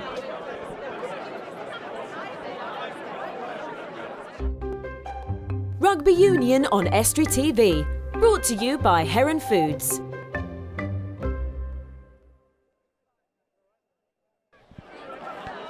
Welcome back, everybody. Join us. Just the first try scored in the fourth quarter final by Northern against Old Trenton, and that's 7 points to 0. Northern are winning. Good try there, Steve, by the Northern. Very good try. Interesting game. Northern boys that have been with Newcastle's academy and play in various clubs now. One or two at Alnwick, great club up in the northeast. Alnwick, played there myself in a John Player Cup game for Wakefield many years ago. And then the other team here, coached at Trent College, Trent University by Guy Hope, an old Pocklington boy himself. Yeah, I remember Guy. I played at Ionians with Guy myself. Good lad. Good lad, good player. I signed him when I coached Hull Ionians. One of my better signings. So this could be a really close game. It's 7-0 to Northern as we sit, and it's only been 2 minutes into the game, and we'll see what happens in the next couple of minutes. It's a really important scrum here for Northern. Yeah, I think this Northern team really used the ball effectively. Oh, nice feet. He's got away, looking for a support in the out. Comes back to the old Campese thing, pass the ball in front of the man. Absolutely. We've done a lot of that today. We've done a lot of wayward passing, haven't we? See, a really good example there, Ian. The scrum half had done his damage, he'd gone round the scrum, he'd stepped his man, he'd created a 2-on-1, and it was all execution, wasn't it? Absolutely. If that pass had just gone where it should, the guy would have been under the post, and that's 7 points. I've seen a lot of missed passes today, missed men trying to hit the long pass all the time. You know, why do it? A few tweets coming through. I've just missed that one on the screen there. Yeah, it was just I missed the guy's name actually, but it was just saying how great it is to watch the Pock7s. He always loves coming here, but he can't get here today. But it's great to watch it on TV. Trying to get across next year, he says. Nice, great nice scissors. Switch. Another ball on the inside. Oh, great fantastic pick up. He's finished this off. Great try. Yeah, really good skill. And that deserved the score for that pick up alone. Definitely. Round his ankles there. They've got, I would say this Northern team's, their skill level is very high. Looking good. Yeah, they obviously if they come through this game and the score is now 12-0, they will then come up against Oxfam. They're another good side. We've seen so them so far. That will be, that could quite well be a great semi-final. And just short. Yes, he's kicked it. Wow. What a kick. Into the wind as well. Super.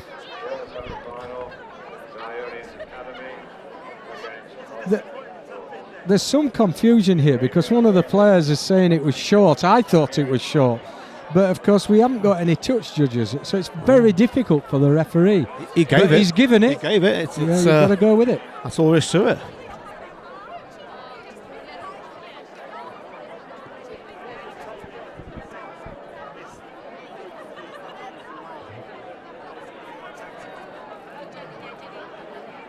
Good line here for Trent. Yeah. Two hands carrying the ball, making decisions. Northern, look, they're trying to pinpoint him, but that's good tackle. Good tackle. Over the ball. Play on. Has he got the gas? Has he got? No, he hasn't. No, but that's good play. He's held it up. Player coming back. Open play. It's onside. Not a rule I agree with, by the way. That. No, I agree. Sort of law. I think that law needs to be amended.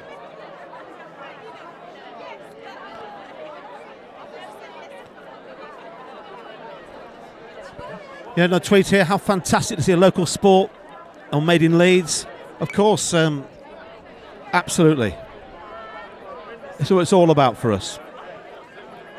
Supporting local rugby, especially rugby union in East Yorkshire and the whole of Yorkshire. Northern playing a very waiting game there. He spotted the gap. Good tackle. Oh, super offload. Didn't he read that well? Absolutely, the right line. You know, he could have stayed on his wing, but he came hunting. You know, Chris Ashton does that a lot. He came hunting. The minute he was bait round, he was able to get a pop off, and he was there right on his shoulder. Super play. That was good. Taking the time a little bit now. In this part of East Yorkshire area, there are a lot of rugby clubs doing a lot of hard work, like Pocklington do. Pocklington, Driffield, another super club. Selby, another club at grassroots rugby, work really hard, and up and down the length and breadth of this country. You know, there are a lot of clubs that are putting a lot of effort into. But this is a fantastic spectacle, isn't it? It's fantastic, and considering everybody here is doing it for nothing, you know, it's out of their own time to support the community, support local rugby, and for the kids. Well, it's, you know, for the future, it's about the kids. We want more young people playing the game for the future. This is the sort of club to come to. Well, rugby union's in great hands. If you just look at the number of people around here today on Good Friday, it's fabulous. And I know it's a social event, but some good rugby being played. And the crowd's getting bigger, if anything. Yeah, it's half time now, and it's 19-0. 19-0. We've got a quick mention for David Isaacs over in Dubai. I'm sure he'll be warmer than us, but he's missing a great afternoon. I'm sure Terry sends his very best to you too, David. He played at Hull with Terry as Terrier's coach. I wonder if he's out there watching Yorkshire play cricket. Or is that Abu Dhabi? Where is Terry anyway?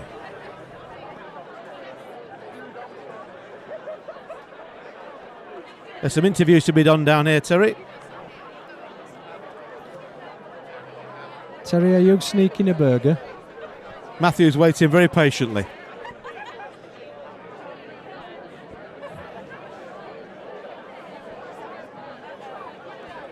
Second half, back to kick on the way. Guy Hope's been on to have a word with the referee. That's not like Guy at all, is it? Trying to influence things.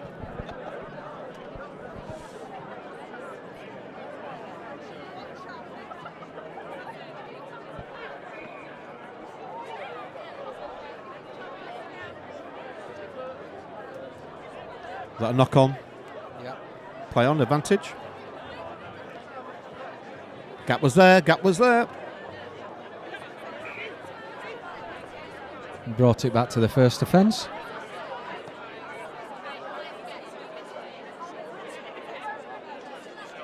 The buzz and the atmosphere around here is absolutely phenomenal. As we move towards the final, the noise just increases. And the more the beer's flowing, the more the noise increases. And the singing starts, and this is what it's all about.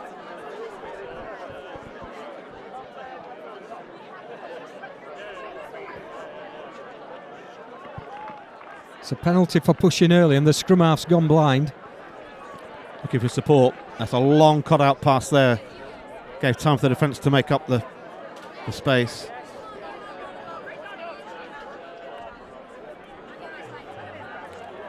Pressing back inside with the numbers.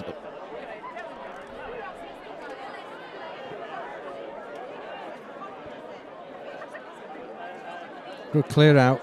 Ball away fast. Whoa. Might work, it might work. Take it wide. Ah, nice feet.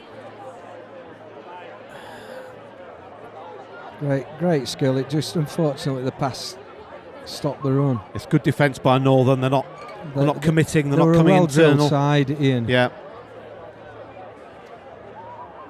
Oh, first mistake. Advantage play on. No advantage there. Do you know, I was just beginning. If he'd have taken that, I was just beginning to think I was expecting a long kick. There's nobody at home down there. Look, there's oceans of space. And whilst I'm not a great advocate at kicking in sevens, I think that'd have been a classic just to relieve the pressure. That's it. They can afford 19 points up.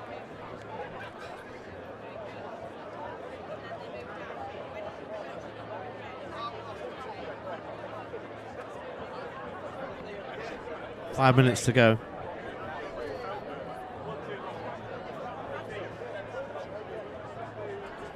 They've got a score now, Trident. Ah, wayward.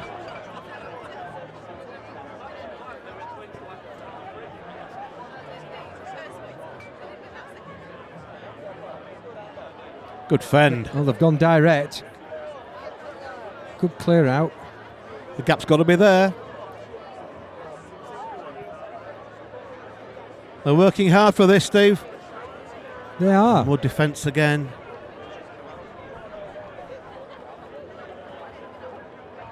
It's tremendous defence, though. Very They're good, still very numbering good. up. The angle. He's got Yes, there. he has. Good angle.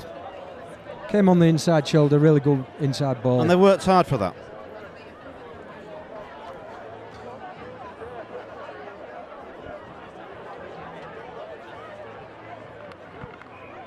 Yep.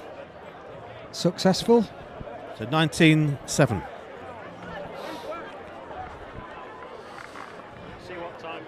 So that's Northern 19, Trent 7. About 4 minutes to go, give or take.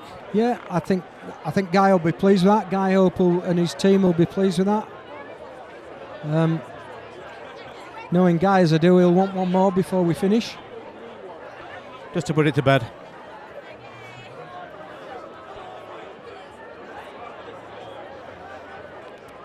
Looking at the player of the tournament, Steve. Number 4 for Northern. He's played really well.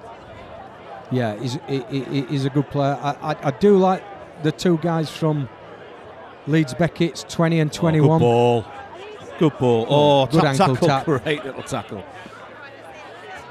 Oh, 1-on-1. Where's he going to go? Did they take him wide? I quite fancy him here.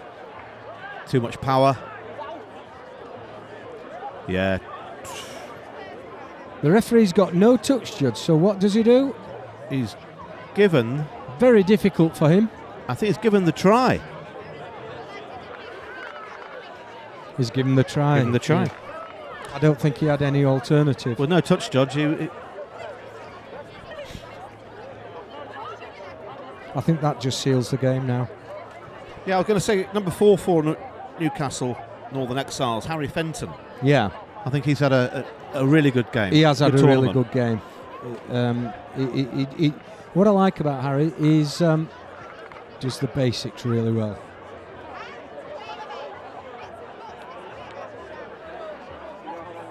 And so that takes the score to Northern 24, Trent 7.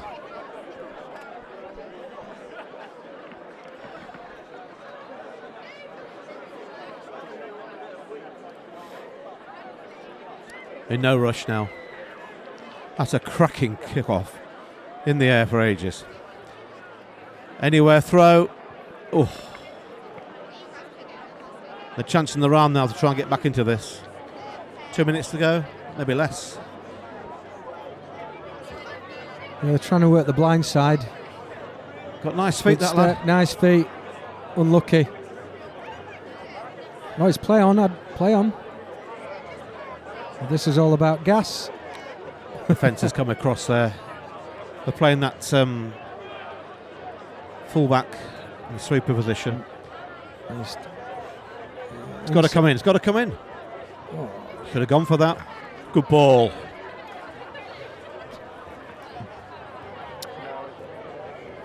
Try there for Old Trent.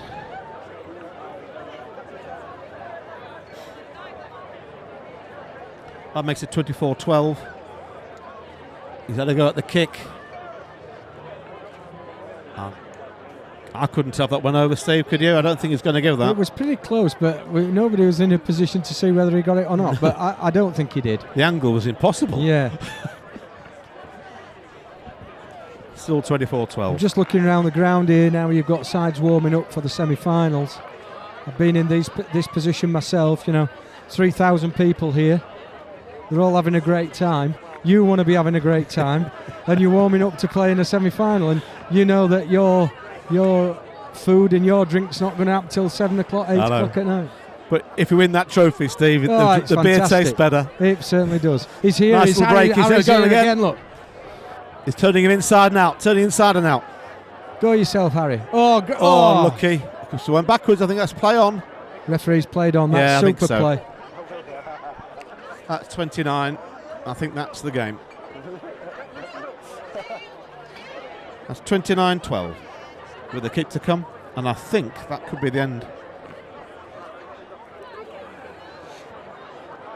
Oh, hit the post. And there you are, 29-12 to Northern.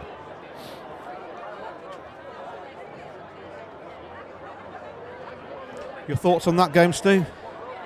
Competitive early on. I think I think Northern just had a bit more physicality and a little bit more gas and cutting edge as it transpired, particularly in the second half. This is turning out to, well, we've now got a semi-final make-up of Leeds Beckett's against Newitts and Oxfam against Northern, and I think this is going to be two cracking semi-finals. Yes. We're going to go commercial break in a second or two. We'll come back to the semi-finals. 4 great sides, I think. It's going to be some great rugby to be played. See you in a minute. Rugby Union on Estuary TV. Brought to you by Heron Foods.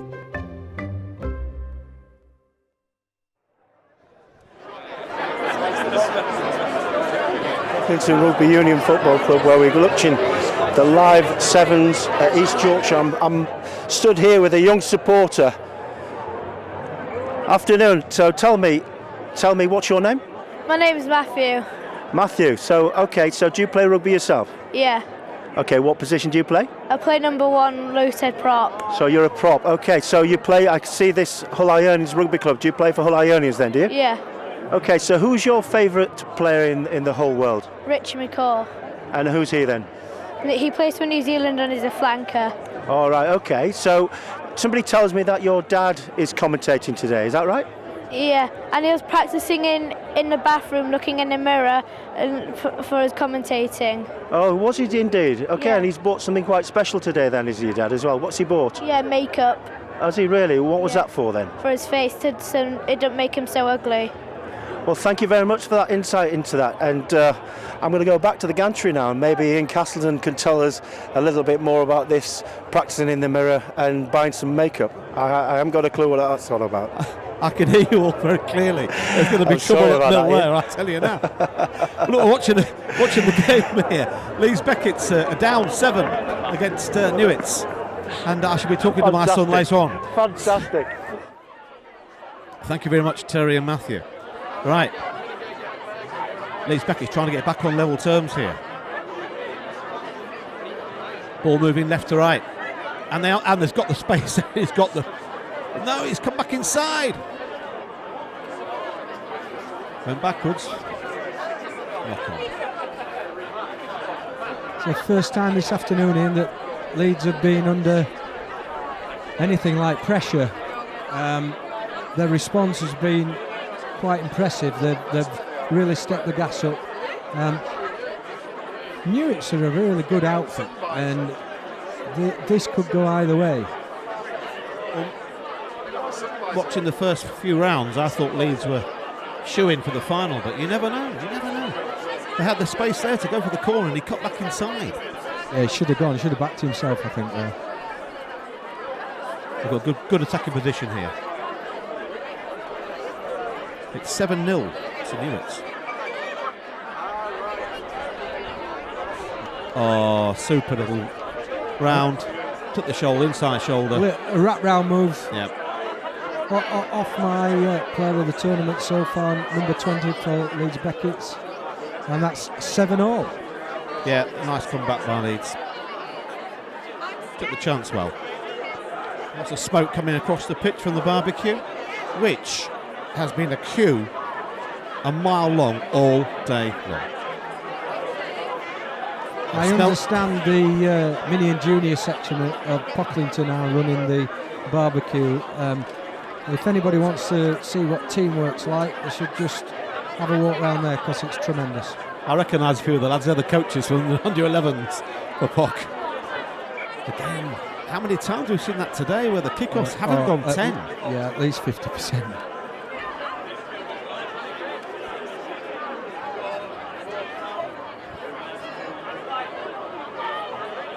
So Leeds Beckett's playing with a sweeper.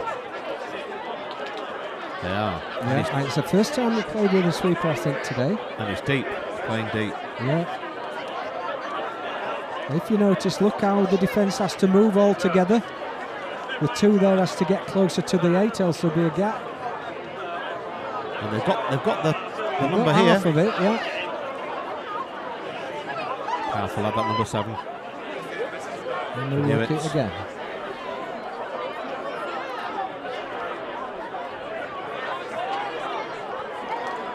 Good ball. It's patient build-up. Keeping possession. They're being patient. So Leeds Beckett's defence are working together well at this stage, forcing them back. Good communication by the kick. ball. But he's got 20 on the turn. Actually, the kick's too good there. Yeah. Could have done with staying in play. Too firm. Line out, Beckett's. Interesting game we've got, 7-all. Newit's against Leeds. First half into the 22 of the Leeds team. Leeds throwing in at the line-out. Nice ball. Has he got the pace on him? No.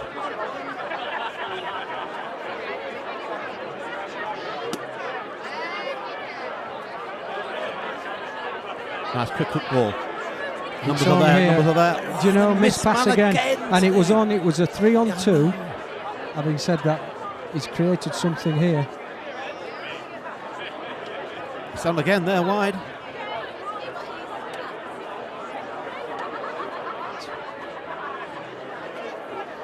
Got away from it. Missed tackle. That's well worked. Yeah. Well worked. Taking his time. Yeah, that's 12-7 with a kick to come to Leeds. Beckett's.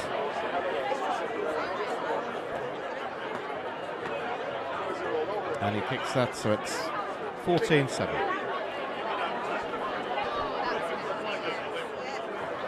Very tight game. It's a tight game. I do believe that if Leeds score next, it's their game. I think it's pretty critical that Newit's get the next score if possible. There is an injury here to number 11. I think it's the first one I've seen today going off limped. Absolutely.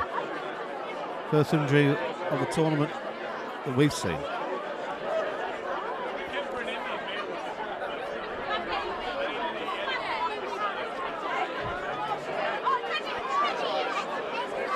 So this is the first semi-final. It's Leeds Beckett's against Newit's from Darlington. We've got a tweet coming through. Great day watching the rugby. 14, Newit's 7. Standard is top notch. Looking forward to the semis and final Pock7s. Minnie Nicholson.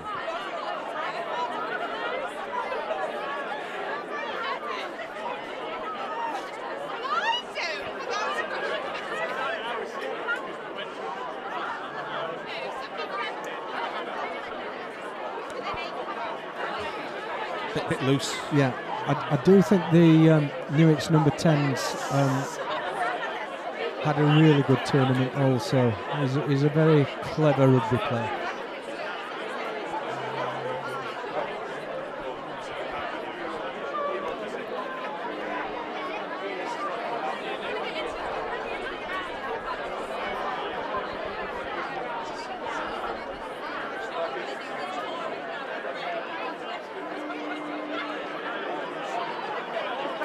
Newit's in possession on the halfway line, kick forward. It's going over number 21's head. He's been absolutely excellent all afternoon. He's covered that well. Great play from the Newit's back.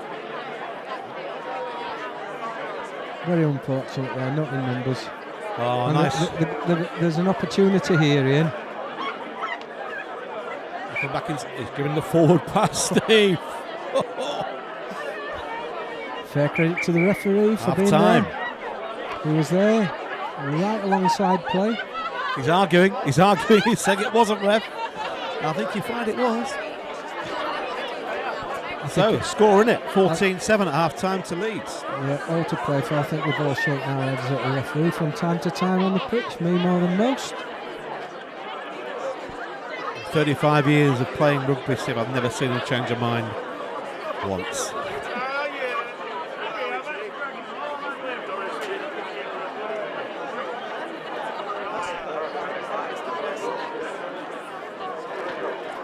Just look at that. It's building to a crescendo here. The boys have probably been there from 12 o'clock, and they're all mounting now as it gets to the end.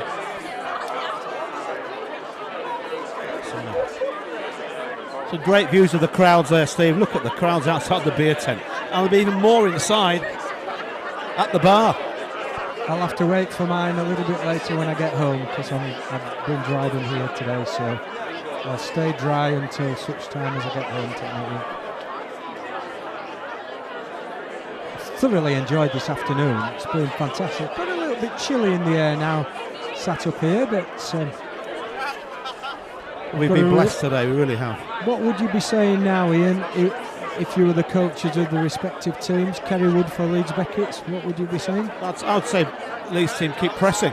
You know, play the game in their 25, keep the defensive line intact, doing what they're doing the first half, and feed off their mistakes.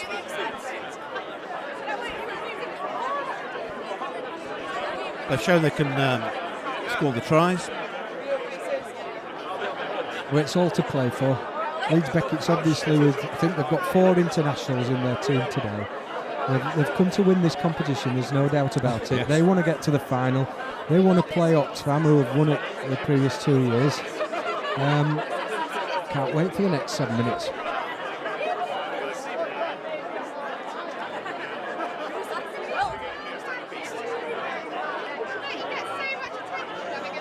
This boy's got some pace. Oh, that's the player of the tournament for me. So. And I think you're right there. Nice. Absolutely super finishing. Good try there. That takes the score. Leeds Beckett's 19, Newart's 7, with a very difficult conversion to come. That's extra score. It just takes it a little bit further away from Newart's.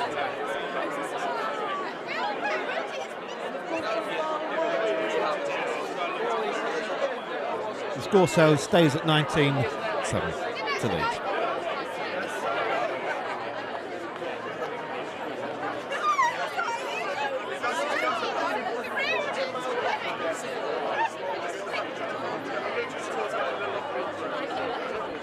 There's confirmation with the score on the screen there, 19-7. Beckett's to kick off. Beautiful flight of kick. That's just put them in possession again. He's been a tremendous all afternoon, is the number 2. Strong. Staying on his feet well.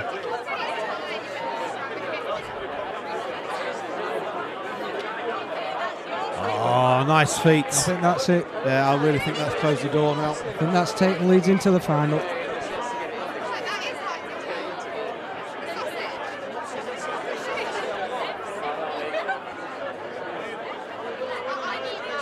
That makes the score 26 points to 7 in favour of Leeds. And I think that really is the nail in the coffin. Yep. Yeah, we've got Terry down at the pitch side interviewing somebody. Who have we got, Terry? Over to you, Terry, can you hear me? Okay, I'm taking my life into my own hands here. I'm on pitch side. I'm going to speak to some of the crowd. Honestly, there's so many people here. It's absolutely fantastic. It's been a great day. So I'm going to move down. I'm going to speak to a few people. Okay, so tell me, what's your name? Hi, I'm Paul. Hi, Paul. So you're here at Pocklington 7s. Whereabouts are you from? I'm from Pocklington. You can see my house from there. Really? So you've travelled a long way then? Oh, definitely. So you're enjoying the day? You've had a few drinks yourself, have you? Maybe a few, yeah. Okay, so you've watched the game. How many, who you wanted to win? Well, Pock are out, so probably Oxfam because it's a charity. So probably Oxfam. Oxfam, okay. And I'll go with that. Tipped to win at this point. So. Excellent. Okay, girls. Listen, you're live on TV. Okay, so tell me who you wanting to win? Pocklington, yeah. Obviously. Definitely. Pocklington are out there, aren't they now? Oh, they're out. Well, I've only just got here myself, so I'm just here for the spectation, really. Yeah. Yeah. Okay. As I say, apologies about everybody. There's a lot of people that aren't, watching the game. But I'll go back to the gantry now. Thank you, Terry. But we just joined us there with Lee scoring another try and converting, taking the game well beyond Newit's now. The 33 points to 7. Leeds Beckett's 33, Newit's 7. Thank you, Terry, for that enlightening conversation with some of the supporters there. Perhaps not next time.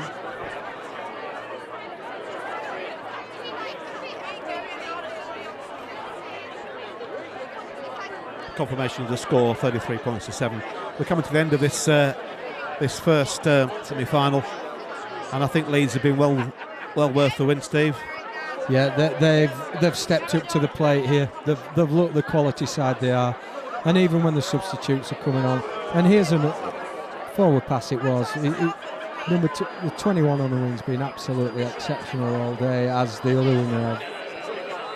Yeah, and backed up by the rest of his squad. I think there's some strong players in that team, and I think they're favourites for me at the moment. We'll see what happens in the Oxfam Northern game. Yeah, but I think this game's just about finished now. Yeah, absolutely. I think I think we'll try and get Kerry Wood. We've got Rob Webber tweeting us. Hello, Rob. Hope everything's okay. OP is all spent now at the beer tent where you should be. Okay.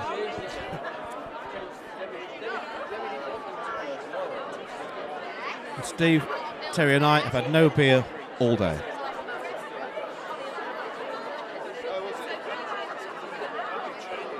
I think what we should do is try and get Kerry Wood, the coach of Leeds Beckett. We try and get him having a word with us. With Terry, yeah, down on the pitch side, and Terry can pick him up.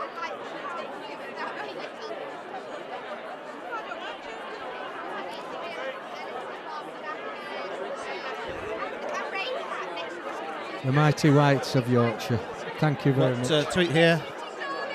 Great to have Pock7s on the box. Decent commentary. Proud of Yorkshire. Decent commentary stuff. I think Leeds Becketts have been, even in defence, they've really worked. Having been here myself, when you get to this is when you win tournaments in the latter stages. They've got a way of working. They're defending well. They're strong. They're quick, and they're going to take some beating here. Now that's the icing on the cake, I think. There. That takes it to 31-7 with the kick to come. 30. No, it's 30. It's now 38. 38-7. And they've got a conversion to come. So this is going to take it to 40. If he gets this. Yep. So that's Leeds 40, Newit's 7. And they've got steadily better during this game, Leeds. As it's gone on, they've got stronger and stronger. Yeah, confirmation of the score. Leeds Beckett's 40, Newit's 7. And the great thing from Kerry Wood's view as coach here, he's able to rest some of his squad now for the final. He's already taken 3 off. So.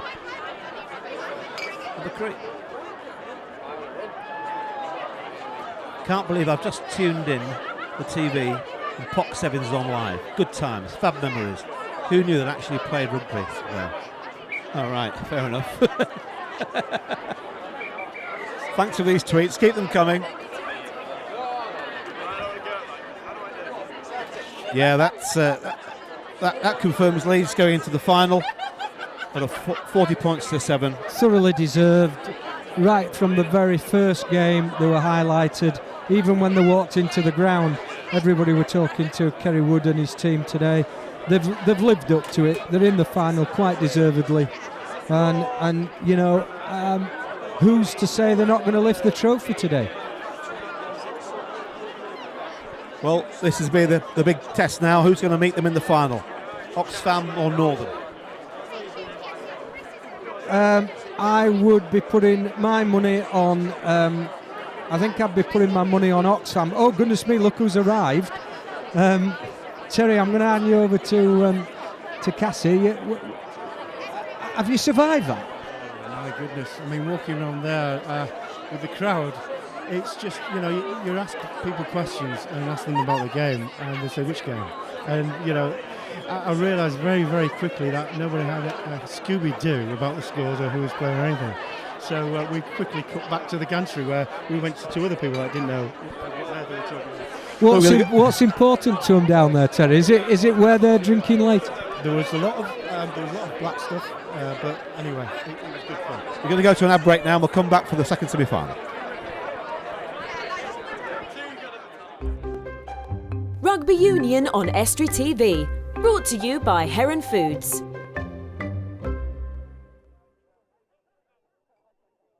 Welcome back. You're just in time to see the next semi-final, Northern versus Oxfam. I'm stood here with Steve Cruz, and we're about to see the first score for Oxfam. We are. But that was outstanding defending. It was Northern pressure. Northern had the ball for a good 2 minutes, Terry, and they'd worked their way to 10 metres from the Oxfam line, and a great tackle and turnover. Quick ball to the winger, and he's gone the full length of the field. Again, you know, they haven't had the ball, and the first time they get it, they score. And this is this unpredictability of sevens is, you know, you can be on the rack, and all of a sudden, one breakthrough, you know, you're 7 points up. Yeah, in the 15-a-side set game, we all say, you know, pressure makes points, don't we? But actually in this game, anything can happen. And if you've got some speed merchants that can do the length of the field, then, you know, things change dramatically. Yeah. OK, I have to stop ignoring his tweets at Jacob. He really wants to be on TV and he's a fully committed fan. Well, you've done it. You can relax and enjoy the game now. I must say that it is being streamed worldwide. Things are going a bit balmy, and Estuary.tv, it's been streamed worldwide. So we're on our second semi-final, and we're going to find out between Northern and Oxfam who are going to meet. Beckett's. Anything in this game, I think, Terry.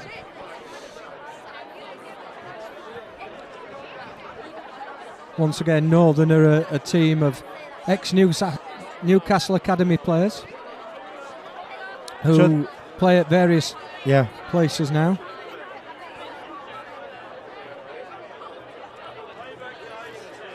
So it's basically it's the Newcastle University side, isn't it, Stephen? That's right, that's right.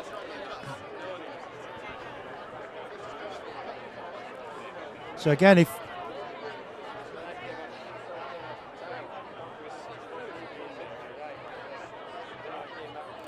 well, he was only going to go one way, Steve, and he nearly got through, but it's certainly a good offload. He's created the gap. Oh, he had a man outside him there. It's in one hand, Terry, he can't pass. So the score now is, well, it was 7-0. Oxfam score again, and I suspect, well, at the moment, that's 12-0, and I'm sure that he'll be able to pop the conversion over. So it's looking very much likely that Oxfam will be in the final. And it's going to be a cracking game, the final. I know I'm not wishing this game over, but the final is going to be good, isn't it? It's going to be great. Yeah, the holders are Oxfam. They've won it for the last 2 years. So the team that are in possession of the ball, taking the conversion now, are the holders, the current holders. So if it goes with the history, potentially they could hold it again. I think they won it the year before as well, 12-0.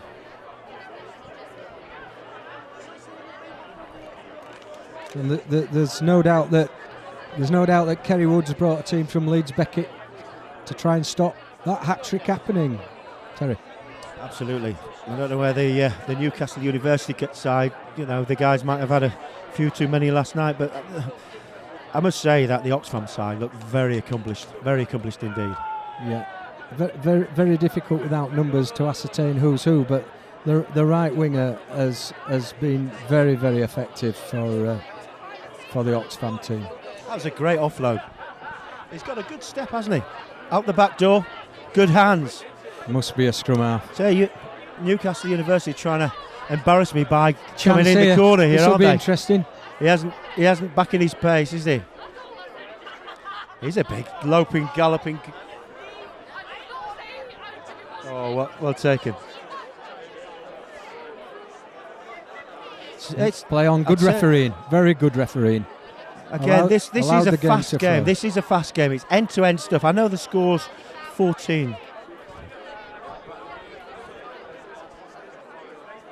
They've now dropped to the sweeper defence. Look. Oh, beautiful skill. He's created that space. It's now a one-on-one. He showed him the inside. He's going on the outside. Oh, and nice a beautiful try. Nice try. An example for a young man what to do there. He came inside, he attacked his inside shoulder, then he swerved on the outside. Beautiful finishing at the corner. Thanks. Thank you very much, Ryan. Undercover Ryan, for saying the commentary's on point. Must be talking about me rather than Steve and Cassie, but thank you very much indeed. So, I got distracted there, Stephen. So scores on the doors are? Beautiful try, Terry. Not converted, so we've gone. That makes the score Northern 5, Oxfam 7. No, Oxfam, I think they've got 12. Sorry, beg your pardon. I do beg your pardon, you're right. I'd love to be right. Northern 5, Oxfam 12.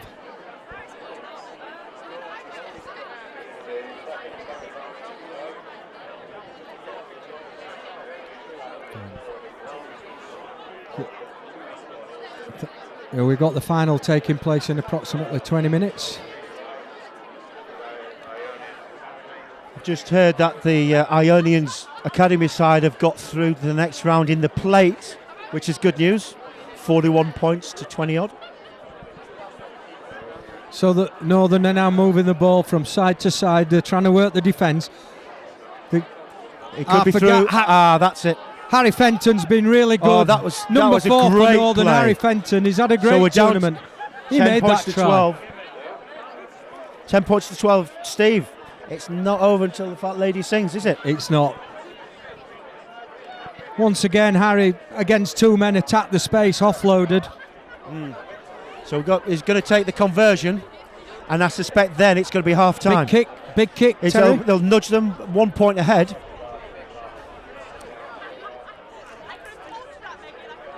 No, it did miss it. So, unfortunately, it's so that's 10 points to 12. Northern 10, Oxfam 12, Terry, at half time. Exactly.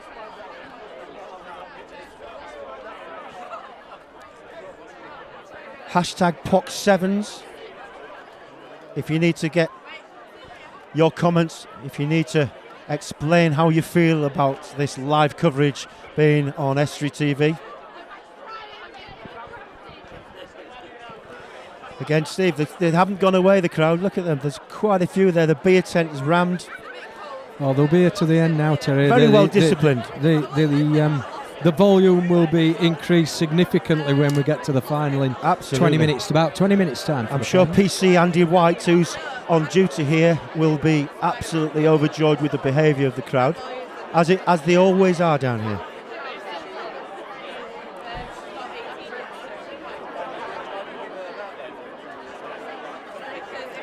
Okay, loving chilling with a cider, watching Pock7s. Great end to a sunny day.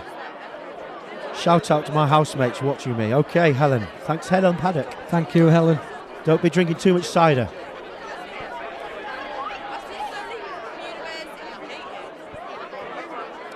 They're enjoying themselves out there. Can't hear a word he's saying. Hiya, guys. Okay, so we're going to be kicking off.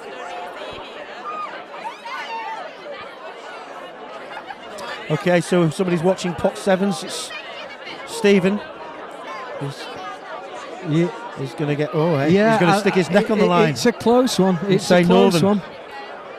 Northern to beat Oxfam. Well, get yourself some money on it.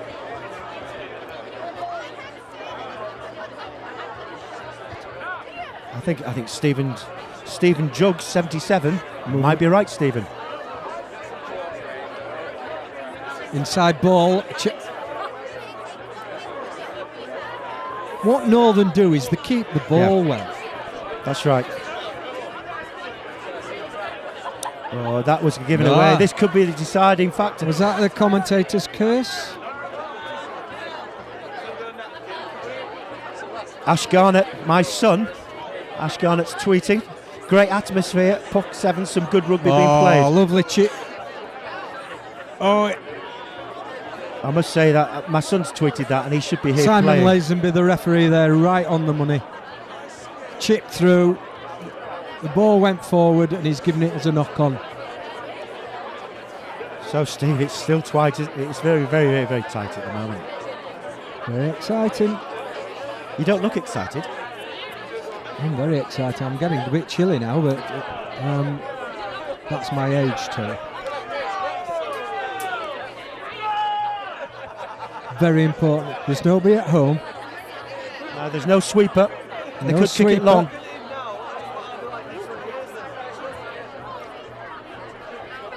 Oh, he's held up. Oh, do you know that's the good thing about Simon Lazenby, the referee. He makes a decision. He's absolutely spot on. He makes it, and he makes it quickly. Sam JW, thank you. Watching some cracking rugby, top commentary. Wish I could be there. Looks really good. The volume looks good. I'm sure he's either talking about the beer or the crowd, but it is a fantastic occasion. Yep, you don't have to be here, and the reason why you're tweeting is you're watching on TV. Estuary TV. Oxfam holding on to the ball quite well here. It's really tight. Net score, Steve's going to win it. He's a good finisher. He's a good finisher. In and out. In and out. Down. Beautiful finish. Yeah. Showed him the inside, swerved on the outside. Still one score, though. Still one score. Yep. That's Northern 10, Oxfam 17.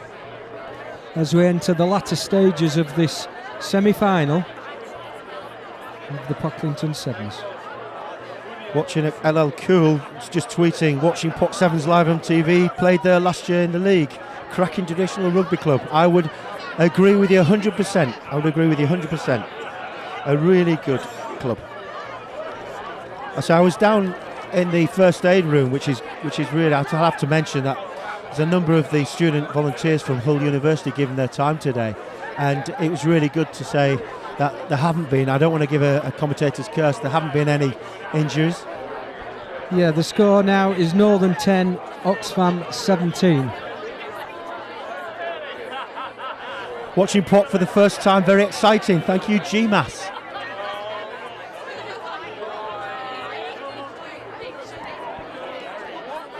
It is a tight game. It is a very tight game, Holly. Thanks for the tweet.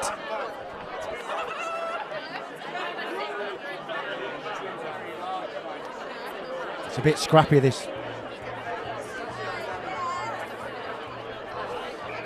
Yeah, it came round from the side. It did come round from the Good side. refereeing. Great work from the number 2 from Do you know Northern what? there. I'm Picked surprised up, he's not doing the released the final, ball, Steve. picked it up again. I'm surprised he's not going to do the final. Yeah, they'll give it to the up-and-coming superstar. Yeah, well, I haven't brought my boots with me. I'm probably it's on quite here. rightly so. So they've dropped a sweeper in now of Oxfam just to avoid the chip and chase. He's holding on there. He is holding on. Great refereeing. Absolutely. Great defensive work, top refereeing. Definitely holding on. All right, we've got BC Smithy, another viewer from Dubai. Thank you very much for your tweet. It's amazing, here we are in East Yorkshire. It's through. It's a try. What a try. Inside flick. Ran at 2 men and it flicked the ball on the inside to a supporting man on his outside shoulder. Terry, I think that's probably just taking it away from Northern. I think dear. it might be, absolutely. For the viewers that can't see me and Stevie here, when Stevie's commentating, he's actually moving his hands as though he's passing the ball. He gets very animated. He lives and breathes it.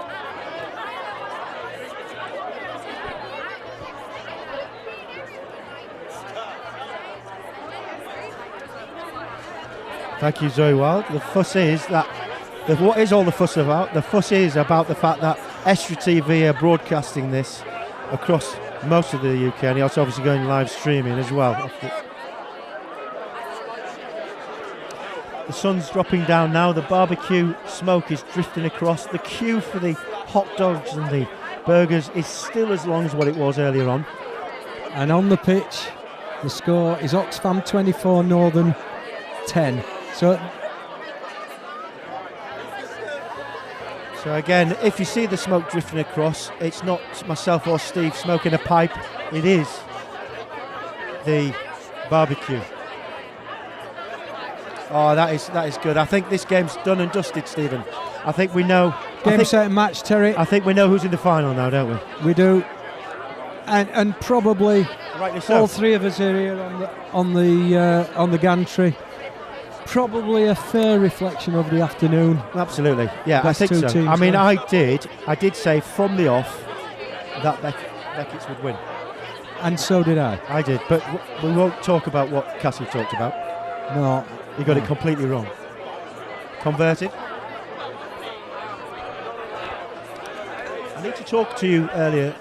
I talked to your son Ian about makeup. I need to talk to you when we're off air. Yeah, the score now is Northern 10, Oxfam 31. So that's going to leave us a final of between Northern and Leeds Beckett. Rugby saved his He's gone life. for the short 10-yarder. He's done it. Meters. He knocked it on though. Simon don't agree. Knock on. There we go. That is it. We now know the 2016 finalists.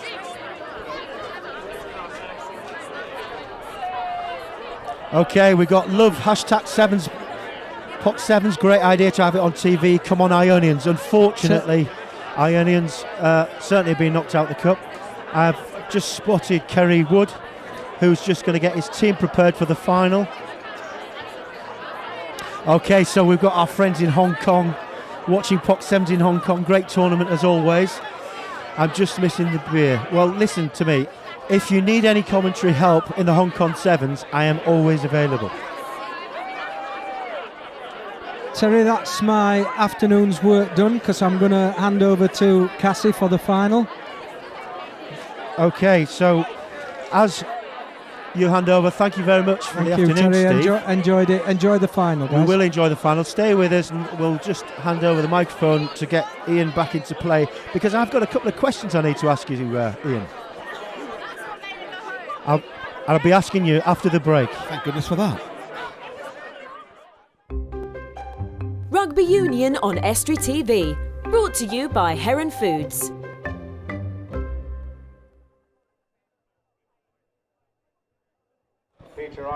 We're just watching the final of the plates between Ionians. Ionians Academy versus St Peter's All Boys, I think it is. And St Peter's are winning 5. It's nice to see a local side, Ionians, do very well. Old Peterites. And can you see the smoke drifting through, gentlemen, ladies and gentlemen at home? It is from the barbecue, so don't panic. There aren't any fires. I'm sorry, I've just realised it's Adam Robson refereeing this one.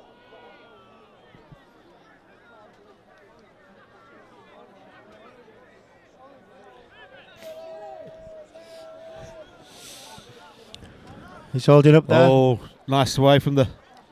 Oh, he made up for it well, though. He came back. It's clear this is a plate final, not the main final. Yep, for those viewers at home, it is the plate final. The teams that are in here have lost their first game, so that means they go into the plate final. I say, there's a lot of endeavour here as well. Oh, nice ball. That is a nice ball. Oh, everything done part of the final pass. Well, that's been most of the days. Okay, so Samuel Folds, thank you very much. It's going to be a great final for Pocklington Sevens. Loving that Estuary TV are showing it. Thank you very much indeed. It is great that Estuary TV are here, just promoting rugby union in East Yorkshire.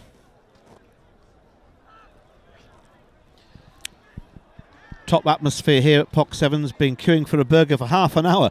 We would like to have the chance. Noise is deafening. Off to the bar and get some black stuff and meat. And again, we would like to do the same, but at the moment, we're doing this. Excellent, excellent. So, sorry, we've been talking about all these tweets, Ian. What is the score for the plate at the moment? I think this is 12. No, that makes it 12. It is 2-0. 12-0. I'm just looking at the scoreboard. And it's working. It is working.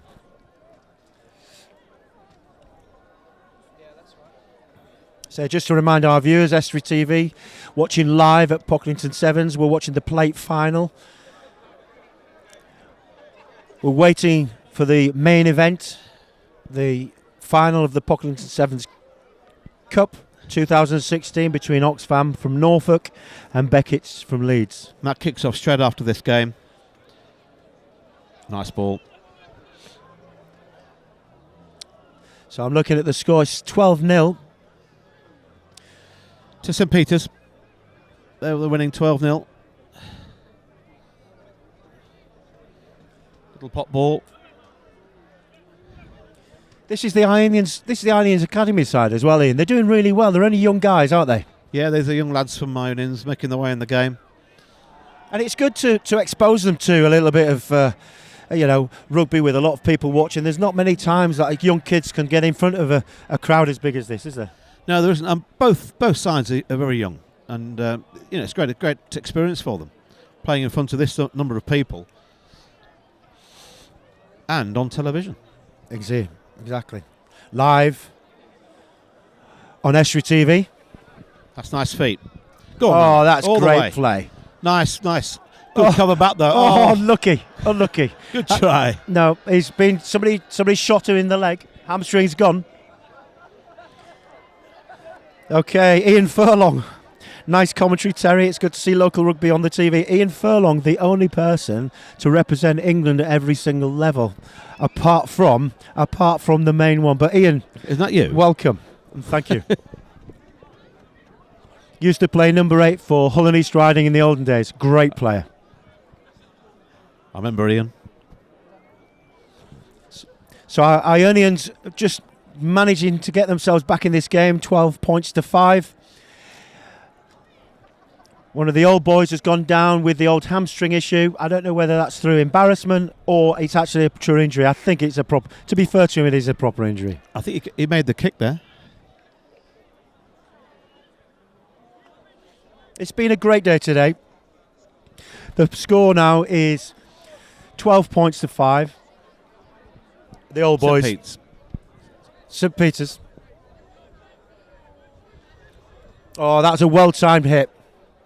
They're in again. Oh, that's a forward pass. That's unlucky. Do you know, a game can turn very quickly in, can't it?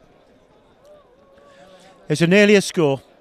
Forward pass, so we'll go back for the scrum. So forward no pass score there for Ionians. So it's a scrum.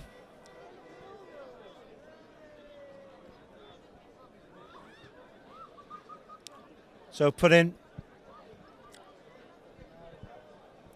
So still 5 points to 12. That score was disallowed. It was a forward pass. Super hit there. That was a big hit. He has to let go of the ball when he's on the ground, though, I must say. Nice feet by St Peters. It's a shame to see that guy go off for St Peters because it's the first injury we've seen on here, and don't like to see injuries, and I'm hoping he's okay. Hashtag Pock7s if you need to tweet us. We're live here on Estuary TV at Pocklington, East Yorkshire.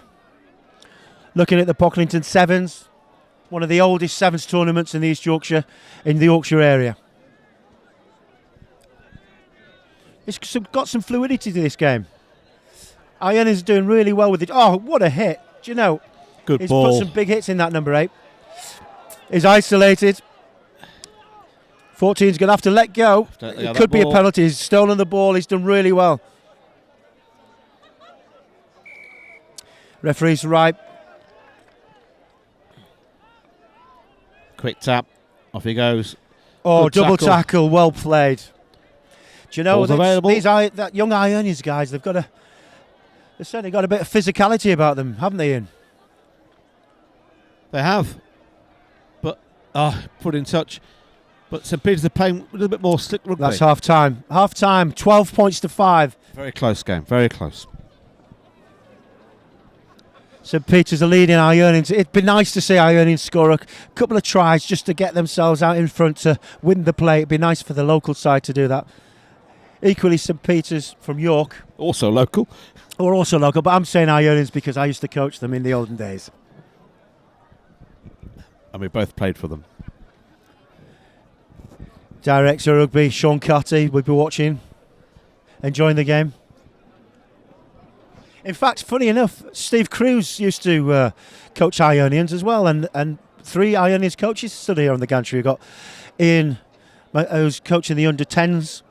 I myself coached the first team, along with Steve, who's head coach down at Ionians a few years ago. I hope what doesn't happen to you, Ian, what happened to Terry and I. Thank you very much. It'd be a sad thing when under 11's coach gets the boots. Thank you very much. But who knows? I've still got some very good friends down at Ionians. It's a lovely club. It's great. Yeah, they've had a cracking season this year, to be fair. They're unlucky where they are. They're not out. They're still not out the woods yet. They still have to win one more game, Ionians, and then they're safe. And they've been pretty unlucky in the last few games, but just one more win, they're safe. And it'd be an exceptional season for them to stay in national one, third tier rugby. It's fantastic for Ionians. We should be proud of them. They're having a good go this year. We should be. We are. I am very proud of them. Exactly. And we just want the Ionians junior side here, just trailing. It's 12 points to 7. They've actually updated the scoreboard on the side of the pitch. It's 1 score under the sticks. Ionians, we want them to just dot one under. We're little 3 ex-Ionians coaches here. We're a little biased on this game. Oh, listen, Ian, if you can't show it now, come on, Eyes. That's good strength. He's held up, though.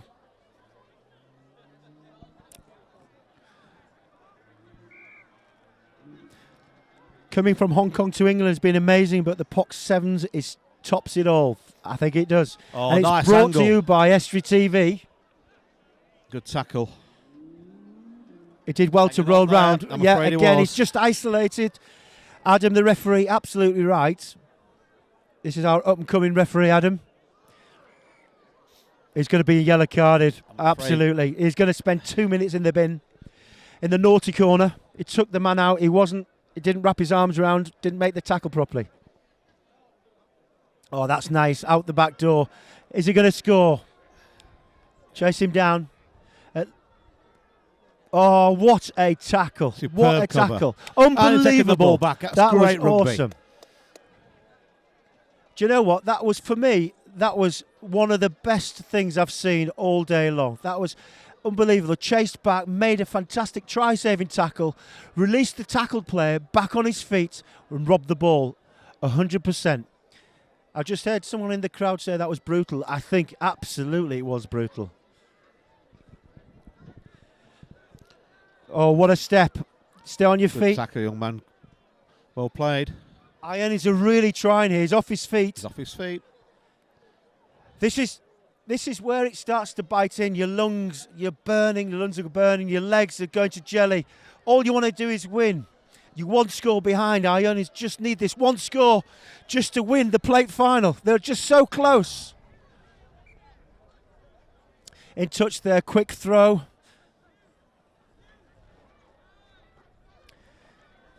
Not long now, Ionians, the sand is dripping through the hourglass. Still with a player advantage.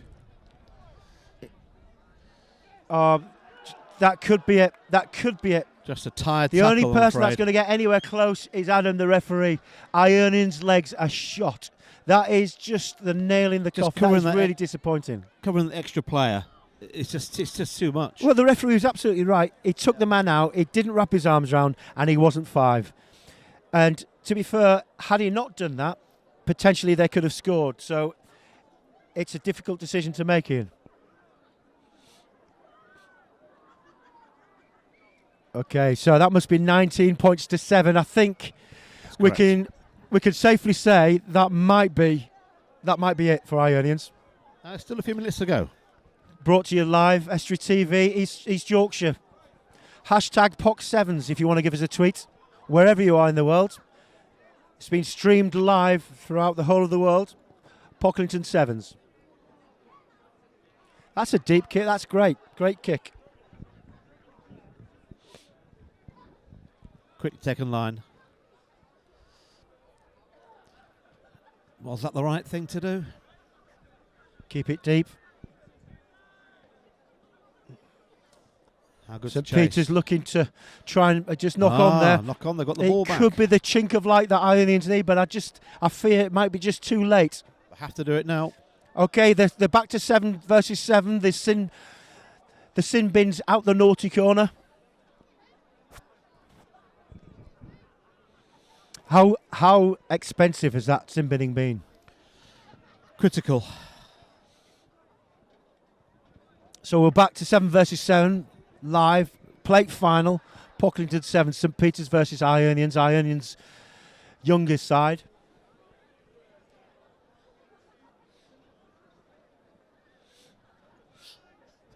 So the scrum's taking longer than usual. It's ticking the time down. Eyes need to really try and score as quickly as possible if they're going to get into this side, into this game.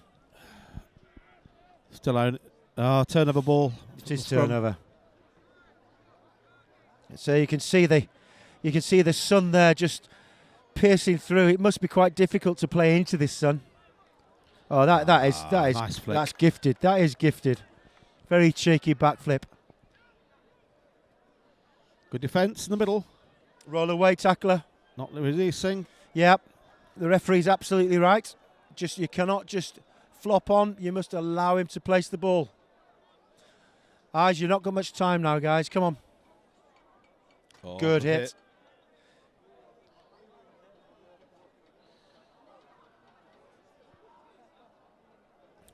They really want to do this, Ionians, don't they? Just knocked it on. I'm afraid that might be it. Okay. We've got an injury here. I think he just tried to make the tackle. And just caught the... I think more tiredness than the injury will be. I must say the first aid guy's got on pretty quickly. They should be playing. Get some boots on and start playing.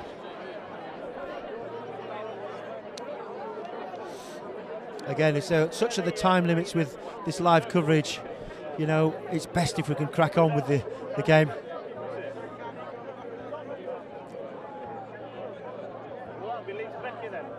So, that's it, guys. Get him off.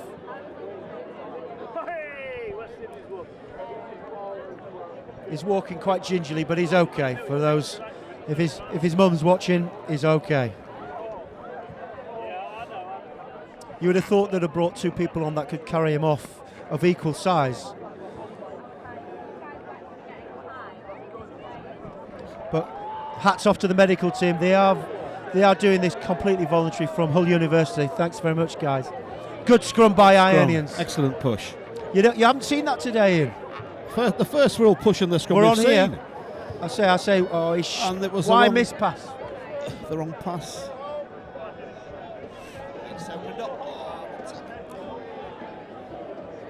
Still on. It's a weavy run. They're on here on the left. There's a 3-on-1. Take the man. Tap the shoulder. Distribute the ball. High tackle. He's held up. Oh no, he's giving it. He's giving it. There is time. If he gets the kick, 14 points to 19. If he gets the kick, 12-19 at the moment. They're gonna have to rush. They're gonna have to rush.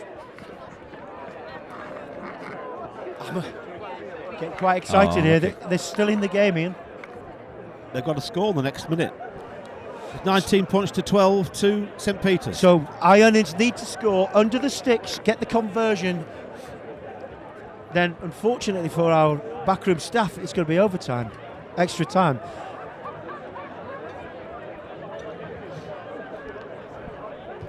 Nothing's happening quickly. So everything has to coincide with our advert breaks, so we don't really want overtime, do we? So we want Ionians to score twice very quickly. Good kick. Hashtag Well Pock7s if you need to let us know what you feel about the East Yorkshire tournament here at Pocklington, Feathers Lane. Move that ball well. Been there, live Peters. streamed out across the whole of the world. Oh, that was genius. That was genius. I think that is good. the game. 15's going to go in the corner. He's done quite well there. Very good. Very good indeed. I'm not so sure why he needs the headband though, Ian. He's not playing in the second row, is he? I hear what you said. He might have That's well done. That's the end of that game. So it's St Peter's win the game, the plate final, and we're now all getting very excited about the final. Oxfam from Norfolk versus Beckett's. Incidentally, Norfolk is the company that I work for, MPS Humber, which is a Norfolk-based company. Oxfam versus Beckett's in the final, which will be kicking off in a couple of minutes' time.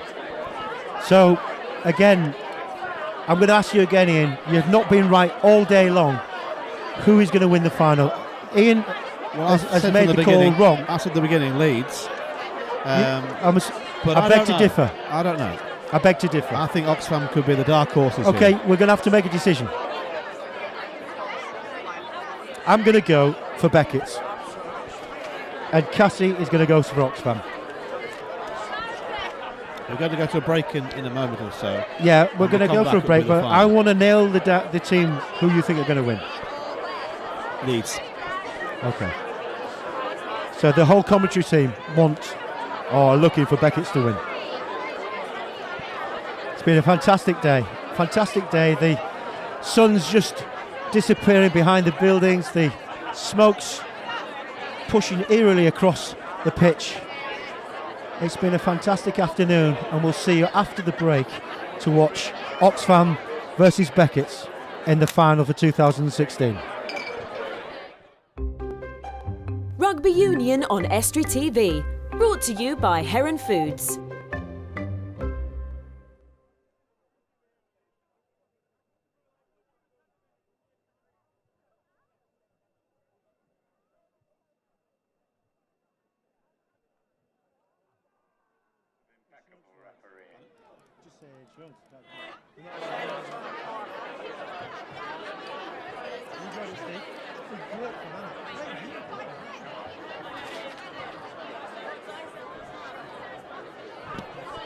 Welcome back.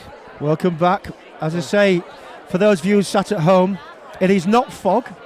This is the barbecue. Such is the demand. Such is the demand for the burgers, the hot dogs, and everything else. The smell is fantastic. It is. When you're hungry, Ian. When you're hungry, you just need a burger. Well, the final kicks off in a couple of minutes, and the crowd will come out the tent. It is. The sunset's just popping down behind the church there, which is not particularly good for the cameraman. It's a fantastic shot there. Yeah, brilliant. It's a great shot. And the noise will start to really rack up as the final gets underway, Terry. Yeah, absolutely. It's absolutely. You know, here we are, Oxfam versus Beckett's. It's really exciting. We all think on the gantry here that Leeds Beckett's are going to win. I think so. For my mind today, they've been the better side. Yeah. But I like the way that Oxfam played in the last semi-final. They played really well. Yeah. They've got a couple of real good speedsters in their side. Yeah.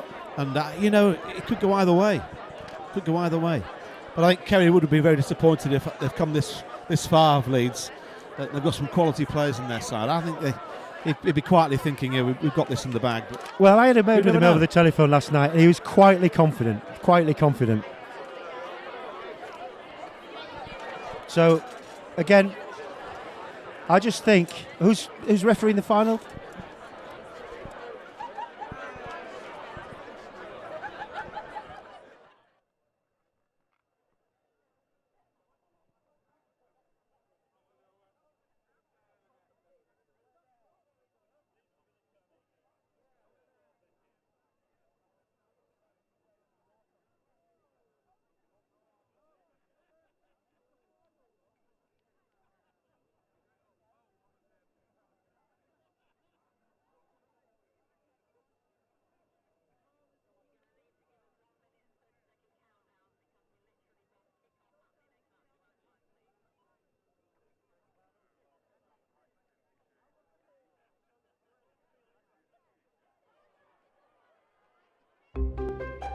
Rugby Union on Estuary TV. Brought to you by Heron Foods.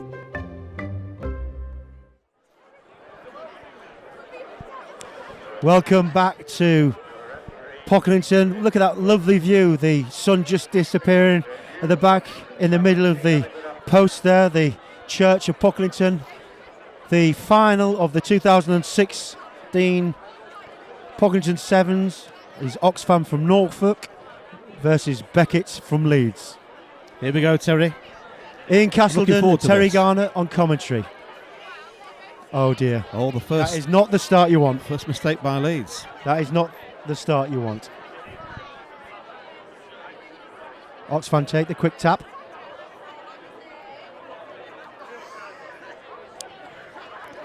They're hanging off them too much, really. Yeah, the nice running. He's got a bit of pace some there. pace, hasn't he? He really has. That is. What a cracking little try. Oh, 5 points to Oxfam. Ian, I told you you were going to be wrong. May well be, Terry. He showed him his shoulder and he took it. Yeah, And exactly. He showed the blistering pace there to go in that. Exactly, yeah, exactly. I say that has to be a wake-up call for Leeds Beckett. You know, they've come here down as favourites and they've just been caught napping. They stood off defensively. They stood off. They didn't put any pressure on. They allowed him to just step off his left foot, go on the right, and just go into the corner. Kerry would be frustrated with that kickoff. You know, he'd have spoken to the team before. So just make sure you get your. Do you know, points like that, kicking your right from the execution outside, correct. points like that will win you the prize. That could, believe you me, that could be definitive at the end of the game. It was a really good drop goal. Okay, so we've got Leeds Beckett at 0, Oxfam at 7. That you have to make a better effort than the kickoff. It's a very poor start to the final. Well, they get the ball back now. Let's see what they can do with it. Oh, exactly the same. Do you know, it must be nerves. It must be nerves. Well, yeah. What Free can you kick, say? off we go again. We talked about the skill and dexterity of players and looking forward to the final, but unfortunately we've been let down immensely with the first 2 touches. Let's hope things get better. Well, they've taken it left to come back right. He's got Again, some power. spied the gap. Oh, well picked taken. up. Powerful. Do you know what? They're just panicking a little bit. He's got the space here. He's Leeds got the Beckett. pace, this lad Okay, here we go. Oh, what a superb tackle. back. Great Offload it. Oh, offload. fantastic. He's knocked it on. It's play on. I tell you, this is going to be an exhausting game, not just for the players, the referee as well. It's quite...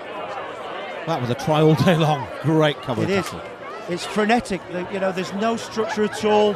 I think the nerves have got to them. The final. This is the final. They're running about like headless chickens. They need to settle the game down, get some stability to the game. Well, the team that makes the least mistakes could win this, Terry. I think Steve said very early on. He's held up there. Steve said very early on that That's the team held that up. makes the least mistakes is going to win this. We've seen 2 mistakes. That must have very been quickly. held up. He's now given the penalty.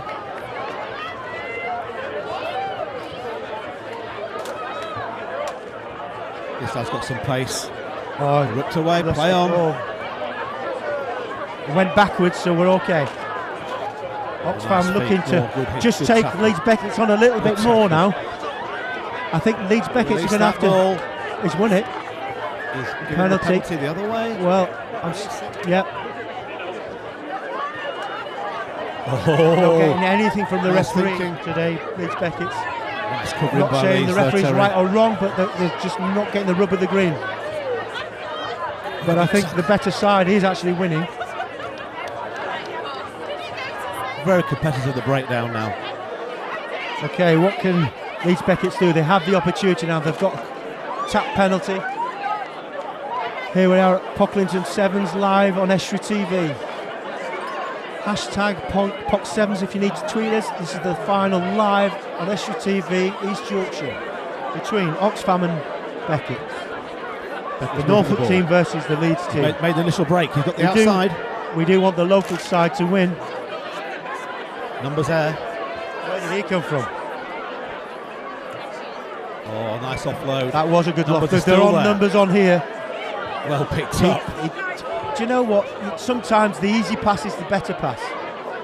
Oh, he showed him it. Oh, great. Do you know cover oh, look at that. Good strength. They must score here. Forward pass. No, he hasn't seen it. It's still on for Leeds. It's one they're ripping the ball. Oh, do you know? They must be absolutely exhausted. He's played on. He's playing on. Referee played great advantage there. That really closes it down now. We've got 5 points. I say we, Beckett's have. I can't. I have to be completely impartial. Sorry for everybody down in Norfolk. But the Yorkshire side are just clawing their way back into this final at Pocklington. 7-5 to Oxfam with a kick to come for Leeds. As the light starts to fade, we are now level, 7 points all. This really is a cracking final. Started off pretty bad. Two very, very basic errors. 7 points all. Now, can we see a decent kickoff? Just approaching half time. For the third time of asking, we are going to ask for a kickoff, which should be commensurate with their skill ability. So Leeds Beckett's to kick. I'm expecting a high kick with a good chase. Good chance to get the ball back. That's a better Indeed kick. it is. Where's the chase? That's a cracking kick. Well taken. He allows him to land. That's good play. The fitness levels of these guys is amazing. The ball's transferred. There's numbers on the left-hand side here. He's going to get across. Do you know, the good thing is that Leeds Beckett's are not rushing into the tackle and creating a dog leg. They're keeping very well disciplined. Miss a tackle though like that, it just leaves it open. They've got some pace on the Oxfam side though, Terry. Moving the ball.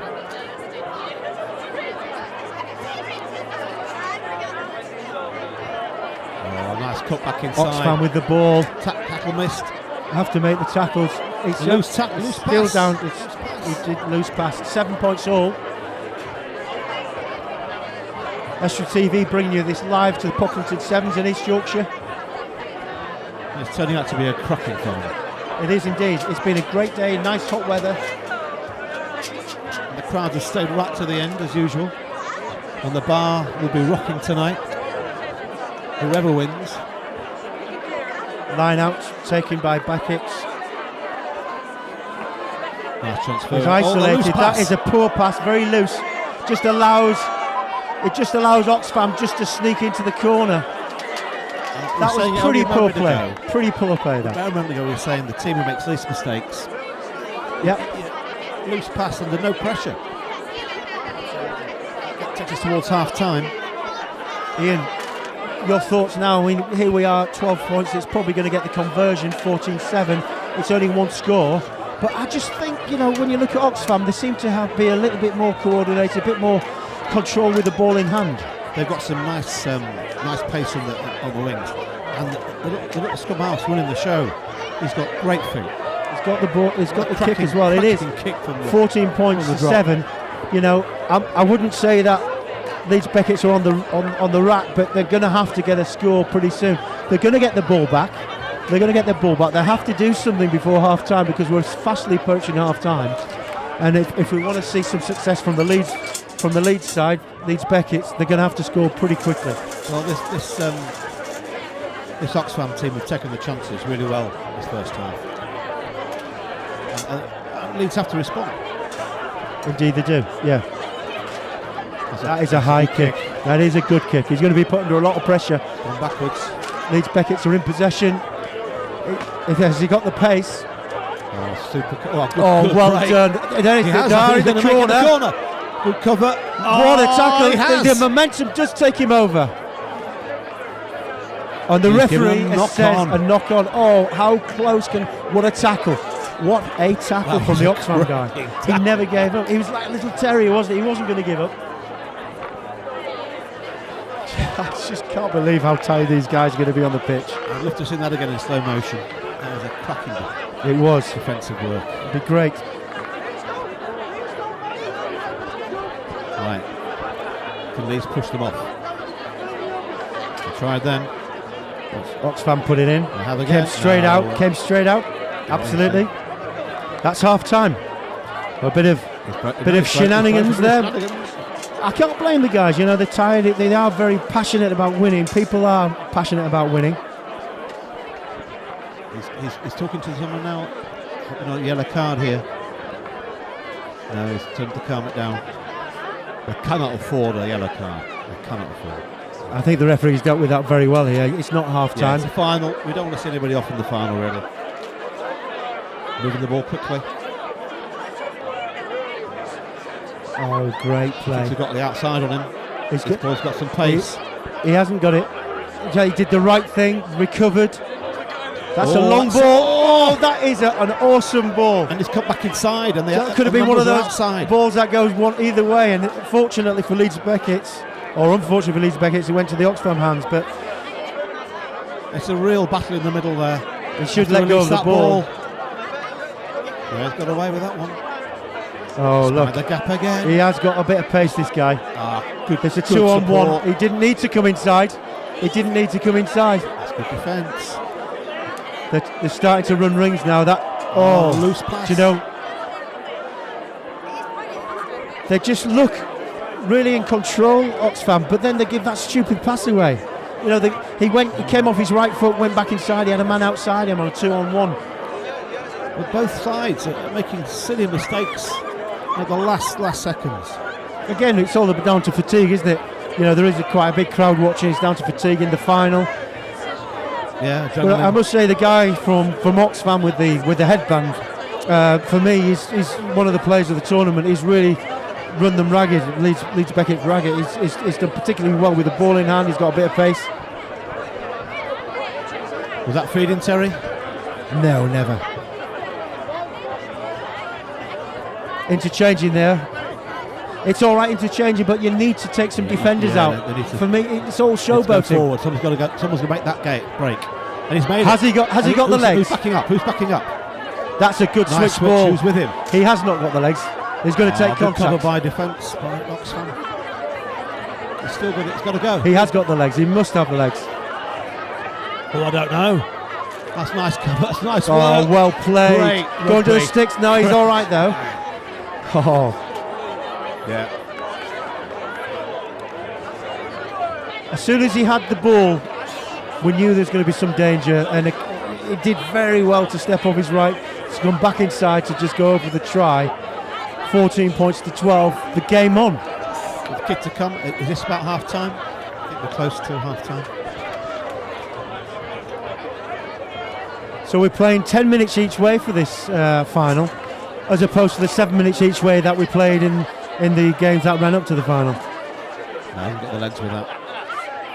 So we go to half time at 12. So for those viewers at home who are wondering why we've gone a bit longer than usual, the final is always 10 minutes each way, with oxygen at half time for most of the players, I suspect. So we've got Leeds Beckett's 12, Oxfam Crusaders 14. Ian? Yeah, well, the conversions that Oxfam took have been the difference so far, and they were cracking kicks. I said when he got that conversion earlier on, it's going to be pivotal in terms of the outcome of the game, and I may be proved to be right, Ian. At the moment, Terry. but it's a very close game. The mistakes have crept into both their sides' play, and they've both been really good all tournament. But Yeah. I think the nerves have got to both sides. Yeah, 10 minutes. 10 minutes though. We've seen 20, 26 points. So as fatigue sets in, potentially we might see more. I'm hoping we don't see more errors. I'm hoping we'll see more tries. But it's a feast of rugby. This is fantastic. It is close. It is close. This is exactly what we want to see. We've got the referees and the touch judges having a conflab. He's actually had a good game, the referee. If you were Kerry, what would you be saying to them? The crowd's still here. It's a great occasion here. So everybody's always got a beer in the hand. I can see. You can see that, Ian. So we're stood up here in the gantry. Everyone's down there having a good time. Are they watching the game, or are they just watching the beer flow? I don't know, but listen, this is exciting for those people at home, for those people in Dubai, Hong Kong, Di Isaac, Dan Barnett in Bermuda. This is East Yorkshire, brought to you live by Estuary TV. Terry, you're Kerry Wood. What do you be saying to them now? They're 12-14 down. I think basically what he's be saying is, look guys, we're still in the game, we're 2 points down, there's 10 minutes to go. One error can let you in for a try. One error, either way, whether it's them or Beckett's. So just keep your defence tight, don't rush in, don't panic. There's 10 minutes, it's game on. Keep playing. Here we go, second half. Steve Cruz still has got Leeds Beckett's in for the win. I'm sat on the fence, unfortunately, now. Last 10 minutes of the 2016 Pock7s. That's a nice kick. Well taken there. For those at home, though, if you're ever going to take a high ball, never take it facing forward, take it sideways. He got away with it. Taking it back inside. As the sun drifts down, it starts to get a bit cold. But the temperature's rising on the final here on the main pitch. It's Pocklington's 7s live final, brought to you by Estuary TV. Oxfam versus the Becketts. Ian's getting very excited and quite animated up here. It's great to watch. It's good defence by the Norfolk boys.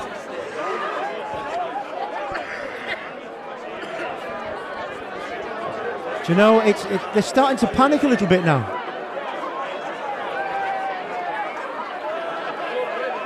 And he's going to have to... Oh, it's a great pass. It's just missed the tackle. Oh, do you know, well gathered. This is end-to-end stuff, Ian. There must be absolutely exhausted. That's it, slow it down, guys. Sorry to the viewers at home.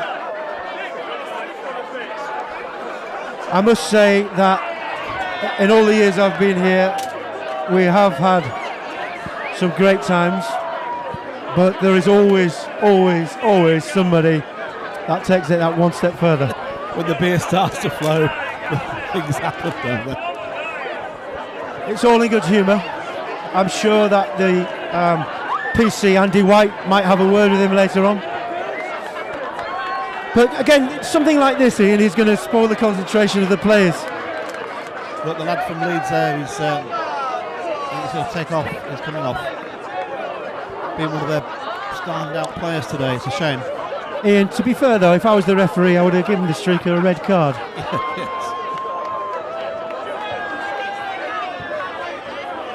Anyway, he's left the pitch with a very red face. With a very red face.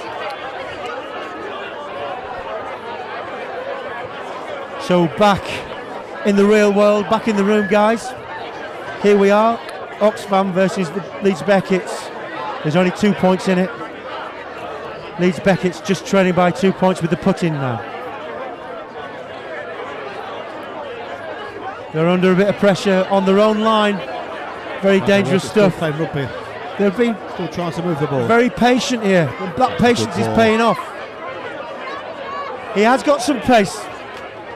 Good tackle. Good tackle. Do you know nice. Good bit of patience. Holding on, maybe? Yes, no. It is. Turned over. Penalty. Has. You're going to take a quick tap, or would you go for the goal, Ian? Up and go. Keep the numbers out wide.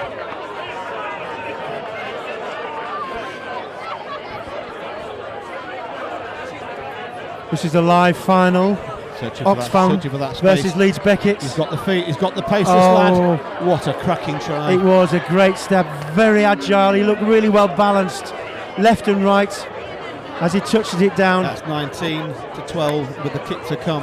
19-12. Leeds Beckett will be kicking themselves. They did exceptionally well coming out off their own line from that scrum, kept hold of the ball really well. Managed to get an open opportunity on the left-hand side, but just blew it. A really ropey pass just allows the Oxfam Norfolk guys to come back in. Yeah, that takes it to 21-12 in favour of Oxfam.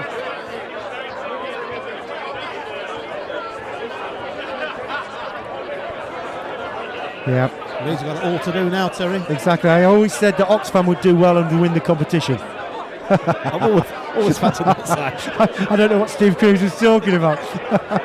That's a cracking kick-off again. Every opportunity. Well taken. Oh, that's a bit high. No, referee says play on. The referee's always right. I have to score now. Very quickly. He's got some pace. He's got the cover though. Good defensive work. Oh, they've come to play. Smart. They've come to play with Oxfam, haven't they? Quick thinking. Speed of thought. We go back to the interview at the beginning of the day where Steve Cruz says it is speed of thought. Oh, standing up. He's got the pace here, I think. Cutting inside. Oh, he's playing with him, isn't he? He's playing with him. There you are, Terry. It reminds me, Cassie, of when you used to play. Reminded me so much of myself. Oh, it's slightly disappointing. I mean, I'm pleased they've scored, but I just want the Leeds Beckett side to come into the game just to make it a little bit more exciting. Well, I think they've taken the second half by the scuff of the neck of Oxfam, and they deserve those two tries. Yeah. I say the Oxfam taking the conversion here live at Pocklington 7s, 2016 finalist. It looks very much likely that Oxfam will win here live. Brought to you by Estuary TV. That makes the scores 28 to Oxfam, 12 to Leeds Beckett. With Leeds all to do in the next 5 minutes. Exactly. Steve Cruz has just left the gantry. Be great having him on board with us today. That's a good hit. Now Leeds have got to make this count now. That's a great tackle, great offload. Good offload. Do you know that's a good really inside pass as well? The Leeds side.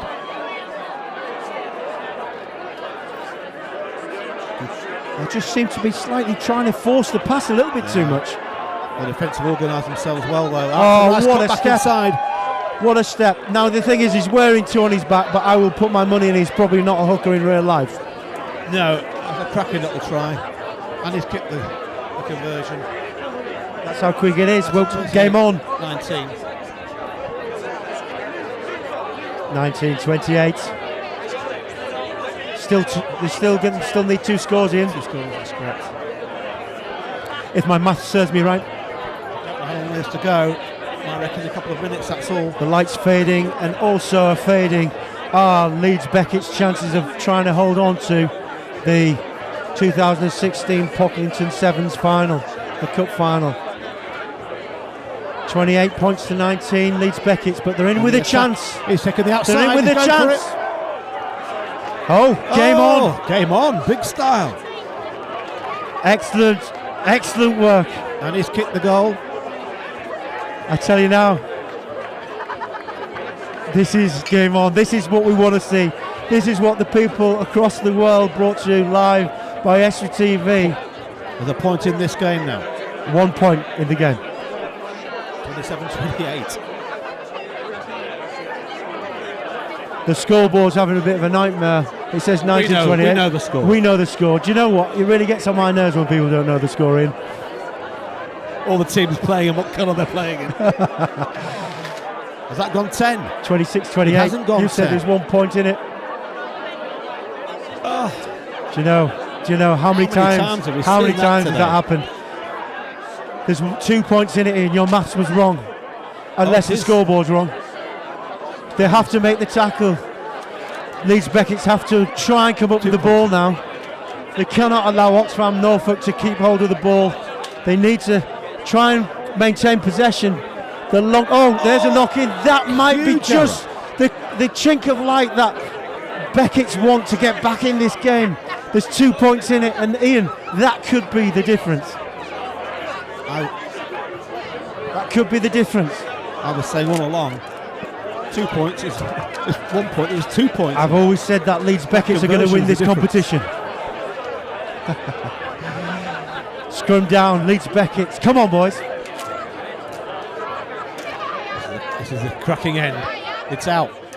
So this is it. All we need is one score, Leeds Becketts. A worthy final, Terry. Kerry Wood will be on the edge of his seat now, shouting instructions. That was well done. He took three players in. They're out on the feet. Well played. Do you know? Oh no! It's play on advantage. Sorry for the viewers at home. This is just too exciting. The one chance that Beckett's have, I think they've just thrown it in the dustbin. It's keep ball time. It is. They're doing exactly what I would do. Gap. He's kicked through. Oh, do you know, he will be a hero. He's going to win it. He's going to win it. That's the game, I think, Terry. Games are won on one thing, and I will say that it was lost as soon as Leeds Beckett's knocked that ball on. They had a 2-on-1. They had the try line open. He knocked it on. The mistake. Oh, do you know, absolutely unbelievable skill there, Ian. It was a well taken try. You've got to hand it to that lad. Do you know, I don't understand, when people kick the ball, when I kick the ball, it always bounces away from me. Listen, that was one of the best games cracking I've seen. final. Absolutely. Cracking final. Absolutely fine. That final score is 35-26. We didn't know who was going to win that until literally the last few seconds of that game. Absolutely.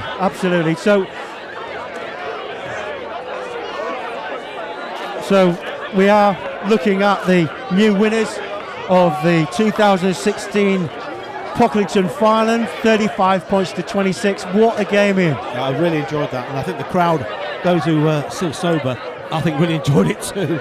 Yeah, exactly. Well, for me, that was one of the most entertaining games. It could have gone either way. We've come back to the game. We've got Oxfam just taking the spoils from Leeds Becketts. Ian, in terms of quality, value and entertainment, it doesn't get much better than that, does it? No, and some really good young players on show there. Some young internationals from university, and they really showed their worth today. They're really, really impressive. What a fantastic day it's been as well, man.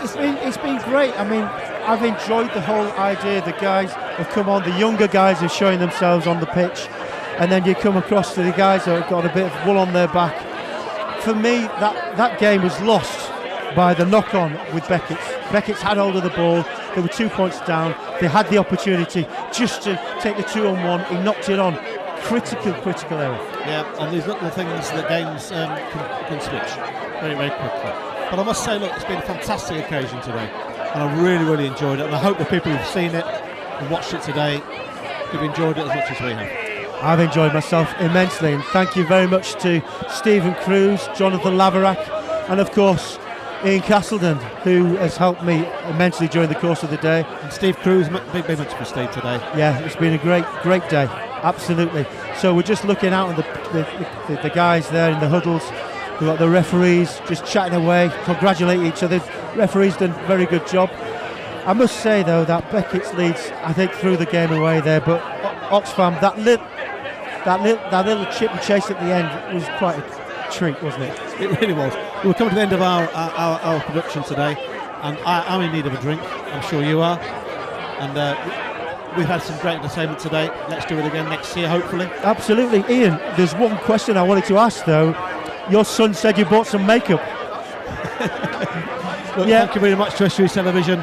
Yeah, it's been fantastic coverage today. The effort they put in today. It's fantastic. Superb. That Estuary TV have come. Estuary TV. Made in TV Leeds, made in Tyne and Wear, and made in Cardiff and Bristol. Thank you very much for joining us today. We really hope you enjoyed it. And thank you all for your Twitters from Hong Kong, from Dubai, all over the world, and Bermuda. And as I say, it's been a fantastic day. Yeah. And we'll see you next year, Ian and I, hopefully, at Pocklington 7. See you again. Thank you. Thank you very much, guys. See you next year.